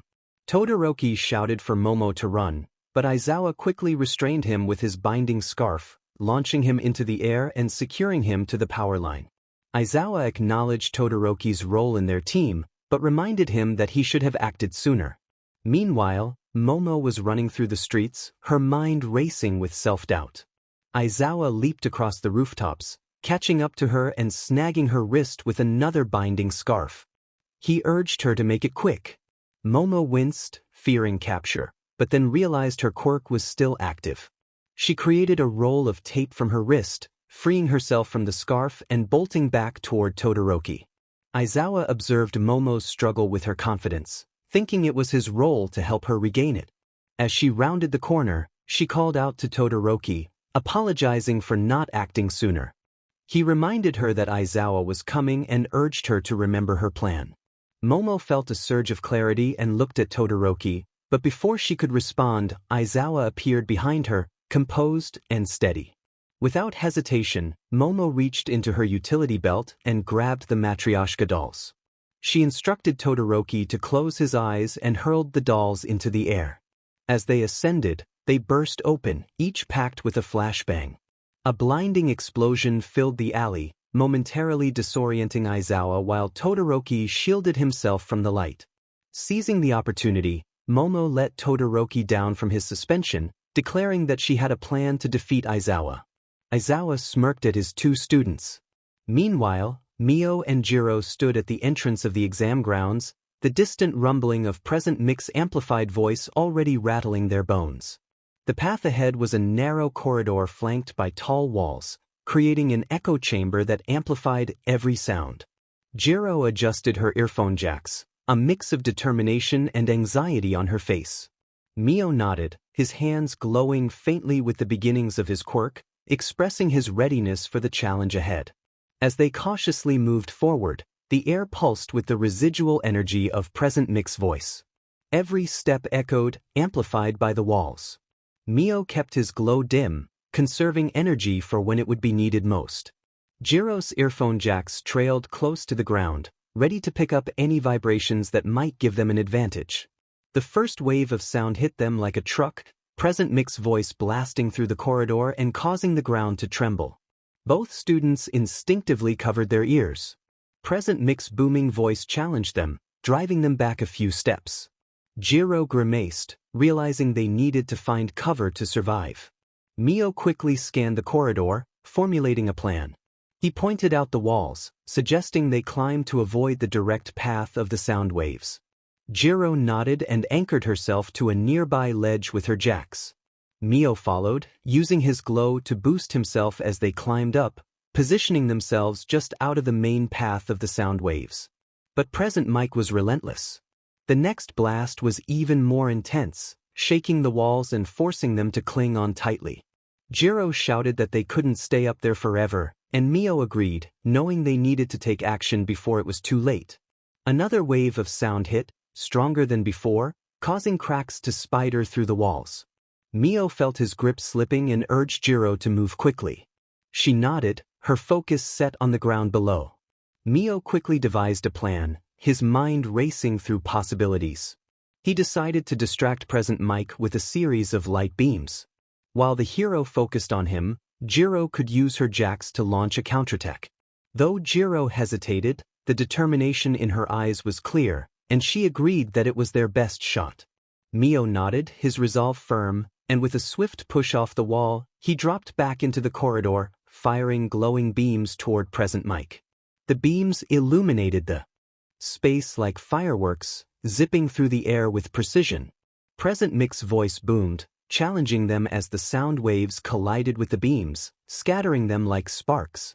That brief moment of distraction was all Jiro needed. She slid down the wall, anchoring herself with her jacks before unleashing a concentrated burst of sound directly at present Mike. The wave of sound met his own, creating a clash that sent shockwaves through the corridor. For a fleeting moment, silence enveloped them, a rare calm amidst the chaos. However, the calm was short-lived. Present Mike quickly recovered, his voice dripping with confidence as he taunted them. He unleashed another powerful blast, sending both Mio and Jiro flying back, crashing against the walls with a jarring impact. Mio struggled to catch his breath, his vision blurring, while Jiro flailed her earphone jacks, trying to regain her composure. For a moment, it seemed they were outmatched. The relentless sound waves threatened to overwhelm them. But through the haze of pain, Mio's mind clicked into place. He proposed a surprise attack, suggesting that he sneak up on Present Mic for close combat. If he could get close enough, he might take him down before he could react. Jiro expressed her concern about Present Mic's voice, but Mio reassured her that it was their best chance.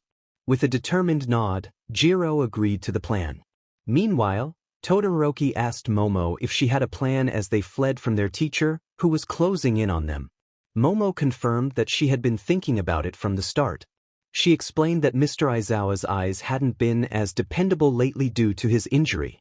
As they turned a corner, Todoroki inquired how they could hide without using their quirks.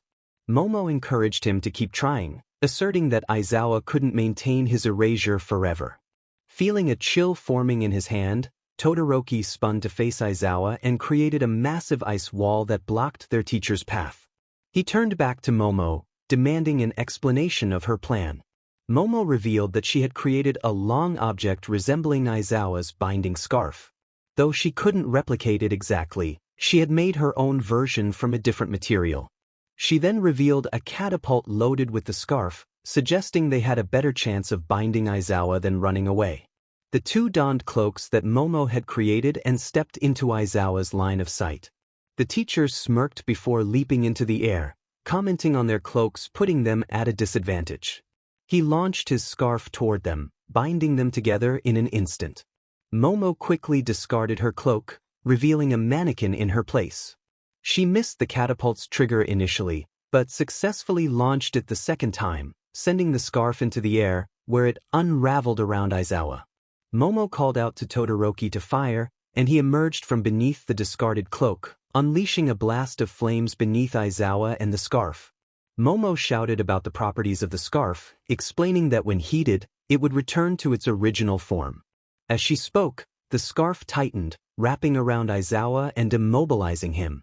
He acknowledged their effort with a smirk, impressed by their strategy.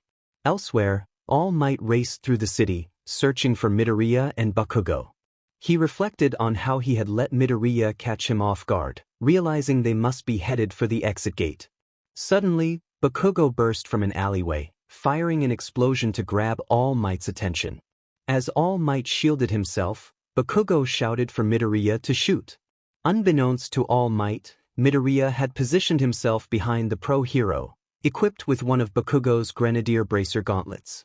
He pulled the pin and fired a concentrated blast at All Might, who turned just in time to brace himself. Bakugo urged Midoriya to run, and they sprinted toward the exit, racing past the destruction surrounding them.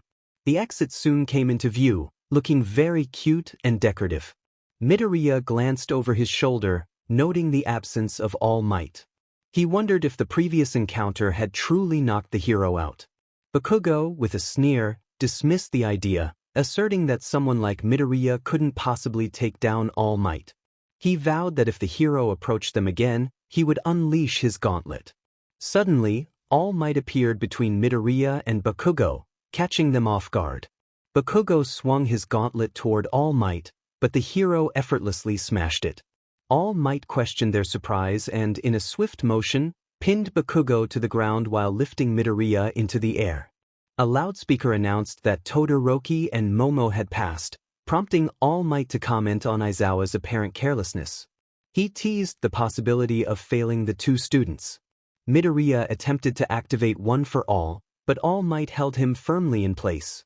The hero locked eyes with him before tossing him to the ground, commenting on Midoriya's audacity to hit him and then flee. Just as Bakugo, still pinned, unleashed an explosion from his palms, propelling All Might into the air and freeing himself. Bakugo growled that he would blow All Might away, grabbing Midoriya as he prepared to launch him toward the exit at high speed. The gate loomed closer with each passing moment. All Might shouted his signature move, using the recoil to propel himself toward Midoriya, crashing into him and sending him skidding across the ground. Bakugo, determined to create an opening, shot himself toward All Might, unleashing another blast to buy Midoriya more time. He urged Midoriya to go, even if it meant sacrificing himself. As Bakugo fell unconscious, All Might turned his attention back to Midoriya, warning him not to proceed. In a moment of desperation, Midoriya punched All Might square in the jaw, stunning the hero and creating an opportunity. He quickly lifted Bakugo's motionless body under his arm and sprinted toward the exit, bursting through the gate with incredible speed. All Might smiled at the two students on the other side, acknowledging Midoriya's determination. Meanwhile, Mio peeked over the edge of a rock, scanning for any sign of present Mike. The pro hero was patrolling the area, alert and focused. Mio took a deep breath, calming the adrenaline coursing through him. His quirk, Glow, was powerful but risky to use in this situation. If present Mike saw him glowing, their hiding spot would be compromised. Stealth and timing were crucial. Mio signaled to Jiro that he would go first, instructing her to wait for his signal. Jiro nodded, her expression determined. She trusted Mio's judgment, even though the plan was fraught with danger. Suppressing the glow of his quirk, Mio moved swiftly and quietly, using rocks and debris for cover as he approached present Mike. Each step was calculated, and he could feel the vibrations from the hero's voice as he got closer. Present Mike was focused on scanning the area, unaware of Mio's approach. Just as Mio lunged forward to tackle present Mike from behind, the hero's head whipped around, and his voice erupted with a powerful blast. The sound waves knocked Mio off balance, sending him crashing to the ground, paralyzed by the vibrations. He gritted his teeth, struggling to move, realizing he had underestimated present Mike's awareness. Jiro watched in horror as Mio fell. Her heart raced, knowing she had to act quickly. Without hesitation, she activated her earphone jack quirk, extending the jacks from her earlobes and plugging them into the ground. She sent a powerful shockwave through the earth, disrupting present Mike's balance just enough to create an opening. Seizing the moment, Jiro sprang from her hiding spot, moving swiftly toward present Mike's exposed back. She prepared to unleash another sound wave, knowing precision was key. With determination, she released a concentrated blast of sound aimed at present Mike's lower back. The force of the sound wave caused him to stumble, momentarily losing control of his quirk. Mio, still recovering from the initial attack, felt the pressure lessen as present Mike's voice faltered. Seizing the opportunity, he pushed himself to his feet, his vision still blurry. He knew they had only seconds before present Mike regained his composure. Urgently, he called out to Jiro to act now, and she did not hesitate. She moved in quickly, her earphone jacks crackling with energy as she prepared to deliver the final blow. Just as she was about to strike, present Mike recovered, spinning around with fierce determination in his eyes. His voice boomed, shaking the very ground beneath them. The sheer force of the sound waves sent both Mio and Jiro reeling. Jiro's attack was thrown off course, forcing her to retreat, her body trembling from the vibrations. Mio, too, was knocked back, barely managing to stay on his feet. Present Mike's voice was relentless, and the pressure was building. Mio felt the ground vibrating beneath him, the sound waves coursing through his body. They were running out of time. If they didn't find a way to stop him soon, they would be overwhelmed. Mio's body trembled under the relentless force of present Mike's voice, but he refused to back down.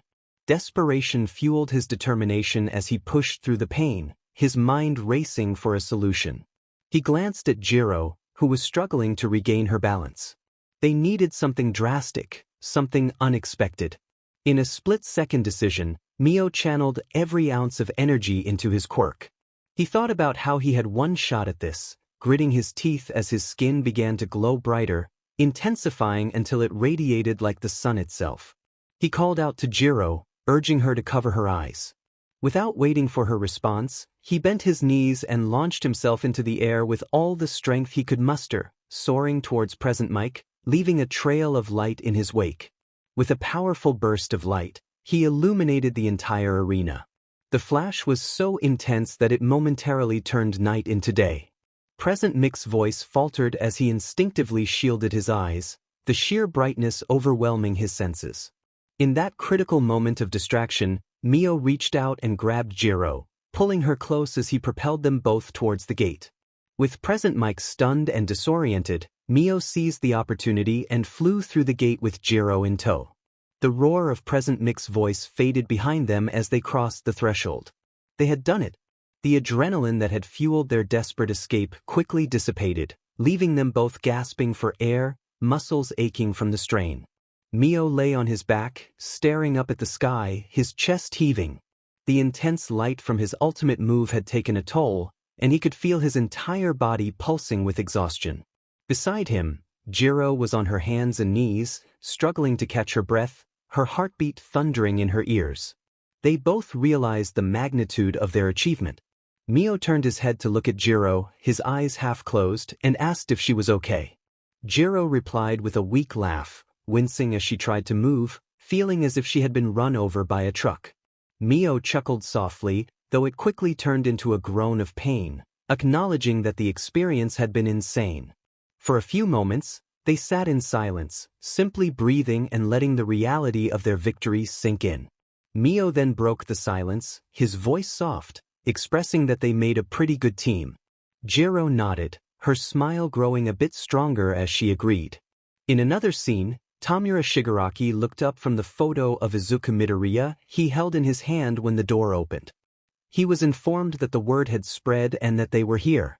3 individuals entered the room, one with scorched skin on his neck and face, covered in piercings with jet black hair, a blonde girl dressed in a school uniform, and a black-haired middle-aged woman dressed in a black trench coat lined with nails and a dark mask covering her mouth. The schoolgirl asked if this was the friend Mr. Stain, expressing a sense of glee, while the burnt individual remarked on how gross he looked in person. The woman rolled her eyes, questioning if this was the person she was supposed to help. Eventually, everyone but Kirishima, Sato, Mina, and Kaminari had passed.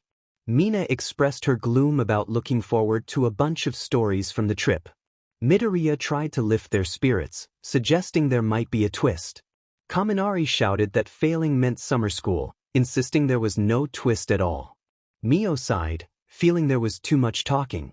Shiro chimed in, admitting he had been asleep during the entire practical. Kaminari continued to lament his situation, but Aizawa interrupted, slamming the door open and instructing everyone to be seated. As Aizawa addressed the class about their final exams, he revealed that some had failed, causing the 4 to cringe. He informed them that they would all be going to summer training camp. The class erupted into cheers, excited about the news. Aizawa continued, stating that while everyone cleared the written test, Ashido, Kaminari, Sato, Kirishima, and Shiro had failed the practical. Shiro face-bombed in embarrassment, realizing the implications of their failure.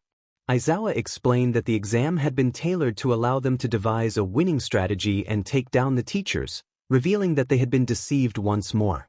Ida expressed concern that their faith in the teachers had been shaken, but Aizawa reassured them that it wasn't all a lie.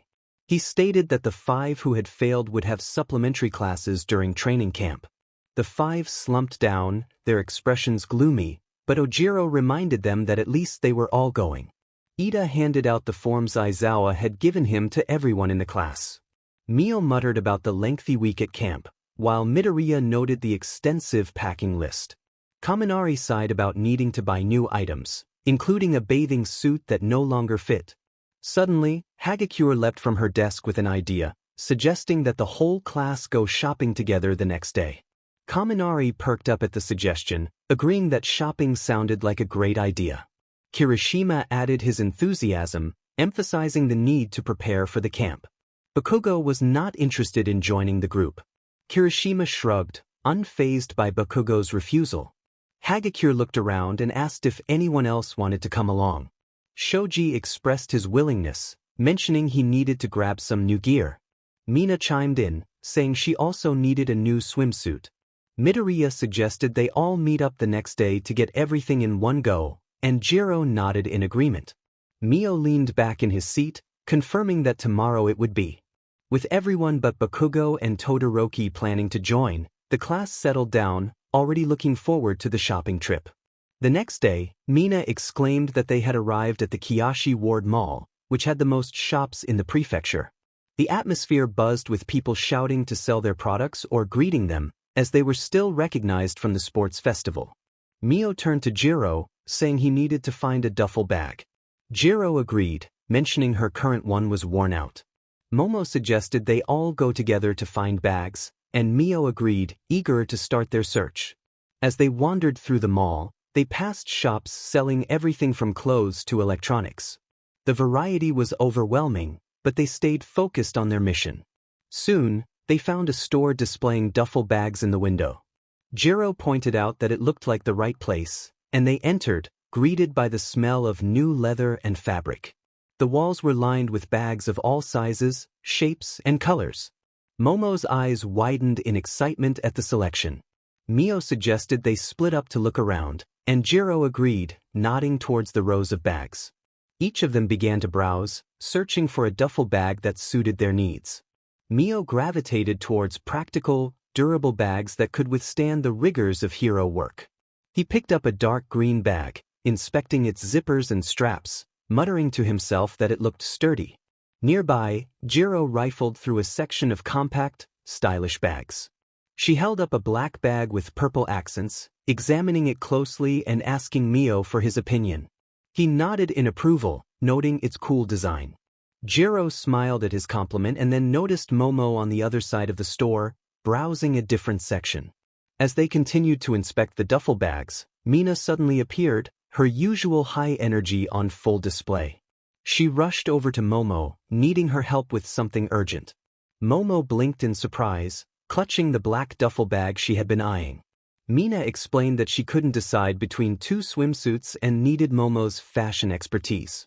Momo hesitated, mentioning she was helping Mio and Jiro find bags. Mio smiled and waved her off, assuring her they were nearly done. Jiro added that they could handle things from there, encouraging Momo to go help Mina. Momo, though still a bit unsure, agreed to join Mina, who practically dragged her away, leaving Mio and Jiro alone in the store. They stood in silence for a moment, watching their classmates disappear into the crowd. Jiro turned to Mio with a small smile, acknowledging that it was just the two of them now. Mio tried to sound casual, though he felt a slight nervousness in the air. Jiro suggested they check out some other stores, slinging her chosen duffel bag over her shoulder. Mio agreed, picking up his own bag, and they left the store to explore the mall further. As they wandered through the bustling mall, they chatted more easily, the initial awkwardness fading away. Jiro asked if Mio had any other shopping to do, and he replied that he mainly needed the duffel bag. Jiro mentioned she felt the same but didn't mind just looking around. They passed by a music store, and Jiro's eyes lit up, pulling Mio towards the entrance. Inside, they were surrounded by shelves of CDs, vinyl records, and instruments. Jiro made a beeline for the guitar section, her excitement evident. When Mio asked if she played, she picked up a sleek electric guitar and strummed a few chords, sharing that music was a big part of her life. Mio expressed his interest, recalling that he had learned a bit of electric guitar in school. Jiro grinned, suggesting she could teach him sometime, which intrigued Mio. She continued to experiment with the guitar, playing snippets of songs. Mio appreciated her passion for music, enjoying the relaxed atmosphere. After a while, Jiro put the guitar back and turned to Mio, encouraging him to try the nearby drum set. Mio laughed, feeling hesitant but willing to give it a shot. He sat down at the drum set, picked up the drumsticks, and started tapping out a basic beat. It was clumsy, but Jiro cheered him on, her laughter infectious. She complimented his effort, calling him flashlight and encouraging him to keep going. Mio smiled, feeling more at ease, and agreed to check out the records with her. They moved over to the vinyl section, where rows of records were neatly organized in bins. Jiro started flipping through them with a practiced hand, her eyes scanning the covers with keen interest, while Mio also took a look. Mio mentioned that she had been interested in collecting vinyl for a while but hadn't really started yet. Jiro, focused on her search, glanced up and encouraged her to begin, explaining how rewarding it was to build a collection and how much fun hunting for records could be. Mio nodded, considering the idea of having her favorite records physically. Suddenly, Jiro's eyes lit up as she exclaimed that she had been searching for a particular deep dope record for ages. Curious, Mio asked what it was. Jiro shared her excitement, revealing that Deep Dope was her favorite band and that she had been looking for their self-titled debut for a long time. She pointed to a high shelf, just out of reach, and asked Mio to grab it for her. He stretched up, managing to pull it down and hand it to her. Jiro took the record with awe, thrilled to finally find it after searching everywhere. They spent more time in the record store, with Jiro showing Mio different albums and sharing stories about their favorite bands. Mio eventually found a couple of records he recognized. After exploring the music store, they continued their adventure in the mall, visiting a clothing store where Jiro pointed out outfits she wanted to try, and a candy store where they both loaded up on sweets. As they walked and talked, they grew more comfortable with each other, the conversation flowing naturally. They joked around, shared stories, and teased each other, the usual barriers of school life slipping away in the casual mall setting. Eventually, they found themselves in the mall's arcade, drawn in by the flashing lights and sounds of games. Mio suggested they play something, nodding toward a row of racing games. Jiro agreed, her competitive side emerging, stating that she wouldn't go easy on him. They took their seats at the racing game machines, selecting their cars and tracks. As the race began, they both leaned into the turns and pressed the gas pedal as if they were really on the track. Despite her earlier bravado, Jiro found herself struggling to keep up with Mio, who was surprisingly good at the game. Jiro laughed and playfully accused Mio of not letting her win, to which he replied that he was taking it seriously. In the end, Mio won by a narrow margin, and Jiro pretended to be mad about it, teasing him lightly. He smirked, suggesting a rematch for later. They played a few more games, switching between different machines and competing against each other. The hours flew by as they got lost in the fun, the stress of school and hero training far from their minds. Eventually, they found themselves outside, the sun starting to set as the day drew to a close. Jiro stretched her arms above her head, expressing how much she needed a day like this, even if the whole class was supposed to be together originally. Mio agreed, appreciating the chance to just hang out. Jiro nodded thoughtfully, glad they spent time together. Mio smiled at her, suggesting they should do this more often. Jiro blushed and returned his smile, and for a moment, they stood there grinning at one another before their peace was interrupted by Ojiro running up to them. Ojiro breathlessly informed them that Midoriya had been confronted by Shigaraki, the villain from the USJ attack. Concerned, Mio called out to Midoriya as they approached. Midoriya looked up, shaken but unharmed, with Uraraka and Ida nearby, worry etched on their faces. Mio asked what had happened, and Midoriya took a deep breath, explaining that Shigaraki had found him, grabbed him by the neck, and talked to him. Thankfully, Uraraka had appeared before anything else could happen. Mio, still worried, asked if Midoriya was okay. Midoriya assured him he was fine now but admitted it had been scary. Mio expressed relief that Uraraka was there but noted how bold Shigaraki had been in broad daylight. Before they could discuss further, a group of police officers approached, with Tsukachi stepping forward. He addressed Midoriya professionally but kindly, explaining that they needed to take him to the station to file a report about the encounter. Midoriya glanced back at his friends, agreeing to go, and promised to see them at school. As the officers led Midoriya away, Tsukachi offered a reassuring pat on his shoulder. The rest of the class watched in silence, the weight of what had just happened settling over them. As the police car pulled away, Mio turned to the others, suggesting they should head back too, noting that it had been a long day. The group disbanded, heading home after their fun-filled day, which had unexpectedly taken a serious turn. Denki Kaminari and Minor Mineta approached the door of Mio Ukiyo's house, full of energy and ready to convince him to join their plan. Mineta hesitated, feeling uneasy about the idea. He knew how Mio reacted when he got too forward, and the thought of being caught made him anxious. Kaminari, however, was confident and assured him that everything would be fine. They were just trying to gain access to the pool. Kaminari knocked on the door with determination, while Mineta fidgeted nervously beside him. As the door creaked open, they were met not by Mio, but by Mrs. Hoshino.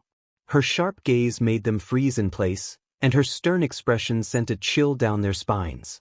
Mineta stammered, trying to explain their presence, but Mrs. Hoshino's silence only intensified his anxiety. She finally spoke, her voice cold and authoritative, asking what they wanted with Mio. Kaminari gulped, attempting to muster his usual charm as he explained their plan to train at the school pool and suggested that Mio might want to join them.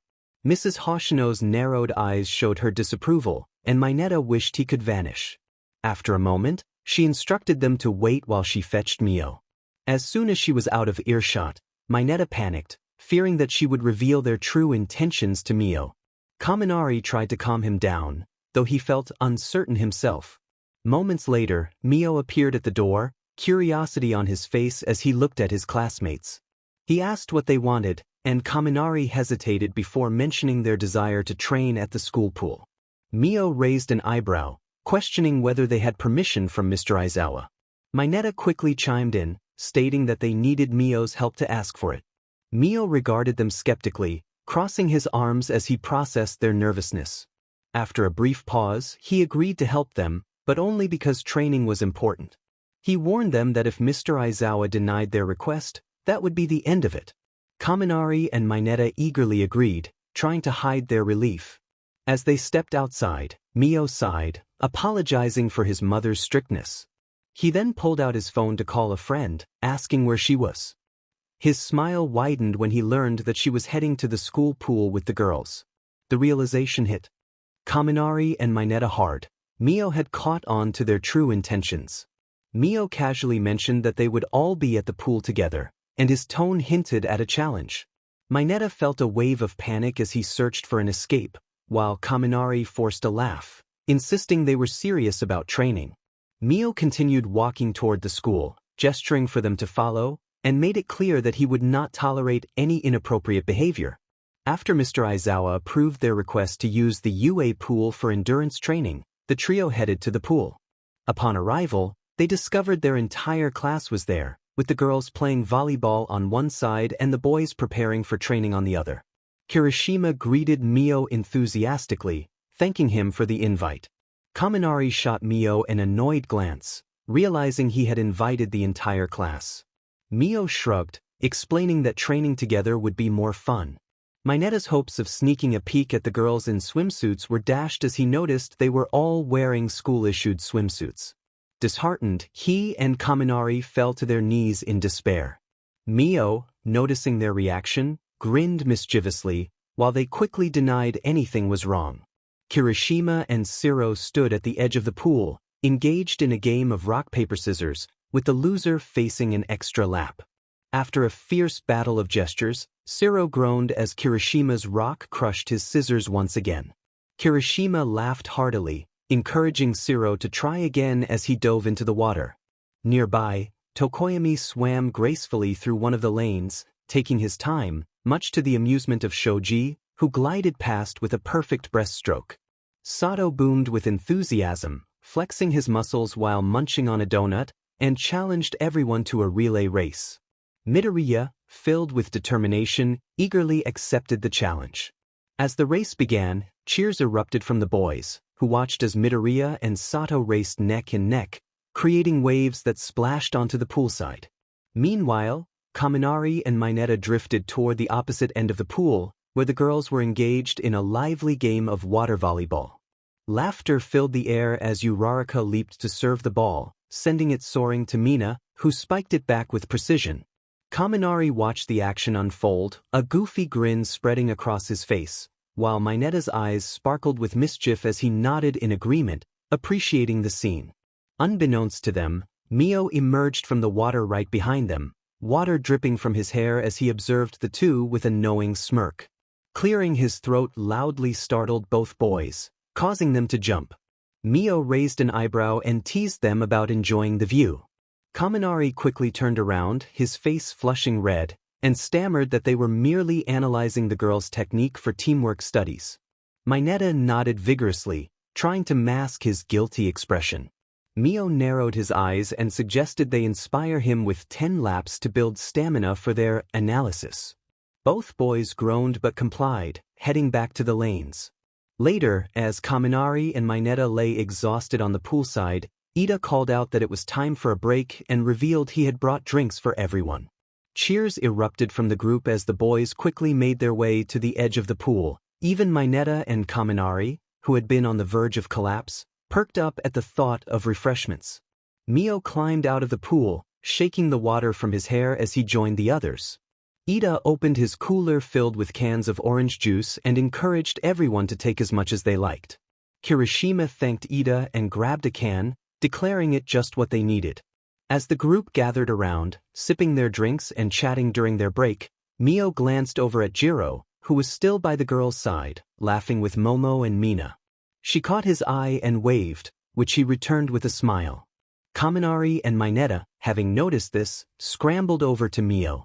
Kaminari excitedly pointed out that it was clear Mio had a crush on Jiro. Mio, taken aback, protested, insisting they were just friends. However, Kaminari wasn't convinced and insisted there was something more between them. Mineta chimed in, encouraging Mio to make a move, suggesting Jiro might be waiting for him to do something.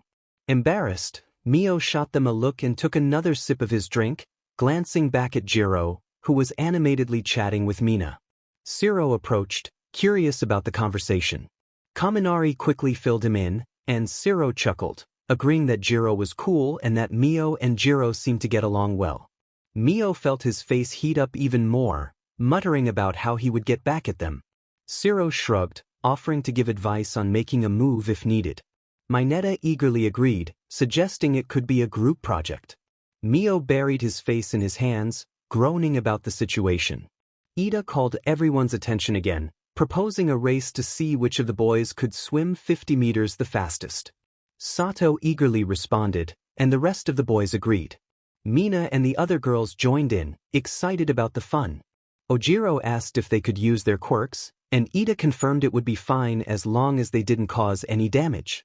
Bakugo grinned devilishly, ready to challenge Midoriya and Todoroki, declaring his intent to crush them in the race. All of you. Mio sighed, trying to calm the situation. The first group for the race included Mio, Bakugo, Tokoyami, Mineta, and Kaminari. Momo called out the start, and nearly everyone dove into the pool. Mio quickly accelerated by channeling his glow into his hands and feet. Bakugo launched himself over the pool with a powerful burst, leaving the others frustrated. Kaminari shouted in annoyance, pointing out that Bakugo hadn't even touched the water. Bakugo growled back, insisting it was called freestyle. Mio sighed, trying to clarify the misunderstanding, but Bakugo dismissed him. The second group featured Todoroki, Kirishima, Sato, Aoyama, and Shiro. As the race began, Todoroki glided effortlessly across the pool using his ice, winning in mere seconds. Mio expressed his frustration, noting that no one was actually swimming. The third group consisted of Midoriya, Ida, Shoji, and Ojiro. When Momo signaled the start, Ida hopped onto the lane markings, racing ahead at an incredible speed. Midoriya, using his full cowling, managed to barely beat Ida to the finish. Ida announced that the winners would compete against each other next. Midoriya, Bakugo, and Todoroki lined up, ready for the final race. Ida shouted the start, but as they launched forward, they all fell into the pool, their quirks unexpectedly erased. Kaminari expressed confusion over the situation, and Mio groaned, realizing their homeroom teacher, Aizawa, was present, signaling the end of their pool time. As everyone packed up to leave, Mio walked home with Jiro. The sun set, casting a warm glow over the streets as they chatted about the day. Jiro suggested they should organize a bigger class training next time, and Mio agreed, appreciating the chance to hang out outside of school.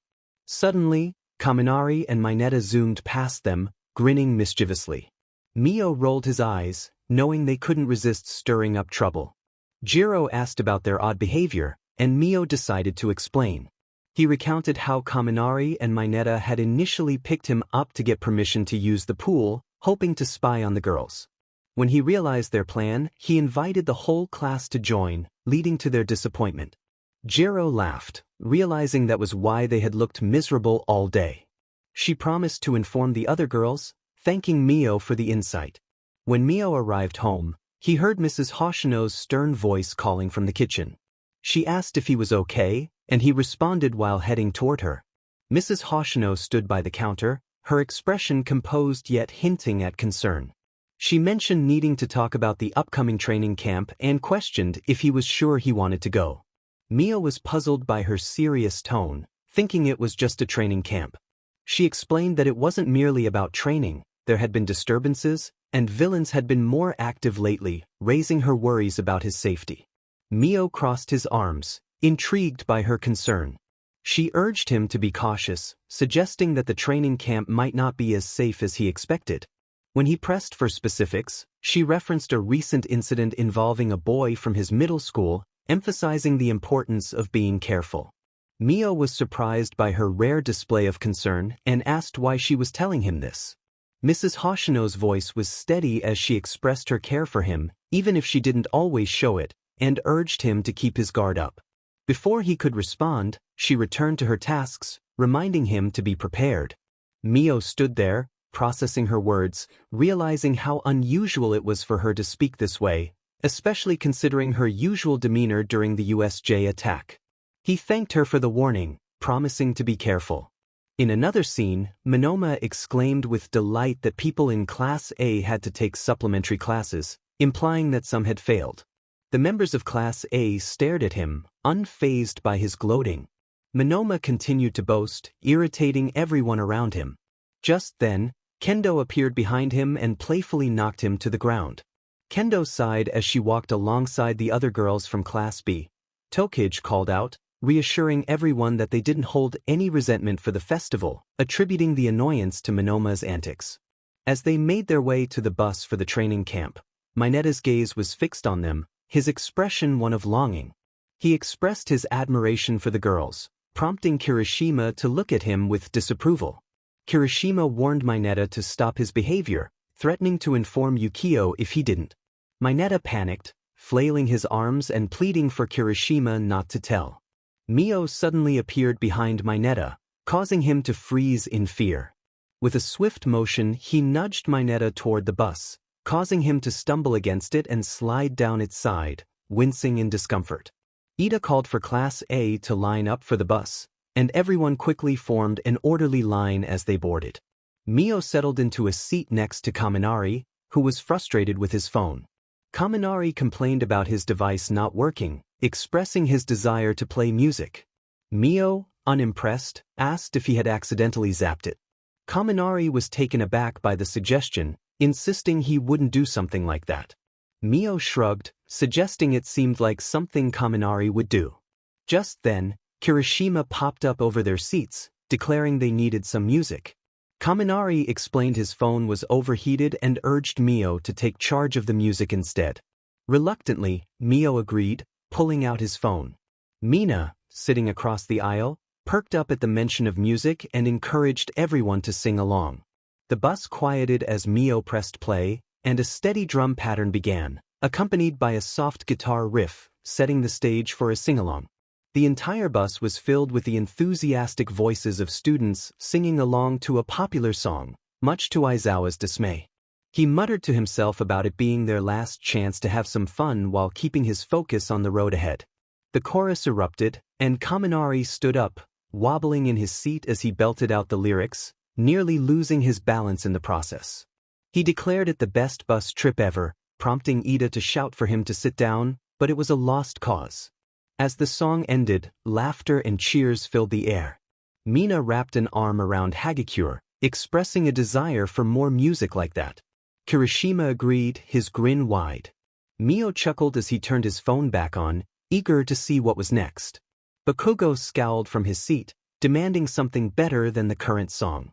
Kaminari smirked, teasing Bakugo about wanting to hear Taylor Swift, which only made Bakugo shout in frustration, insisting he never said that. The bus erupted in laughter again, with Bakugo growling about his classmates. About an hour later, the class arrived at a stop, stretching their legs while Mr. Aizawa stood at the edge of a hill, gazing at the forest below. Minetta exclaimed his urgent need for a restroom, running around in search of one. Siro informed him that it was likely just a stop for stretching. Mio caught a glimpse of Aizawa laughing slightly out of the corner of his eye, which made him uneasy. He turned to the others, warning them that something was off. Aizawa smiled with a mischievous glint in his eye as he addressed the class, revealing that 3 individuals had emerged from a car parked nearby. 2 women dressed in cat-themed costumes greeted him, posing playfully while a small, grumpy-looking boy stood nearby. They introduced themselves as the Wild Pussycats, the professional heroes who would assist with their training that week. Midoriya's excitement was palpable as he recognized them, fidgeting and muttering about their impressive background in mountain rescue operations. Pixie Bob playfully clasped Midoriya's face with her oversized paw, declaring their youthful spirit. Mandalay pointed out the area they would be staying in, indicating a distant mountain. Uraraka's nerves began to show as she questioned why they had stopped halfway. Sato echoed her concern, and Shiro suggested heading back to the bus. Mandalay, however, grinned and informed them that they had plenty of time before lunch. Mina's fear prompted her to shout for everyone to run, and Kirishima echoed her call to get to the bus. Mandalay warned that those who didn't make it back by a certain time would miss lunch. As the class sprinted towards the bus, the ground beneath them began to tremble. Mio shouted in confusion, wondering if it was an earthquake, but Midoriya quickly clarified that it was a quirk. Suddenly, the ground erupted, pulling them toward the edge of the cliff. Aizawa muttered an apology to them, knowing that their training had already begun. As they began to tumble down, shouts echoed from above, encouraging them to use their quirks and warning them of the challenges ahead in the beast's forest. The landslide of dirt deposited them at the foot of the hill, and everyone slowly got up, brushing off the dirt. Shiro complained about the grit in his mouth, while Midoriya questioned the ominous name of the forest. Kaminari joked about it sounding like something from a video game, but Shiro reassured them that the training wouldn't be too intense right away. Mio, however, felt a wave of dread wash over him as he spotted something looming ahead. Shiro's startled shout echoed as he leaped back, and Mineta, emerging from the dirt, panicked about his urgent need to pee. Before them stood a massive, rocky creature with menacing teeth and tusks, ready to attack. Mina trembled, slowly backing away, while Mio explained that it was likely another quirk, made of dirt and rocks. Mineta's fear escalated as he backed away further, overwhelmed by the creature's size. Kirishima stepped forward, cracking his knuckles with determination, eager to face the challenge. Jiro, despite her nerves, agreed that they had no choice but to confront the beast. Uraraka pointed out that there might be more creatures lurking in the forest, and a rumble from below confirmed her fears. Bakugo, charged with energy, urged everyone to take action, declaring that they had a forest to conquer. With that, he charged forward, unleashing his explosions. The rest of the class snapped out of their shock and sprang into action, ready to face the challenge ahead. Kirishima followed Bakugo, his skin hardening as he prepared for battle, while Ida rallied everyone to stick together. Mio took a deep breath, his hands beginning to glow faintly as they prepared for the fight. The beast roared as Bakugo's explosions struck its side, sending shards of rock flying. It turned its massive head toward the class, its eyes glowing ominously. Mio shouted for everyone to scatter, and they darted in different directions just as the creature's enormous foot crashed down where they had been standing. Ida took the lead, urging everyone to keep moving and avoid being pinned down by the beast's powerful strikes. Mio's hands glowed brighter as he fired a beam of light at the beast's leg. The solid light cut through the dirt and rock, but the creature barely flinched, instantly regenerating. "It's tough. We need to break it apart all at once," he exclaimed. Mina, with a determined look, sprinted toward the beast, skillfully dodging its heavy swipes. With a flick of her wrist, she unleashed a stream of acid onto its legs, the corrosive liquid hissing as it ate through the dirt and rock. The beast fell to its knees, weakened. "It's weakening," Mina called out. "Now, Kirishima, get ready." Kirishima grinned, hardening his entire body. He asked Mio for a boost, and Mio nodded, charging up his energy. "Hold on tight, man. I'm about to launch you," he warned. Kirishima braced himself as Mio's hands glowed brighter than ever. With a powerful blast of solid light, Mio sent Kirishima rocketing forward like a cannonball, straight toward the beast's body. Kirishima roared as he collided with the beast. The impact was tremendous, his hardened body striking with incredible force. The weakened legs couldn't withstand the pressure, and the beast shattered into pieces, exploding into a cloud of dirt and debris. "Alright, let's keep moving," Mio called out, beckoning everyone further into the forest. Bakugo snarled at him, refusing to be told what to do. "Just shut it and blow these things up, will you?" Mio snapped back before launching himself toward one of the beasts lurking near a tree. With a swift beam of light from his hands, he blasted its head away. Midoriya leaped toward another beast, warning Mio to watch out. Mio quickly dodged as Midoriya powered through the creature's body with a powerful punch, sending debris flying in all directions. "Nice one," Mio called out, giving Midoriya a quick thumbs up as they continued battling their way forward. Meanwhile, Mineta muttered to himself about needing to find a restroom as he ran around, hands covering his embarrassment. They finally emerged from the dense forest, bruised, dirt-covered, and panting. Each student looked exhausted, having fought through the beast's forest with sheer determination. "We made it," Shiro groaned, slumping onto the ground. "Barely," Mio muttered, wiping the sweat from his brow. "That was insane," Mina panted, leaning on Hagakure for support. "How are we supposed to do this for a whole week?" Kaminari complained about the time, and Mandalay smiled, noting that it would have taken them longer. Pixie Bob pointed out that 5 of them, Midoriya, Ida, Todoroki, Bakugo, and Mio, had acted without hesitation, showing their experience. Mio, confused, wondered if he really had experience, but Tokoyami reminded him of past events. "Anyway, I'm marking you 5 as mine for the future," Pixie Bob exclaimed, rushing toward them. Mio was taken aback, and Aizawa commented on Pixie Bob's intentions, revealing her worries about being single. Midoriya then pointed out a small boy standing quietly by Mandalay's side, catching everyone's attention. "This is my nephew Kota," Mandalay explained gently, encouraging the boy to say hi. Midoriya approached him, extending his hand and introducing himself. Silence followed as Kota glared at him, then unexpectedly punched Midoriya. Midoriya fell to the ground in pain, clutching himself. "Kota, why'd you do that?" Mandalay shouted. Kota walked away, expressing his disdain for those who wanted to be heroes. Everyone was taken aback by the boy's words, and Bakugo smirked, seeing a resemblance. Aizawa instructed them to retrieve their luggage from the bus, drop their things off in their rooms, and head to dinner. Afterward, they would bathe and prepare for bedtime, with training starting the next day. As they turned to head back to the bus, Mina groaned about the week ahead. "Join the club," Shiro agreed, slinging his bag over his shoulder. Mio nudged Midoriya, offering a sympathetic look. He asked if Midoriya was all right after the encounter with Kota. Midoriya gave a weak thumbs up, assuring him he would be fine eventually. At dinner, the entire class called out their thanks before digging into the feast laid out before them. Jiro grumbled about their cramped room, while Mio mentioned the boys' room had more space. Kaminari beamed as he enjoyed the food, and Kirishima echoed his enthusiasm, unable to get enough. "It's as good as Lunch Rush's food," Kaminari exclaimed, his eyes lighting up with delight. He suddenly paused, examining his bowl with curiosity. Pixie Bob raised an eyebrow, clearly amused by the boys' enthusiasm for the meal. She remarked that they were quite strange when hungry. The trio couldn't help but express their enjoyment, prompting Jiro to sigh in response. Pixie Bob encouraged them to eat their fill, reminding them that they would need to fend for themselves the next day. Mineta, however, was preoccupied with something else entirely.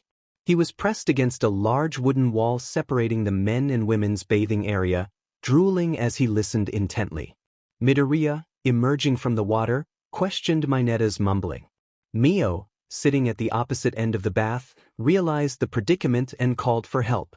Mineta continued to drool, unfazed by the chaos he was causing. Ida appeared beside him, scolding him for his behavior. Mineta dismissed Ida's concerns and, in a sudden burst of energy, scaled the wall with determination. Mio called out in distress, urging everyone to stop Mineta. Just as he was about to leap over the wall, Kota appeared at the top, glaring down at him. He admonished Mineta to consider being a better person before giving him a firm shove. Mineta yelped as he fell into the bath with a massive splash, causing a moment of silence as everyone processed the unexpected turn of events. Mio cheered from his corner, relieved that Mineta had been stopped. On the other side of the wall, the girls, having heard the commotion, expressed their gratitude to Kota. However, Kota's moment of triumph quickly turned to embarrassment when he accidentally caught a glimpse of the girls. His face turned beet red, and he fainted, falling off the wall. Midoriya quickly jumped out of the water, catching Kota just in time. He assured everyone that he had him, though the awkwardness of the situation was evident. Bakugo grumbled from his side of the bath, unimpressed. Midoriya wrapped a towel around himself and prepared to carry Kota out of the bath, planning to take him to Mandalay. Ida supported the idea, declaring that Mineta was banned from climbing walls in the future. Mineta, soaked and groaning, could only sputter in response as Kaminari and Kirishima laughed in the background. As Midoriya exited the bathhouse with Kota, Mio called out to Mineta, inviting him over. Mineta vehemently refused, insisting that he stay away. Mio leaned on the balcony railing, staring blankly into the dark sky. The moonlight illuminated his tense features as a cool breeze brushed against his skin, offering little comfort. His thoughts spiraled around the unsettling topic of Separator, the recent villain attacks weighing heavily on his mind. No matter how hard he tried to focus on other things, her terrifying presence replayed in his head. Lost in thought, he barely noticed the footsteps approaching from behind. A familiar voice broke the silence, commenting on his late-night vigil. Turning slightly, he saw Aizawa, his homeroom teacher, standing just inside the balcony door. Aizawa looked tired, but there was a glint of concern in his eyes. Mio sighed, rubbing the back of his neck. He admitted to Aizawa that he couldn't sleep, his mind racing with worries. Aizawa stepped out onto the balcony, joining him at the railing. He acknowledged that the recent villain attacks were troubling. Mio nodded, swallowing hard as he expressed his concerns about Separator. He couldn't understand how she had managed to evade capture for so long.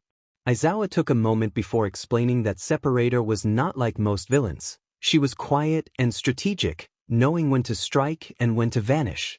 Mio furrowed his brow, questioning how someone so dangerous could simply disappear. Aizawa sighed, reflecting on the years spent battling crime.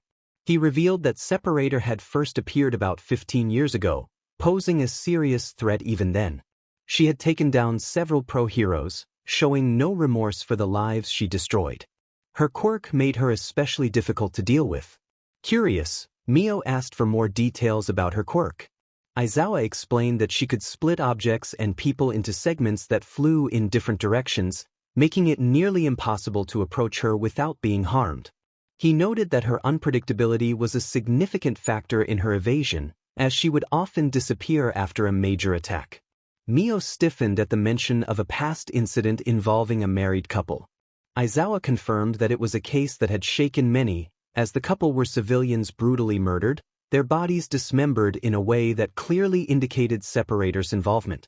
They had tried to track her down, but by the time they reached the crime scene, she had vanished without a trace. For years, there was no sign of her. Some speculated that she had met her end in an underground fight or that she had gone into hiding for good. Mio's voice was tight with emotion as he pondered aloud why she would harm innocent people.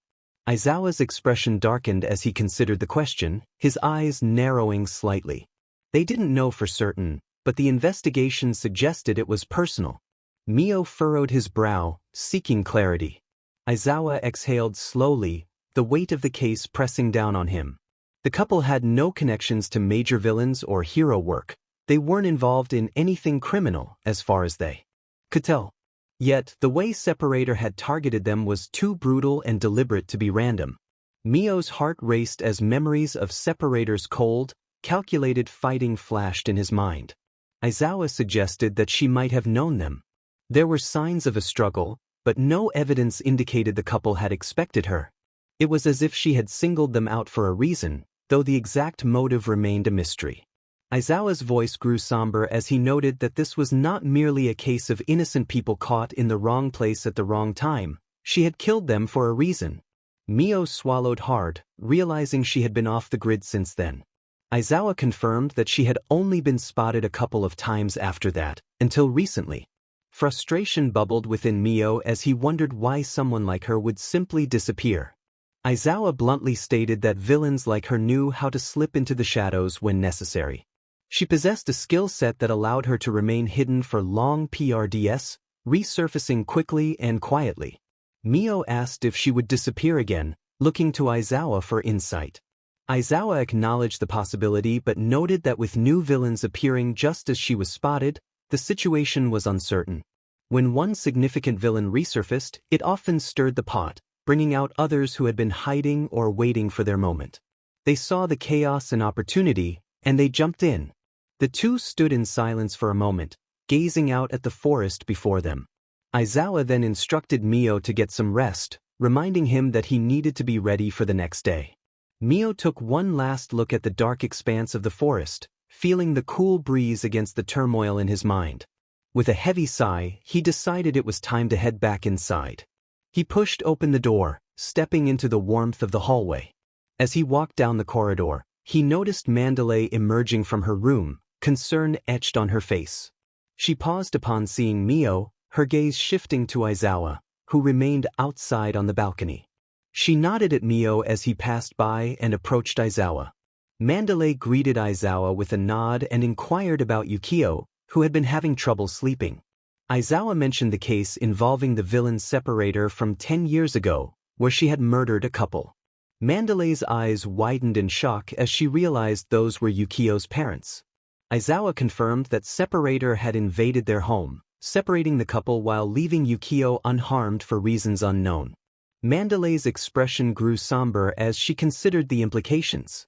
Aizawa explained that Ukiyo was unaware of Separator's involvement in his parents' deaths. With everything happening now, it was possible he would soon piece together the truth. Mandalay expressed her concern for Ukiyo, knowing that discovering the truth about his parents' deaths could be devastating. Aizawa nodded gravely, acknowledging that it was something Ukiyo would have to come to terms with. For now, they needed to help him manage the stress of the situation, as knowing the full truth might be overwhelming. Meanwhile, the girls' room was a stark contrast to the serious discussions outside. All 6 girls were huddled around a torch in the center of their compact room, whispering about gossip and other topics. Hagakure leaned closer to Jiro, her tone filled with excitement as she mentioned hearing rumors about her. Jiro raised an eyebrow, surprised to learn that Mineta had said she had feelings for Ukiyo. The revelation caused a stir among her friends, with Mina's eyes lighting up in interest. Jiro's face turned beet red as she denied the claim, insisting it wasn't true. Uraraka, sitting cross-legged on her bed, mischievously encouraged Jiro to share if anything was happening between her and Mio. Jiro, feeling embarrassed, tried to hide her face further, claiming they were just friends.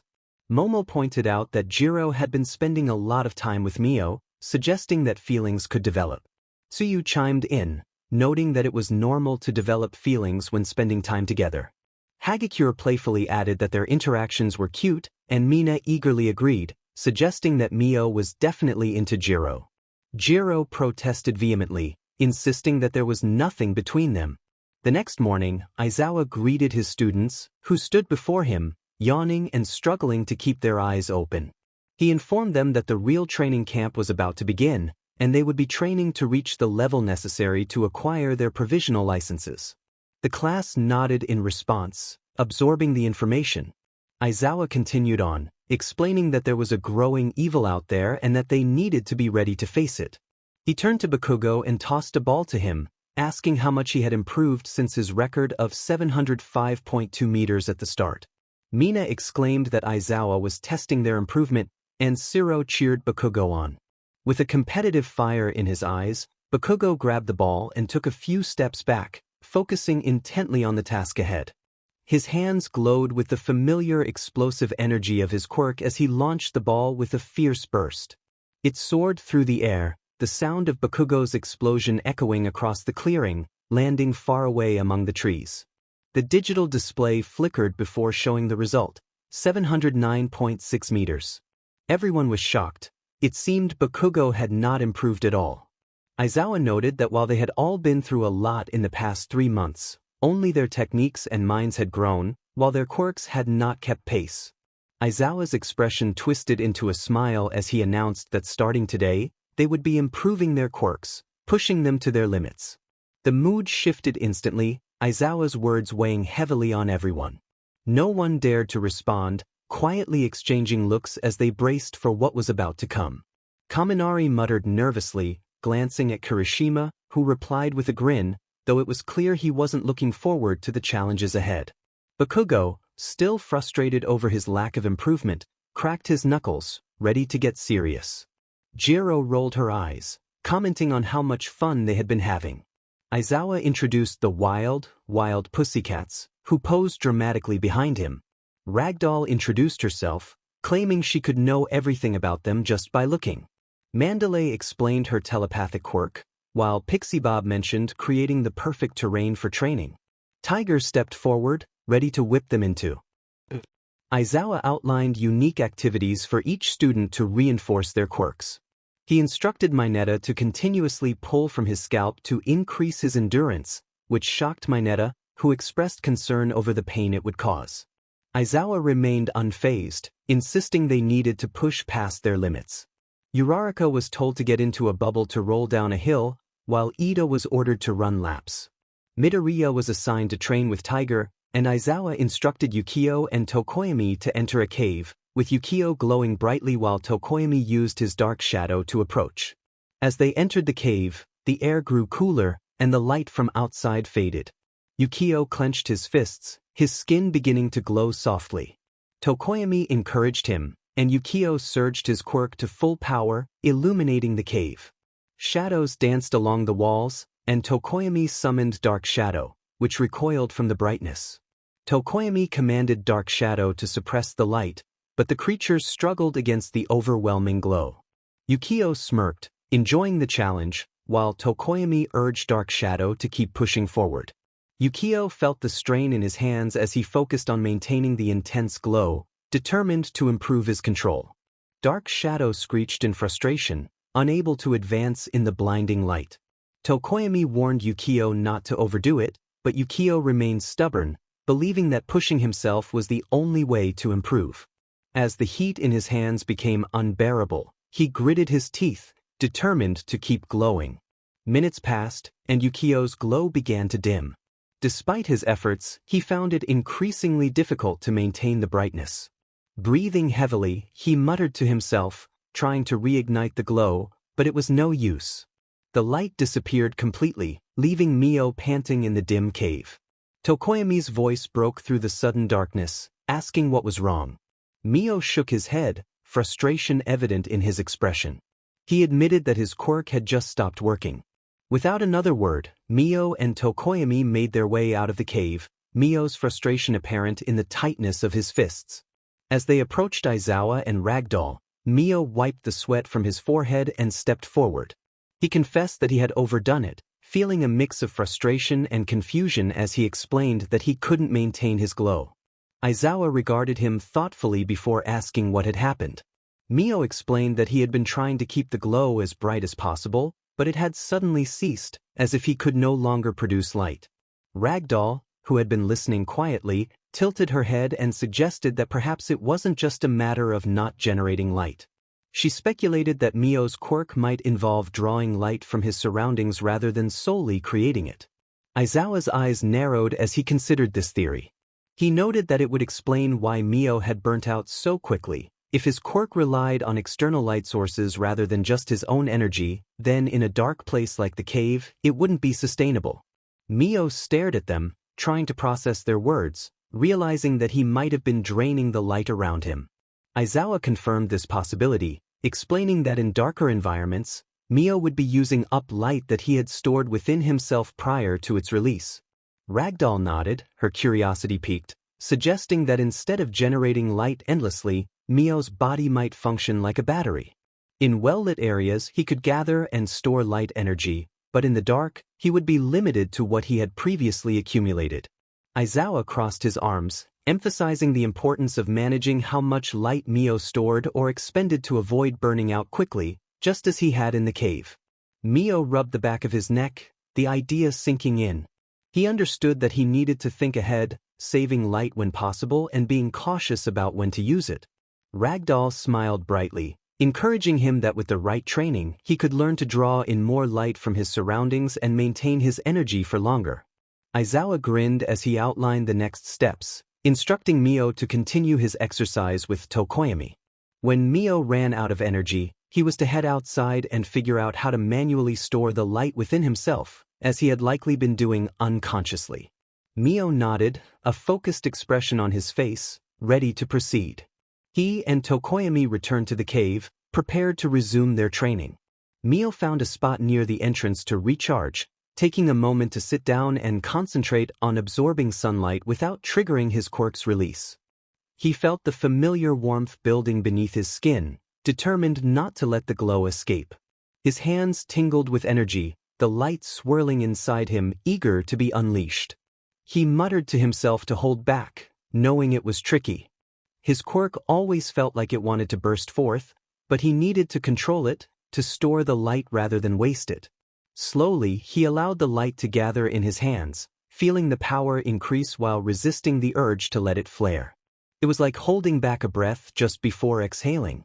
As he felt his body warm up slightly, he deactivated his quirk, causing the faint glow from his hands to vanish.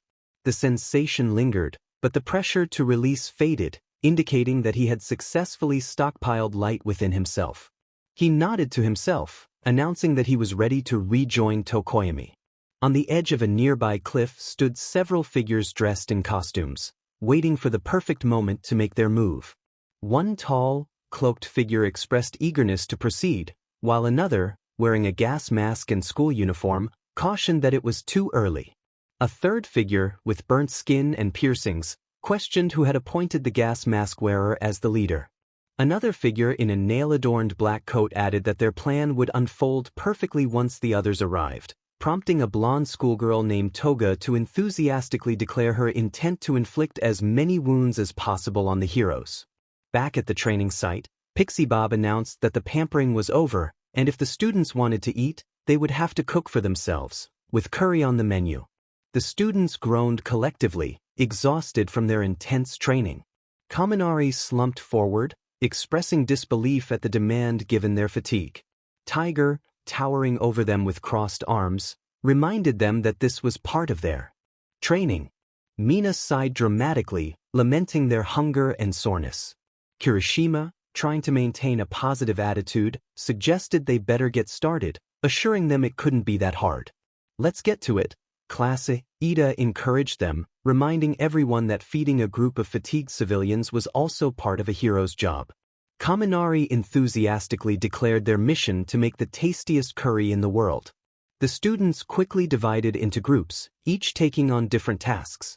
Bakugo and Uraraka began chopping vegetables, while Mina and Kaminari debated the best way to cook the rice.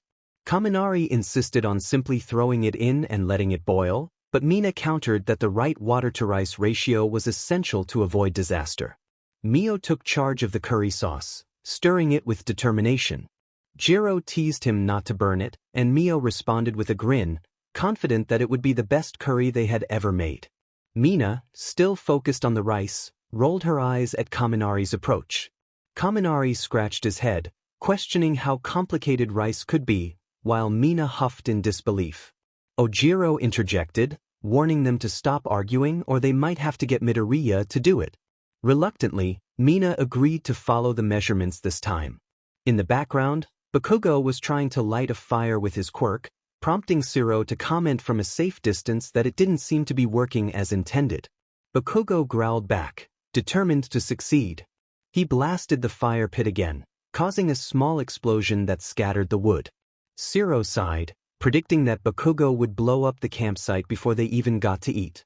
Mina suddenly had an idea and called out to Todoroki for help. Momo reminded them that they shouldn't always rely on Todoroki, or they wouldn't learn to make fire themselves.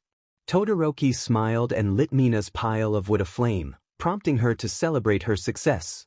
Later, Aoyama sampled the curry and declared it delicious, while Kirishima exclaimed that it was phenomenal given their circumstances. Kaminari chimed in, and Tsu noted how much Momo was eating. Momo explained that her quirk allowed her to convert body fat into various atoms, so the more she stored, the more she could create. Shiro made a comment that led to Jiro slapping him across the face, demanding an apology. Shiro complied, and Jiro reminded him to think before speaking. Mio added that Shiro's comment was a visual none of them needed. Kaminari attempted to lighten the mood by expressing his surprise at their edible creation, but Jiro shot him a glance, suggesting it was barely edible. Sato defended the meal, saying it could have been worse, especially if Bakugo had been in charge of cooking. Mio remarked on how the rice could have turned into soup if they hadn't intervened. As another day of training concluded, the students prepared for a test of courage promised by Pixie Bob as a reward for their hard work.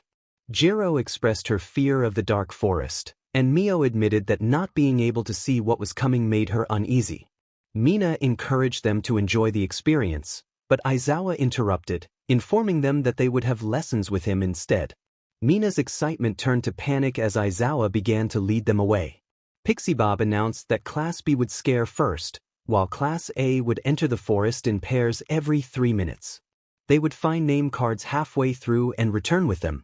The Pussycats encouraged creativity, stating that whichever class scared the other more would win.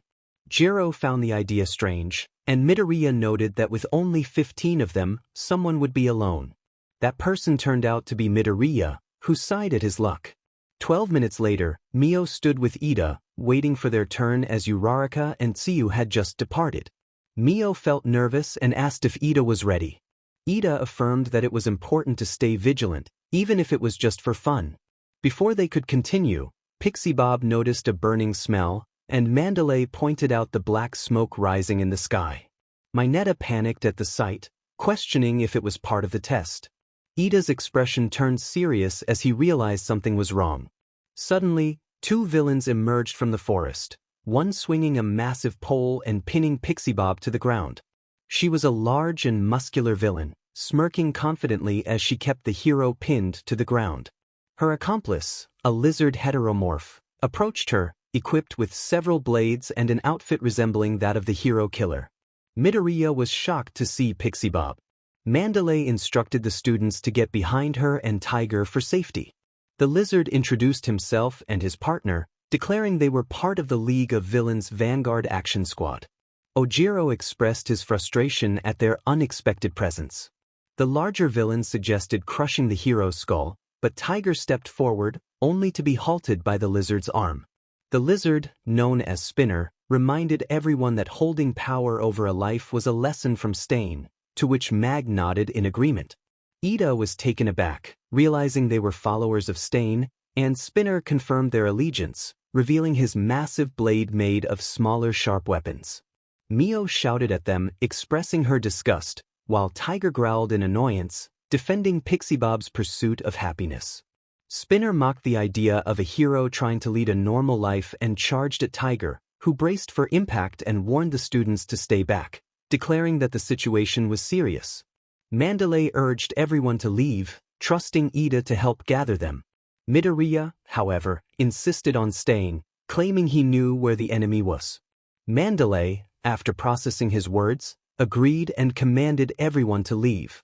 Midoriya took off toward a nearby hill at incredible speed, leaving his classmates behind.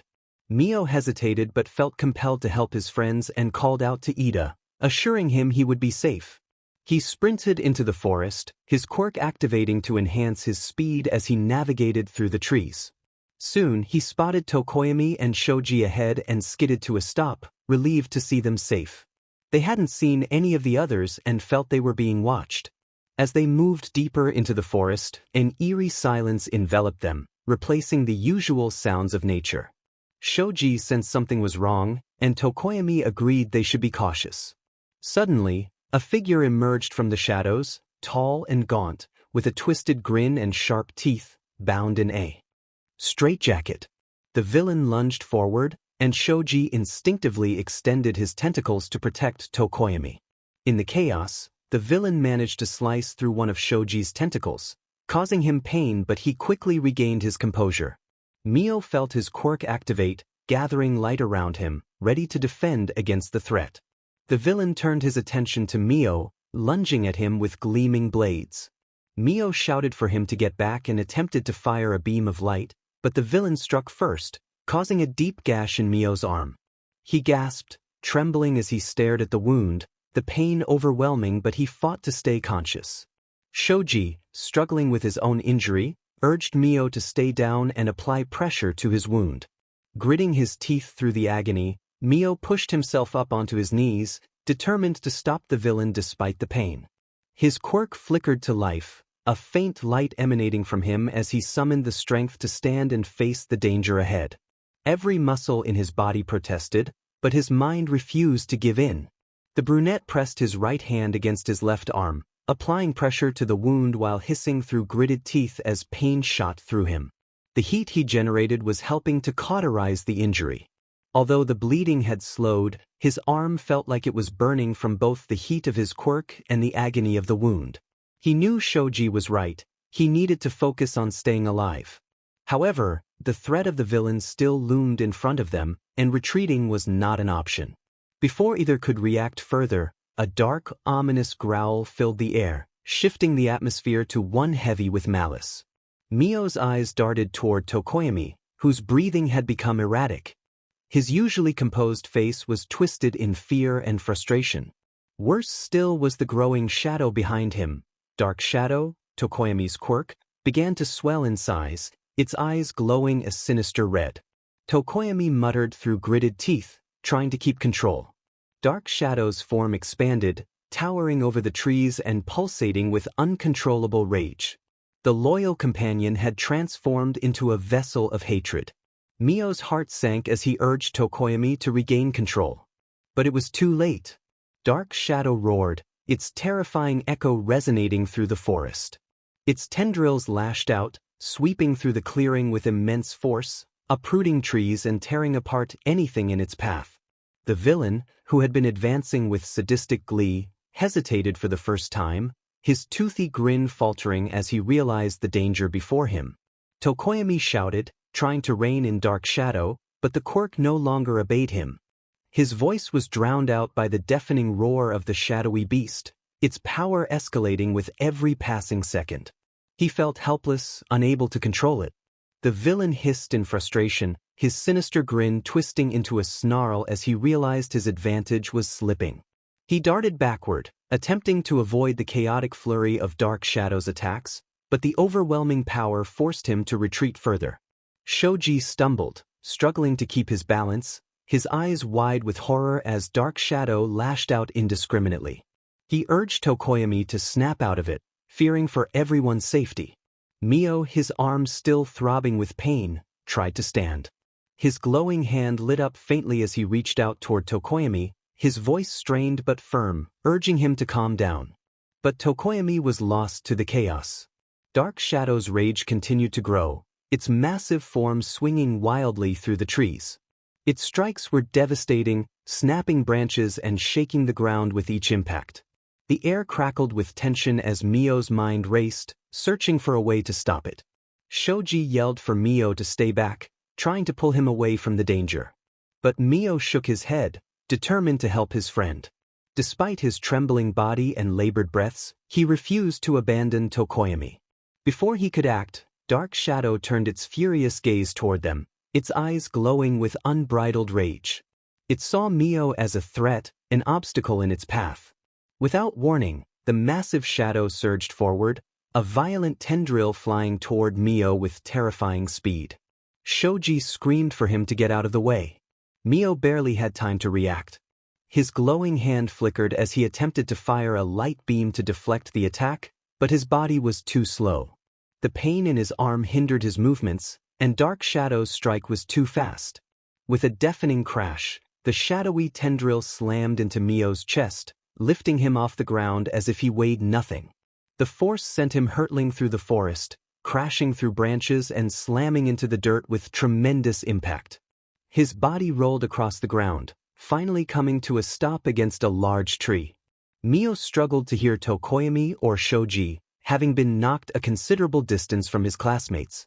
Groaning, he lifted himself off the ground, his body aching. He could barely move his left arm, and the sting of the wound made it hard to focus. Wincing, he tore off his left sleeve and quickly wrapped it around the gash, tying it tightly to prevent infection. He muttered to himself that he couldn't stop there, using the tree for support. His vision swam momentarily, but he blinked it away, pushing through the haze of pain. Just as he took a step forward, the air around him shifted.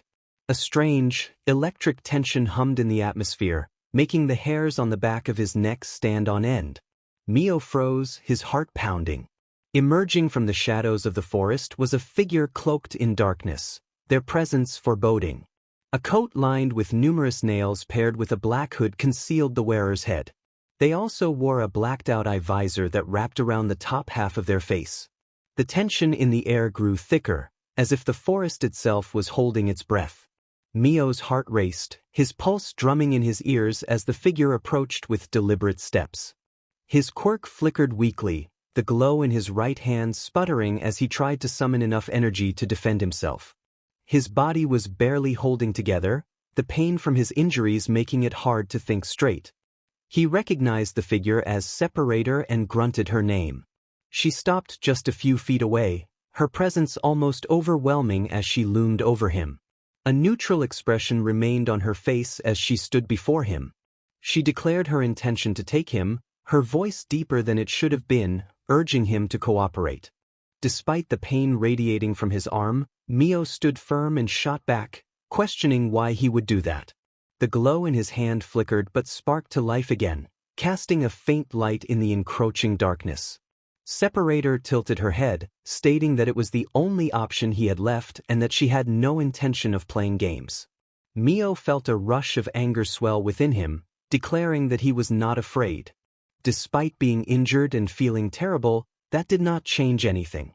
The villain smirked, amusement flickering behind her visor as she acknowledged his brave words for someone in his condition. Without warning, Separator lunged at Mio, her movements quick and fluid. He barely had time to react as he instinctively fired a beam of light toward her. The beam shot through the air, illuminating the dark forest around them, but Separator was faster. She dodged to the side, the beam missing her by mere inches, and closed the distance between them in an instant. Mio braced himself as she reached for him, her hand crackling with destructive energy. He stumbled back, trying to create space, but the pain in his arms surged through him, stealing his focus. Separator's palm landed on a tree behind him, causing it to glisten before it shattered into numerous crystallized chunks. Mio lunged forward, narrowly avoiding the debris that flew in his direction. He activated his glow in his right hand and spun around, attempting to throw a punch at Separator, but she had already vanished from where he expected her to be. Too slow, she seemed to taunt him. Suddenly, he felt a kick to his back, the impact propelling him forward. He grunted, struggling to regain his footing as the pain in his arm throbbed. Pushing himself upright, he saw Separator materialize from the shadows behind him, her movements fluid and eerie. He challenged her, summoning energy into his right hand once more, the glow intensifying as he aimed it at her. She chuckled, a low, mocking sound that sent a chill down his spine.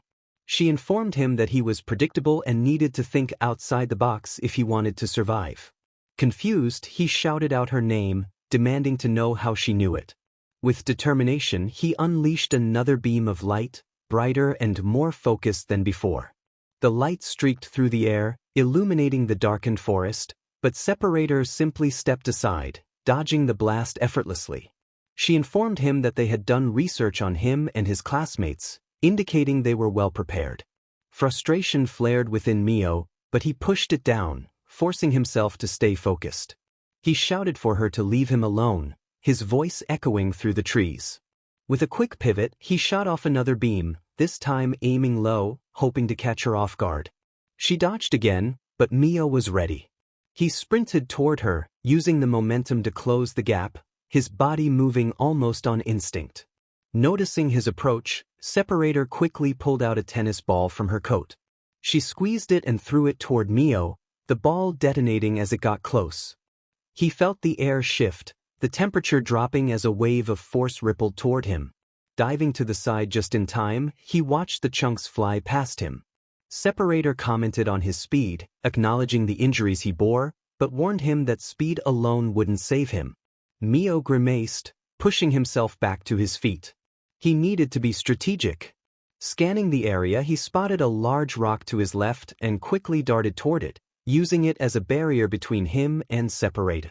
She called out to him, suggesting he could make things easier, but he insisted he couldn't lose this fight, as it would worsen things for everyone. Ignoring her, he crouched behind the rock, his mind racing. He needed to find a way to break through her defenses. He could hear her footsteps approaching, the crunch of leaves beneath her feet echoing in the tense silence. Taking a deep breath, he focused on his quirk, gathering light around him once more. He decided to try something different to distract her.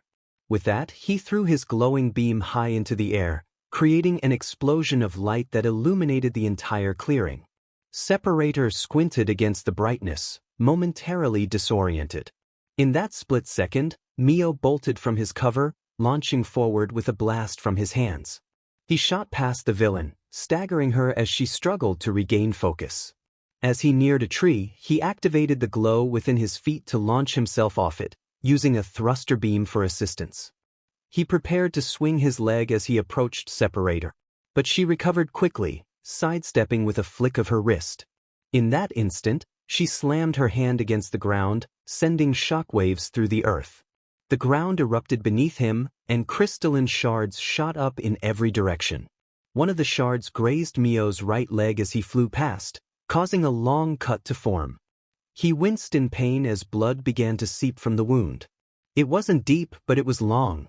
Quickly, he cauterized his wound with a sweep of his glowing hand before refocusing on the threat before him. Suddenly, a loud voice rang through his head, alerting him that one of the villains was targeting Kaken. The voice of Mandalay echoed in his mind, causing Separator to look up in confusion. She mentioned that everyone was allowed to fight back, but Kaken should avoid battle. Mio looked up in confusion, realizing Kaken referred to Bakugo. He questioned why she was after him. Separator responded dismissively, pulling a pistol from her coat. Mio sighed at the sight of the weapon, wondering why this was happening to him. She reassured him that it wasn't meant to pierce people, but it would still hurt. Loading a rubber bullet into the chamber, she crystallized it before firing in Mio's direction. The projectile whizzed through the air, leaving a shimmering trail behind it. Mio's instincts kicked in, and he dove to the side just as the bullet exploded, sending shards of crystal flying in all directions. Rolling to his feet, he quickly scanned for cover, steadying himself as he channeled the energy of his quirk into a new plan. He whispered to himself that she was too smart and that he needed to disorient her again. With a swift movement, he created a bright flash of light to blind her momentarily. As Separator staggered, he dashed toward a cluster of trees, using them as cover while he prepared his next move. He noticed some large rocks nearby that could provide a barrier. If he could get close enough, he might be able to surprise her. With renewed energy, he launched himself off the ground, aiming for the rocks while keeping his glow ready. Separator, recovering from the flash, glanced around for him, her expression shifting from confidence to irritation. She scanned the area with growing frustration, demanding to know where he had gone. Mio propelled himself forward using his thruster beam, aiming to land right behind her. He unleashed a powerful kick, channeling all his energy into the strike. However, Separator was faster than he anticipated. As he flew through the air, she pivoted and delivered a sharp kick to his midsection, sending him crashing to the ground. The impact knocked the wind out of him, and he struggled to regain his bearings as pain shot through him, clouding his vision. Separator loomed over him, her expression cold and triumphant. She mocked him, questioning his belief that he could take her on. Mio tried to push himself up, but his limbs felt heavy, and darkness began to creep into the edges of his vision. Desperation clawed at him as he murmured to himself that he had to keep fighting. Separator advised him to save his energy, suggesting he might feel better soon. Before he could react, everything went black as her boot connected with his side again, rendering him unconscious. Mio's eyes shot open to the sound of clapping. He looked around to see a group of people seated in front of him at a bar, with himself and Bakugo restrained beside him. The League of Villains had captured them. He thought to himself about how he had lost the most important fight of his life and felt he had let everyone down. Now he feared for his life. Tamura Shigaraki addressed them, referring to them as wannabe heroes. Bakugo responded defiantly, declaring that Shigaraki was not worthy to speak his name. Shigaraki noted Bakugo's egotism and invited them to join him, to which Mio deadpanned a refusal.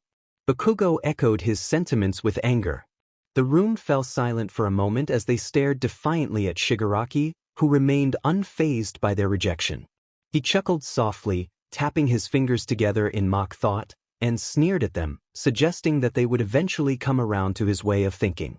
Mio rolled his eyes as Shigaraki sat down and turned on the television, clearly wanting them to pay attention. The screen displayed a public speaking event featuring Aizawa, Class B's teacher Vlad, and Principal Nizu, who were being asked questions about recent events. Mio felt frustration build inside him as he realized they had been unconscious for 2 days, helpless in enemy hands. Separator, who had been shrouded in the corner, remarked on their need to avoid messing up operations. The television blared louder as Shigaraki turned it up, and a reporter asked the teachers about their responsibility for the injured students. Mio muttered that it wasn't their fault, while Shigaraki sarcastically criticized the heroes for being late. Spinner chimed in, echoing Shigaraki's sentiments about the loss of meaning in heroism when money was involved. Bakugo, barely able to contain his anger, retorted that they didn't understand what it meant to be a hero. Shigaraki grinned in response, asserting that they were asking these questions to challenge the very concept of heroism and justice in society. He paused before addressing Bakugo directly, acknowledging his love for winning and instructing Dabi to untie them. Dabi, a villain with a scorched appearance, expressed concern that they might attack. Shigaraki insisted they treat them as equals, suggesting that they were scouting for abilities and that the two heroes were smart enough to know they couldn't win. Dabi turned to another villain, Twice, and ordered him to unlock Mio first. Twice, dressed in a black and gray spandex suit, hesitated but complied. As he knelt to unlock Mio, the brunette exchanged glances with Bakugo, both of them aware of the tension in the air and the potential for conflict ahead. Mio gave the smallest nod he could manage without drawing attention, and Bakugo nodded back, turning to face forward once again. "We apologize for the harsh methods used to bring you two into our company," a man dressed like an entertainer stated. "We want you to know that we aren't just merciless thugs doing this for the fun of it. That's not who we are at all." Both Bakugo and Mio stared at him, their expressions unchanged. Twice had unlocked Mio, who remained seated in the chair he had been restrained in, now waiting for Bakugo to be freed. "They don't seem like they're in the mood for conversation, Compress," Spinner remarked, observing their demeanor. "They're giving you the stink eye." "That doesn't matter," Compress replied, refocusing his attention on the two UA students. "Everyone here has their own story to tell. We've all suffered to some degree, thanks to the rules and those heroes." Bakugo's restraints were now released, and he looked down at his arms as his muscles tensed, clearly preparing to strike at the nearest villain. "You, Bakugo," Shigaraki said as he approached, "you should understand how it feels under this system." Mio interrupted with a grin, eager for action. Bakugo lunged forward, palm wide open, unleashing a powerful explosion aimed directly at Shigaraki's face. The force caused the villain to stumble back, his hand dropping to the ground. "I thought you were going to bore me to death with all your talking," Bakugo growled at the villains, ready for more confrontation. "What's the point of bringing this runt next to me if you're only going to talk about how I relate to you?" Mio stood up from his seat as well, preparing the glow in his palms. His left arm still throbbed from a previous injury, but the torn piece of shirt was securely tied in place. He rolled his eyes at Bakugo's taunts. "I mean, yeah, what's the point of bringing me here?" Mio asked, glaring at Shigaraki. Separator emerged from the corner once more. "We had direct orders from our boss to bring you here. He's interested in your quirk." "Another boss?" "No." Mio's unease began to rise. "What? So you aren't even the boss here, crusty lips?" Bakugo shouted at Shigaraki, amusement evident in his tone. Shigaraki growled, brushing off the remnants of the explosion from his face as the hand that had fallen clattered to the floor. His expression twisted into something more sinister as his frustration became apparent. The atmosphere in the room grew tense as the reality of their situation sank in. "You think this is a joke?" Shigaraki's voice dropped, filled with menace. You both have no idea what you're in the middle of. Yeah, get in line with the rest of the losers who think they can lecture me, Bakugo snapped, refusing to back down, his palms still crackling with energy. But if you really want to keep talking instead of fighting, I can blow up that other boss too. Mio, however, was more concerned about what Separator had just revealed. She couldn't really mean all for one, could she? Interested in my quirk? Mio muttered, his hands still glowing as he cautiously stepped away from the villains. What exactly does he want from me? Separator moved forward, her steps slow and deliberate. You should feel honored, Mio. Your quirk has potential raw power we could refine. Her boss. He's never been wrong in his assessments. A chilling expression was hidden behind her goggles. Once you understand what we're offering, you'll see this is your only real option. Mio felt a cold shiver run down his spine. They weren't just after Bakugo, they wanted him too. He felt as if a massive red target had been painted on his forehead. Whatever it is you're offering, you can keep it, Mio replied, his voice steady despite the fear creeping in. I'm not interested in becoming a puppet for a bunch of losers who want to use me for my quirk. We can agree on that, Bakugo added. I'm not really in the mood to stick around in this place for much longer. Shigaraki placed his hand back on his face and looked toward the two boys again. I wish you would have listened. I thought I might be able to get through to you too. That's a pipe dream, Mio sneered. You're never going to be able to do something like that. Shigaraki tilted his head back, eyes fixed on the ceiling. Master, lend me your power. He then turned his gaze back toward Mio and Bakugo, his voice eerily calm. Kurogiri, compress. It's time to put them to sleep again. Compress sighed, adjusting his mask. I'm honestly surprised that two of UA's brighter students are this stubborn. But it doesn't really matter. Listen to you? Bakugo scoffed, his voice dripping with disdain. You can all go to hell. Mio's eyes blazed with defiance, his voice steady despite the tension. Your cause is complete nonsense. You literally attacked a camp full of 16-year-olds. Separator stepped forward, her tone sharp. Watch your mouth. Mio's glare didn't waver. And who do you think you are to tell me that? Before anyone could respond, there were sharp knocks on the door. Kamino pizza do. A loud voice exclaimed from behind the entrance Bakugo stood in front of. Time seemed to freeze for a moment as the villains looked around in confusion. And then All Might crashed through the wall. The entire wall exploded inward, rubble scattering like dust as the #1 hero, All Might, burst through with a deafening roar. The shockwave sent debris flying, freezing the room in stunned silence. Mio exhaled, relief washing over him. He was grateful for the timely arrival. Spinner's eyes widened with disbelief as he shouted in shock. Kurogiri was ordered by Shigaraki to warp them out, but before he could react, another force crashed into the scene Kamui Woods, his voice resonating with authority as he declared his move. Vines of lacquered wood erupted from his arms, ensnaring every villain in an inescapable bind. Dabi scoffed, dismissing the attack, but a blur of motion interrupted him. An old man in a white and yellow suit rocketed into the room at breakneck speed, delivering a precise kick to the back of Dabi's head, causing him to crumple to the floor. The old man warned him to take it easy. All Might chuckled, his towering presence filling the room. He introduced Kamui Woods and Gran Torino to the villains, asserting that there was no escape because they were there to stop them. The villains tensed, their expressions darkening. The #5 hero, Edgeshot, entered through the front entrance, his voice calm yet firm as he warned the villains to remain still. He informed them that they were not alone, as Endeavor, the police, and multiple heroes were outside. All Might turned his attention to Mio and Bakugo, reassuring them that everything was under control.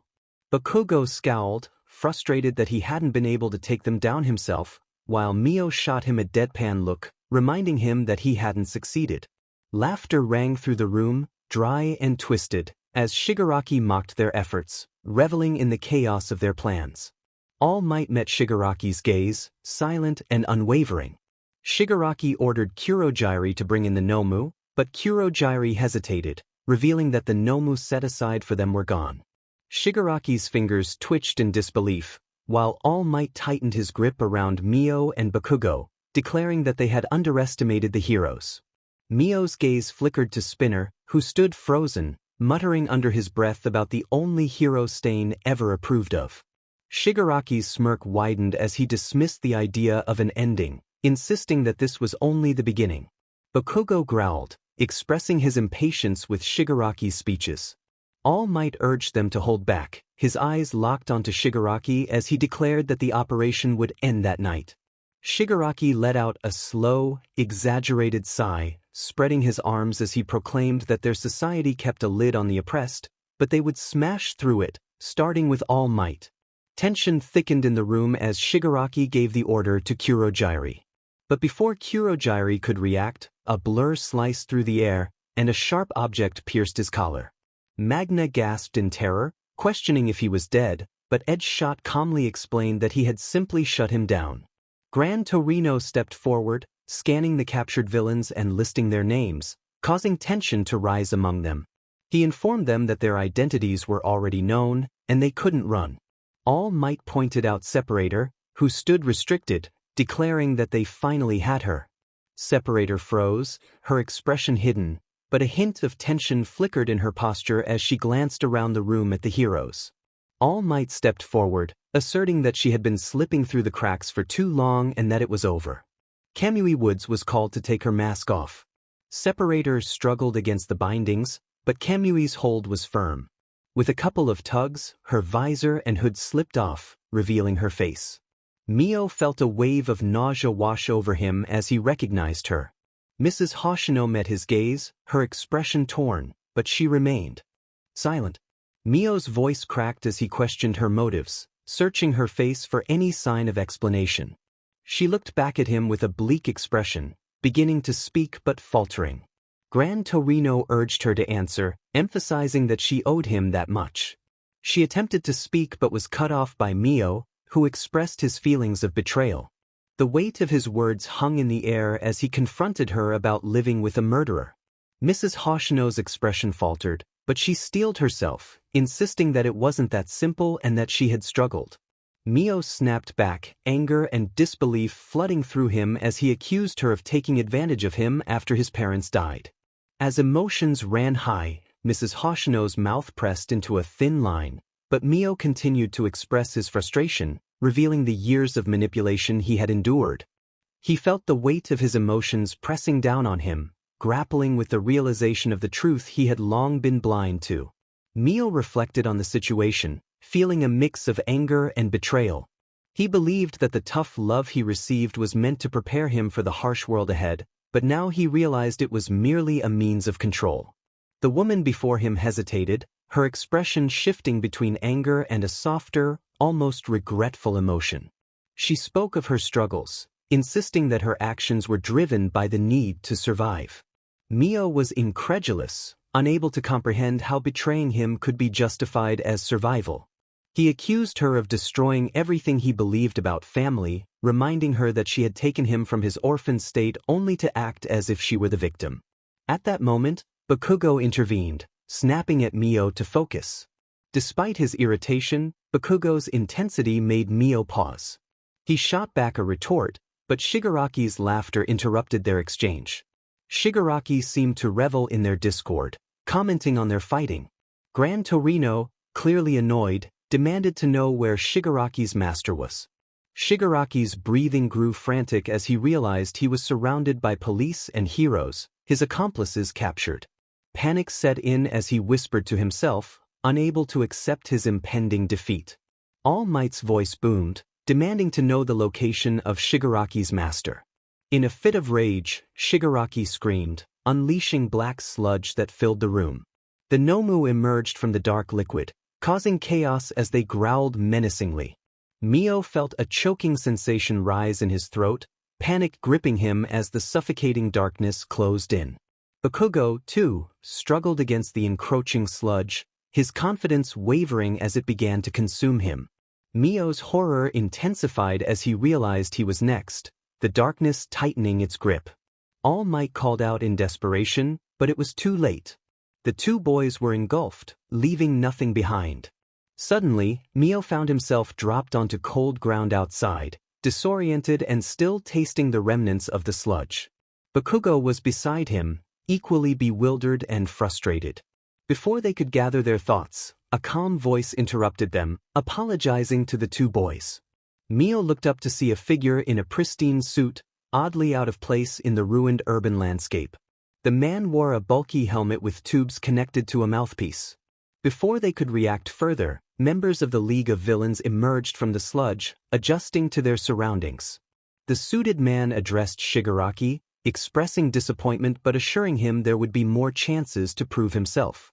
He hinted that Mio and Bakugo might be important pawns in their plans.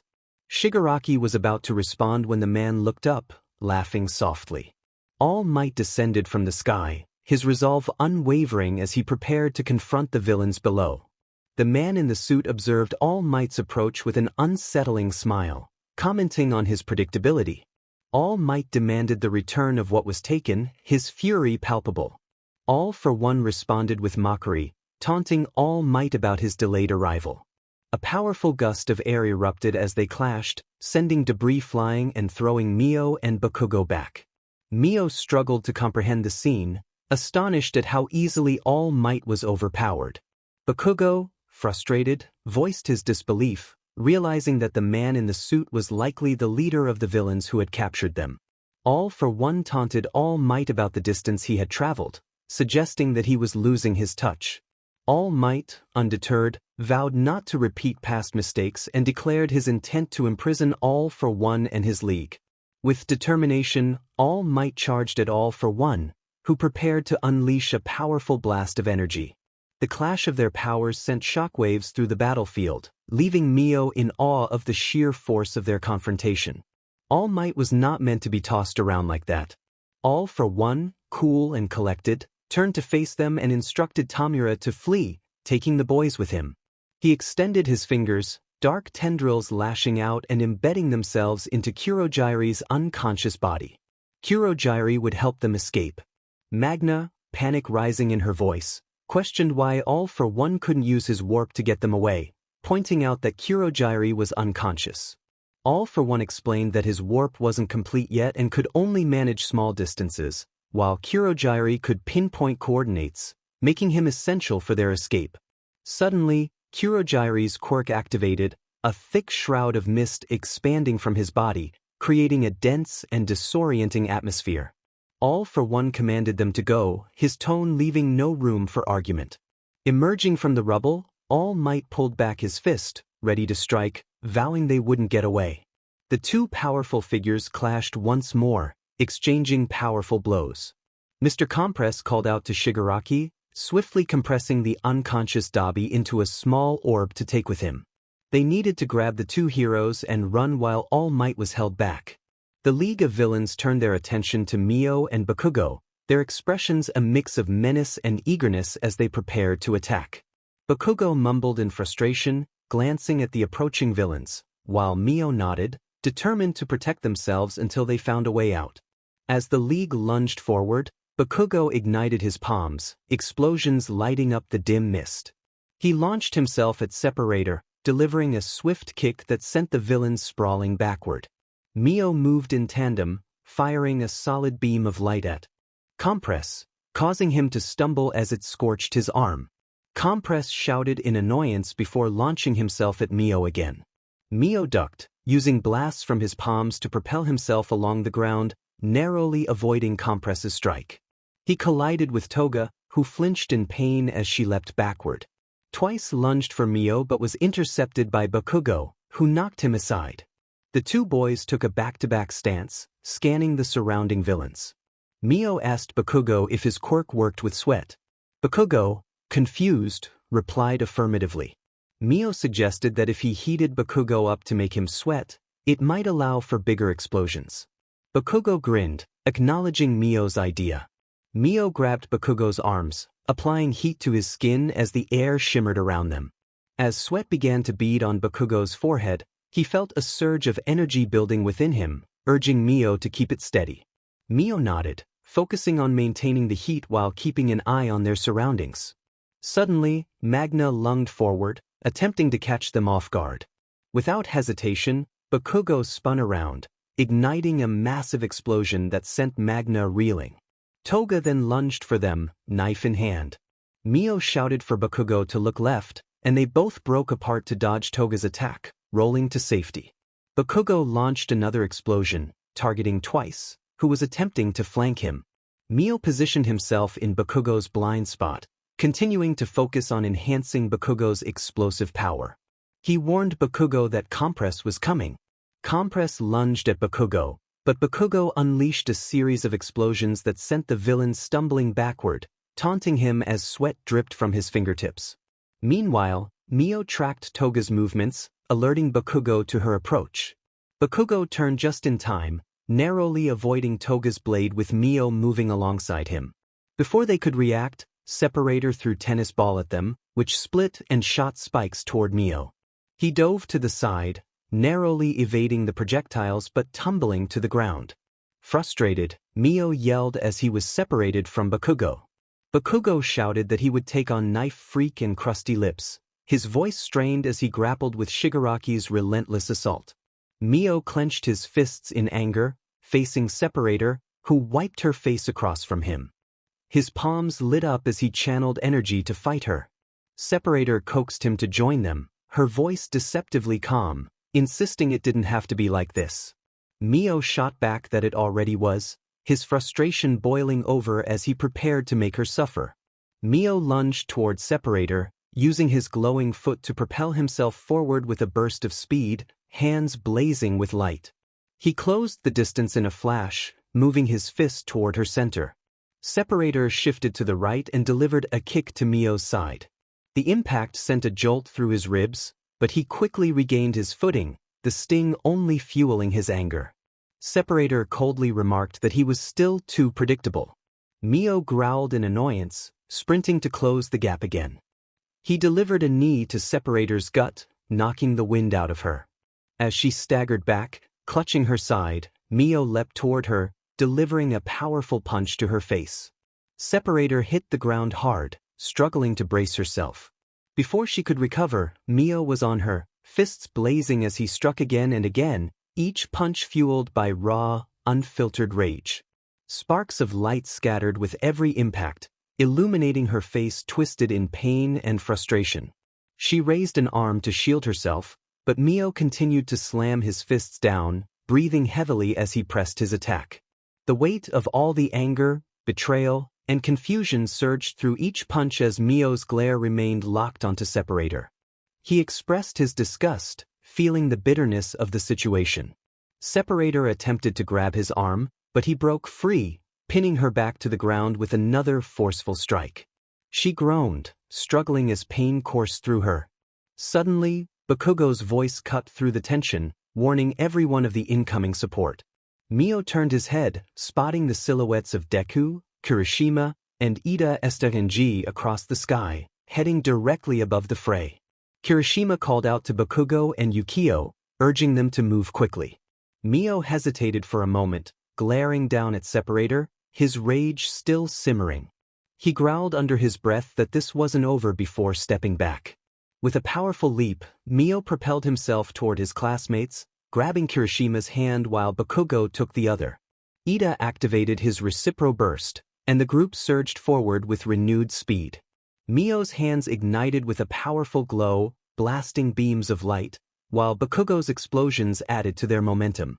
As they soared through the air, Bakugo urged them to go faster, his focus unwavering. Mio tightened his grip on Kirishima's hand, feeling the strain as they traveled through the sky. After a brief moment, they landed near the police station with a collective thud, each trying to regain their balance after the escape. Mio's palms still faintly glowed as he stumbled, breathing heavily from the exertion. He glanced around, catching sight of Kirishima, who offered him a reassuring nod. Bakugo shook off the dust, his usual scowl present as he insisted that he hadn't been saved. They were simply the best option for escape. Kirishima smiled, affirming that Bakugo had made a good choice. Midoriya quickly dialed Todoroki, who answered immediately. After a brief conversation, Midoriya nodded a few times before ending the call and placing his phone away. Mio, still slightly annoyed, asked what Todoroki had said. Midoriya informed him that they had managed to get clear and were heading for safety, which eased some of their worries. However, Mio's concern shifted to All Might, his fists clenching tightly. A giant screen above the police station flickered to life, showcasing the ongoing battle between All Might and All for One. The reporter described the chaotic scene, emphasizing the destruction caused by the villain. Mio watched as All Might was blasted into the air, only to be saved by Gran Torino. Kirishima expressed his faith in their teacher, urging him to persevere. All for One began to charge an immense amount of power, his arms swelling dramatically as he prepared to unleash a devastating attack.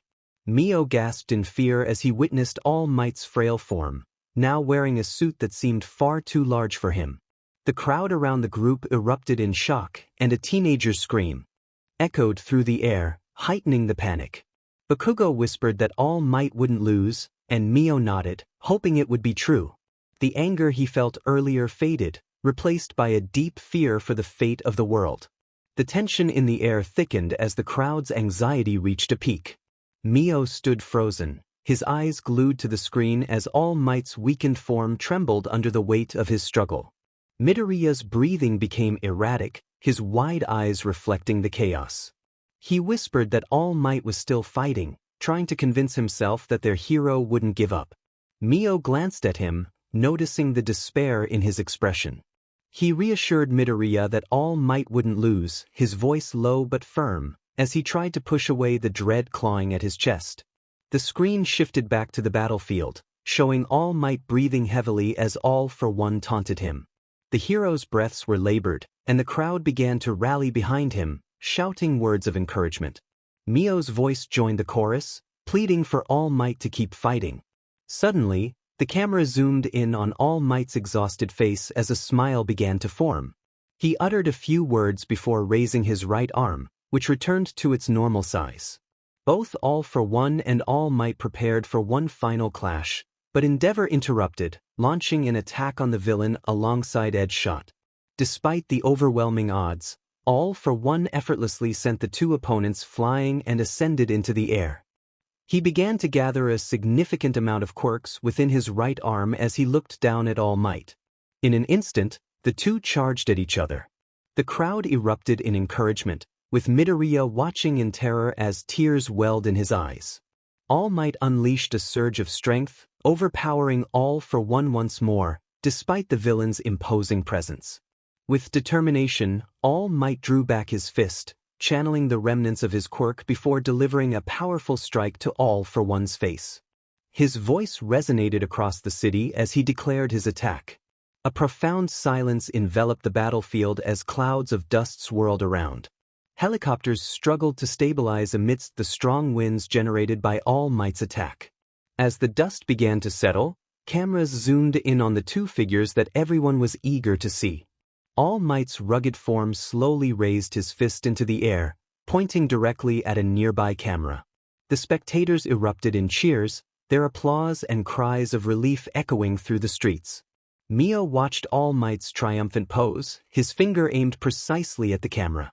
He turned to Midoriya, who was struggling to contain his emotions, and nodded, conveying that it was now their turn to step up. Mio Ukiyo sat in the police station lobby, his legs bouncing restlessly as he stared blankly at the floor. The harsh, sterile light of the room felt overwhelming. He had nowhere to go. Mrs. Hoshino was now labeled a wanted criminal under the alias of Separate. He clenched his fists, his nails digging into his palms as he fought against the frustration, confusion, and heartbreak that threatened to consume him. There was no one waiting for him anymore, no one to care for him. The station buzzed with quiet activity around him, but it felt like a different world entirely. Officers moved past, carrying files and engaging in hurried conversations, but none of it registered with Mio. His chest felt heavy, as if the weight of the day's revelations had physically anchored him to the chair. Mio Ukiyo. He snapped out of his trance, looking up to see his homeroom teacher standing before him. "You're coming with me for now." Mio stared at Aizawa, unsure of how to respond. The thought of leaving the cold confines of the station felt daunting. He wanted to argue, to assert that he didn't need anyone's pity, but the words caught in his throat. Okay, he finally managed, standing up slowly. Aizawa nodded and turned to lead Mio toward the exit. As they walked, the sounds of the station faded behind them, replaced by the dull hum of the night outside. Where are we going? Mio asked, his voice low and hesitant. My place, Aizawa replied. Just for now. Until we sort things out. Mio nodded silently, following his teacher to the car. He climbed into the passenger seat and leaned his head against the headrest. Sorry if I'm being a burden, he said, glancing at Aizawa, who remained focused on the road. You're not a burden, Aizawa replied flatly, his eyes never leaving the road. His tone was straightforward, yet there was a calmness that made his words feel sincere. Mio looked out the window, watching the city lights blur together as they drove. It feels like I am, he admitted quietly. Everything that's happened. It feels like I just bring trouble everywhere I go. Aizawa let out a small sigh. You're a kid, Mio. You're not responsible for what other people do, even if they're close to you. Mio's hands clenched in his lap. She raised me. His voice cracked slightly. And now? Stop blaming yourself, Aizawa interrupted, his tone firm but not unkind. Mrs. Hoshino made her choices, not you. None of this is on you. The car fell silent for a moment, the low hum of the engine filling the space. I don't know what I'm supposed to do now, Mio said finally, his voice barely above a whisper. One step at a time, Aizawa said. You focus on school, on training, and on being the hero you want to be. The rest, we'll figure it out. Mio nodded, resting his head against the window, closing his eyes and drifting off into a temporary sleep. Let down and hanging around. In a world filled with uncertainty, the characters found themselves grappling with their emotions. Each moment felt heavy, as if the weight of their struggles was pulling them down. They wandered through their surroundings, lost in thought, contemplating their next steps. The atmosphere was thick with tension, and the air crackled with unspoken words. They were caught in a cycle of doubt and fear, unsure of how to break free. The shadows of their past loomed large, reminding them of the challenges they had faced and the ones still ahead. As they moved through the landscape, they encountered obstacles that tested their resolve. Each confrontation was intense, pushing them to their limits. They fought with determination, their movements fluid and precise, embodying the spirit of warriors ready to overcome any challenge. Despite the chaos around them, there were moments of connection. They shared glances that spoke volumes, conveying understanding and support. In those fleeting instances, hope flickered like a candle in the dark, reminding them that they were not alone in their struggles. With each passing day, they learned to navigate their emotions, finding strength in vulnerability. They began to understand that it was okay to feel lost, as long as they kept moving forward. The journey was far from easy, but they were determined to face whatever lay ahead, united in their quest for a brighter future.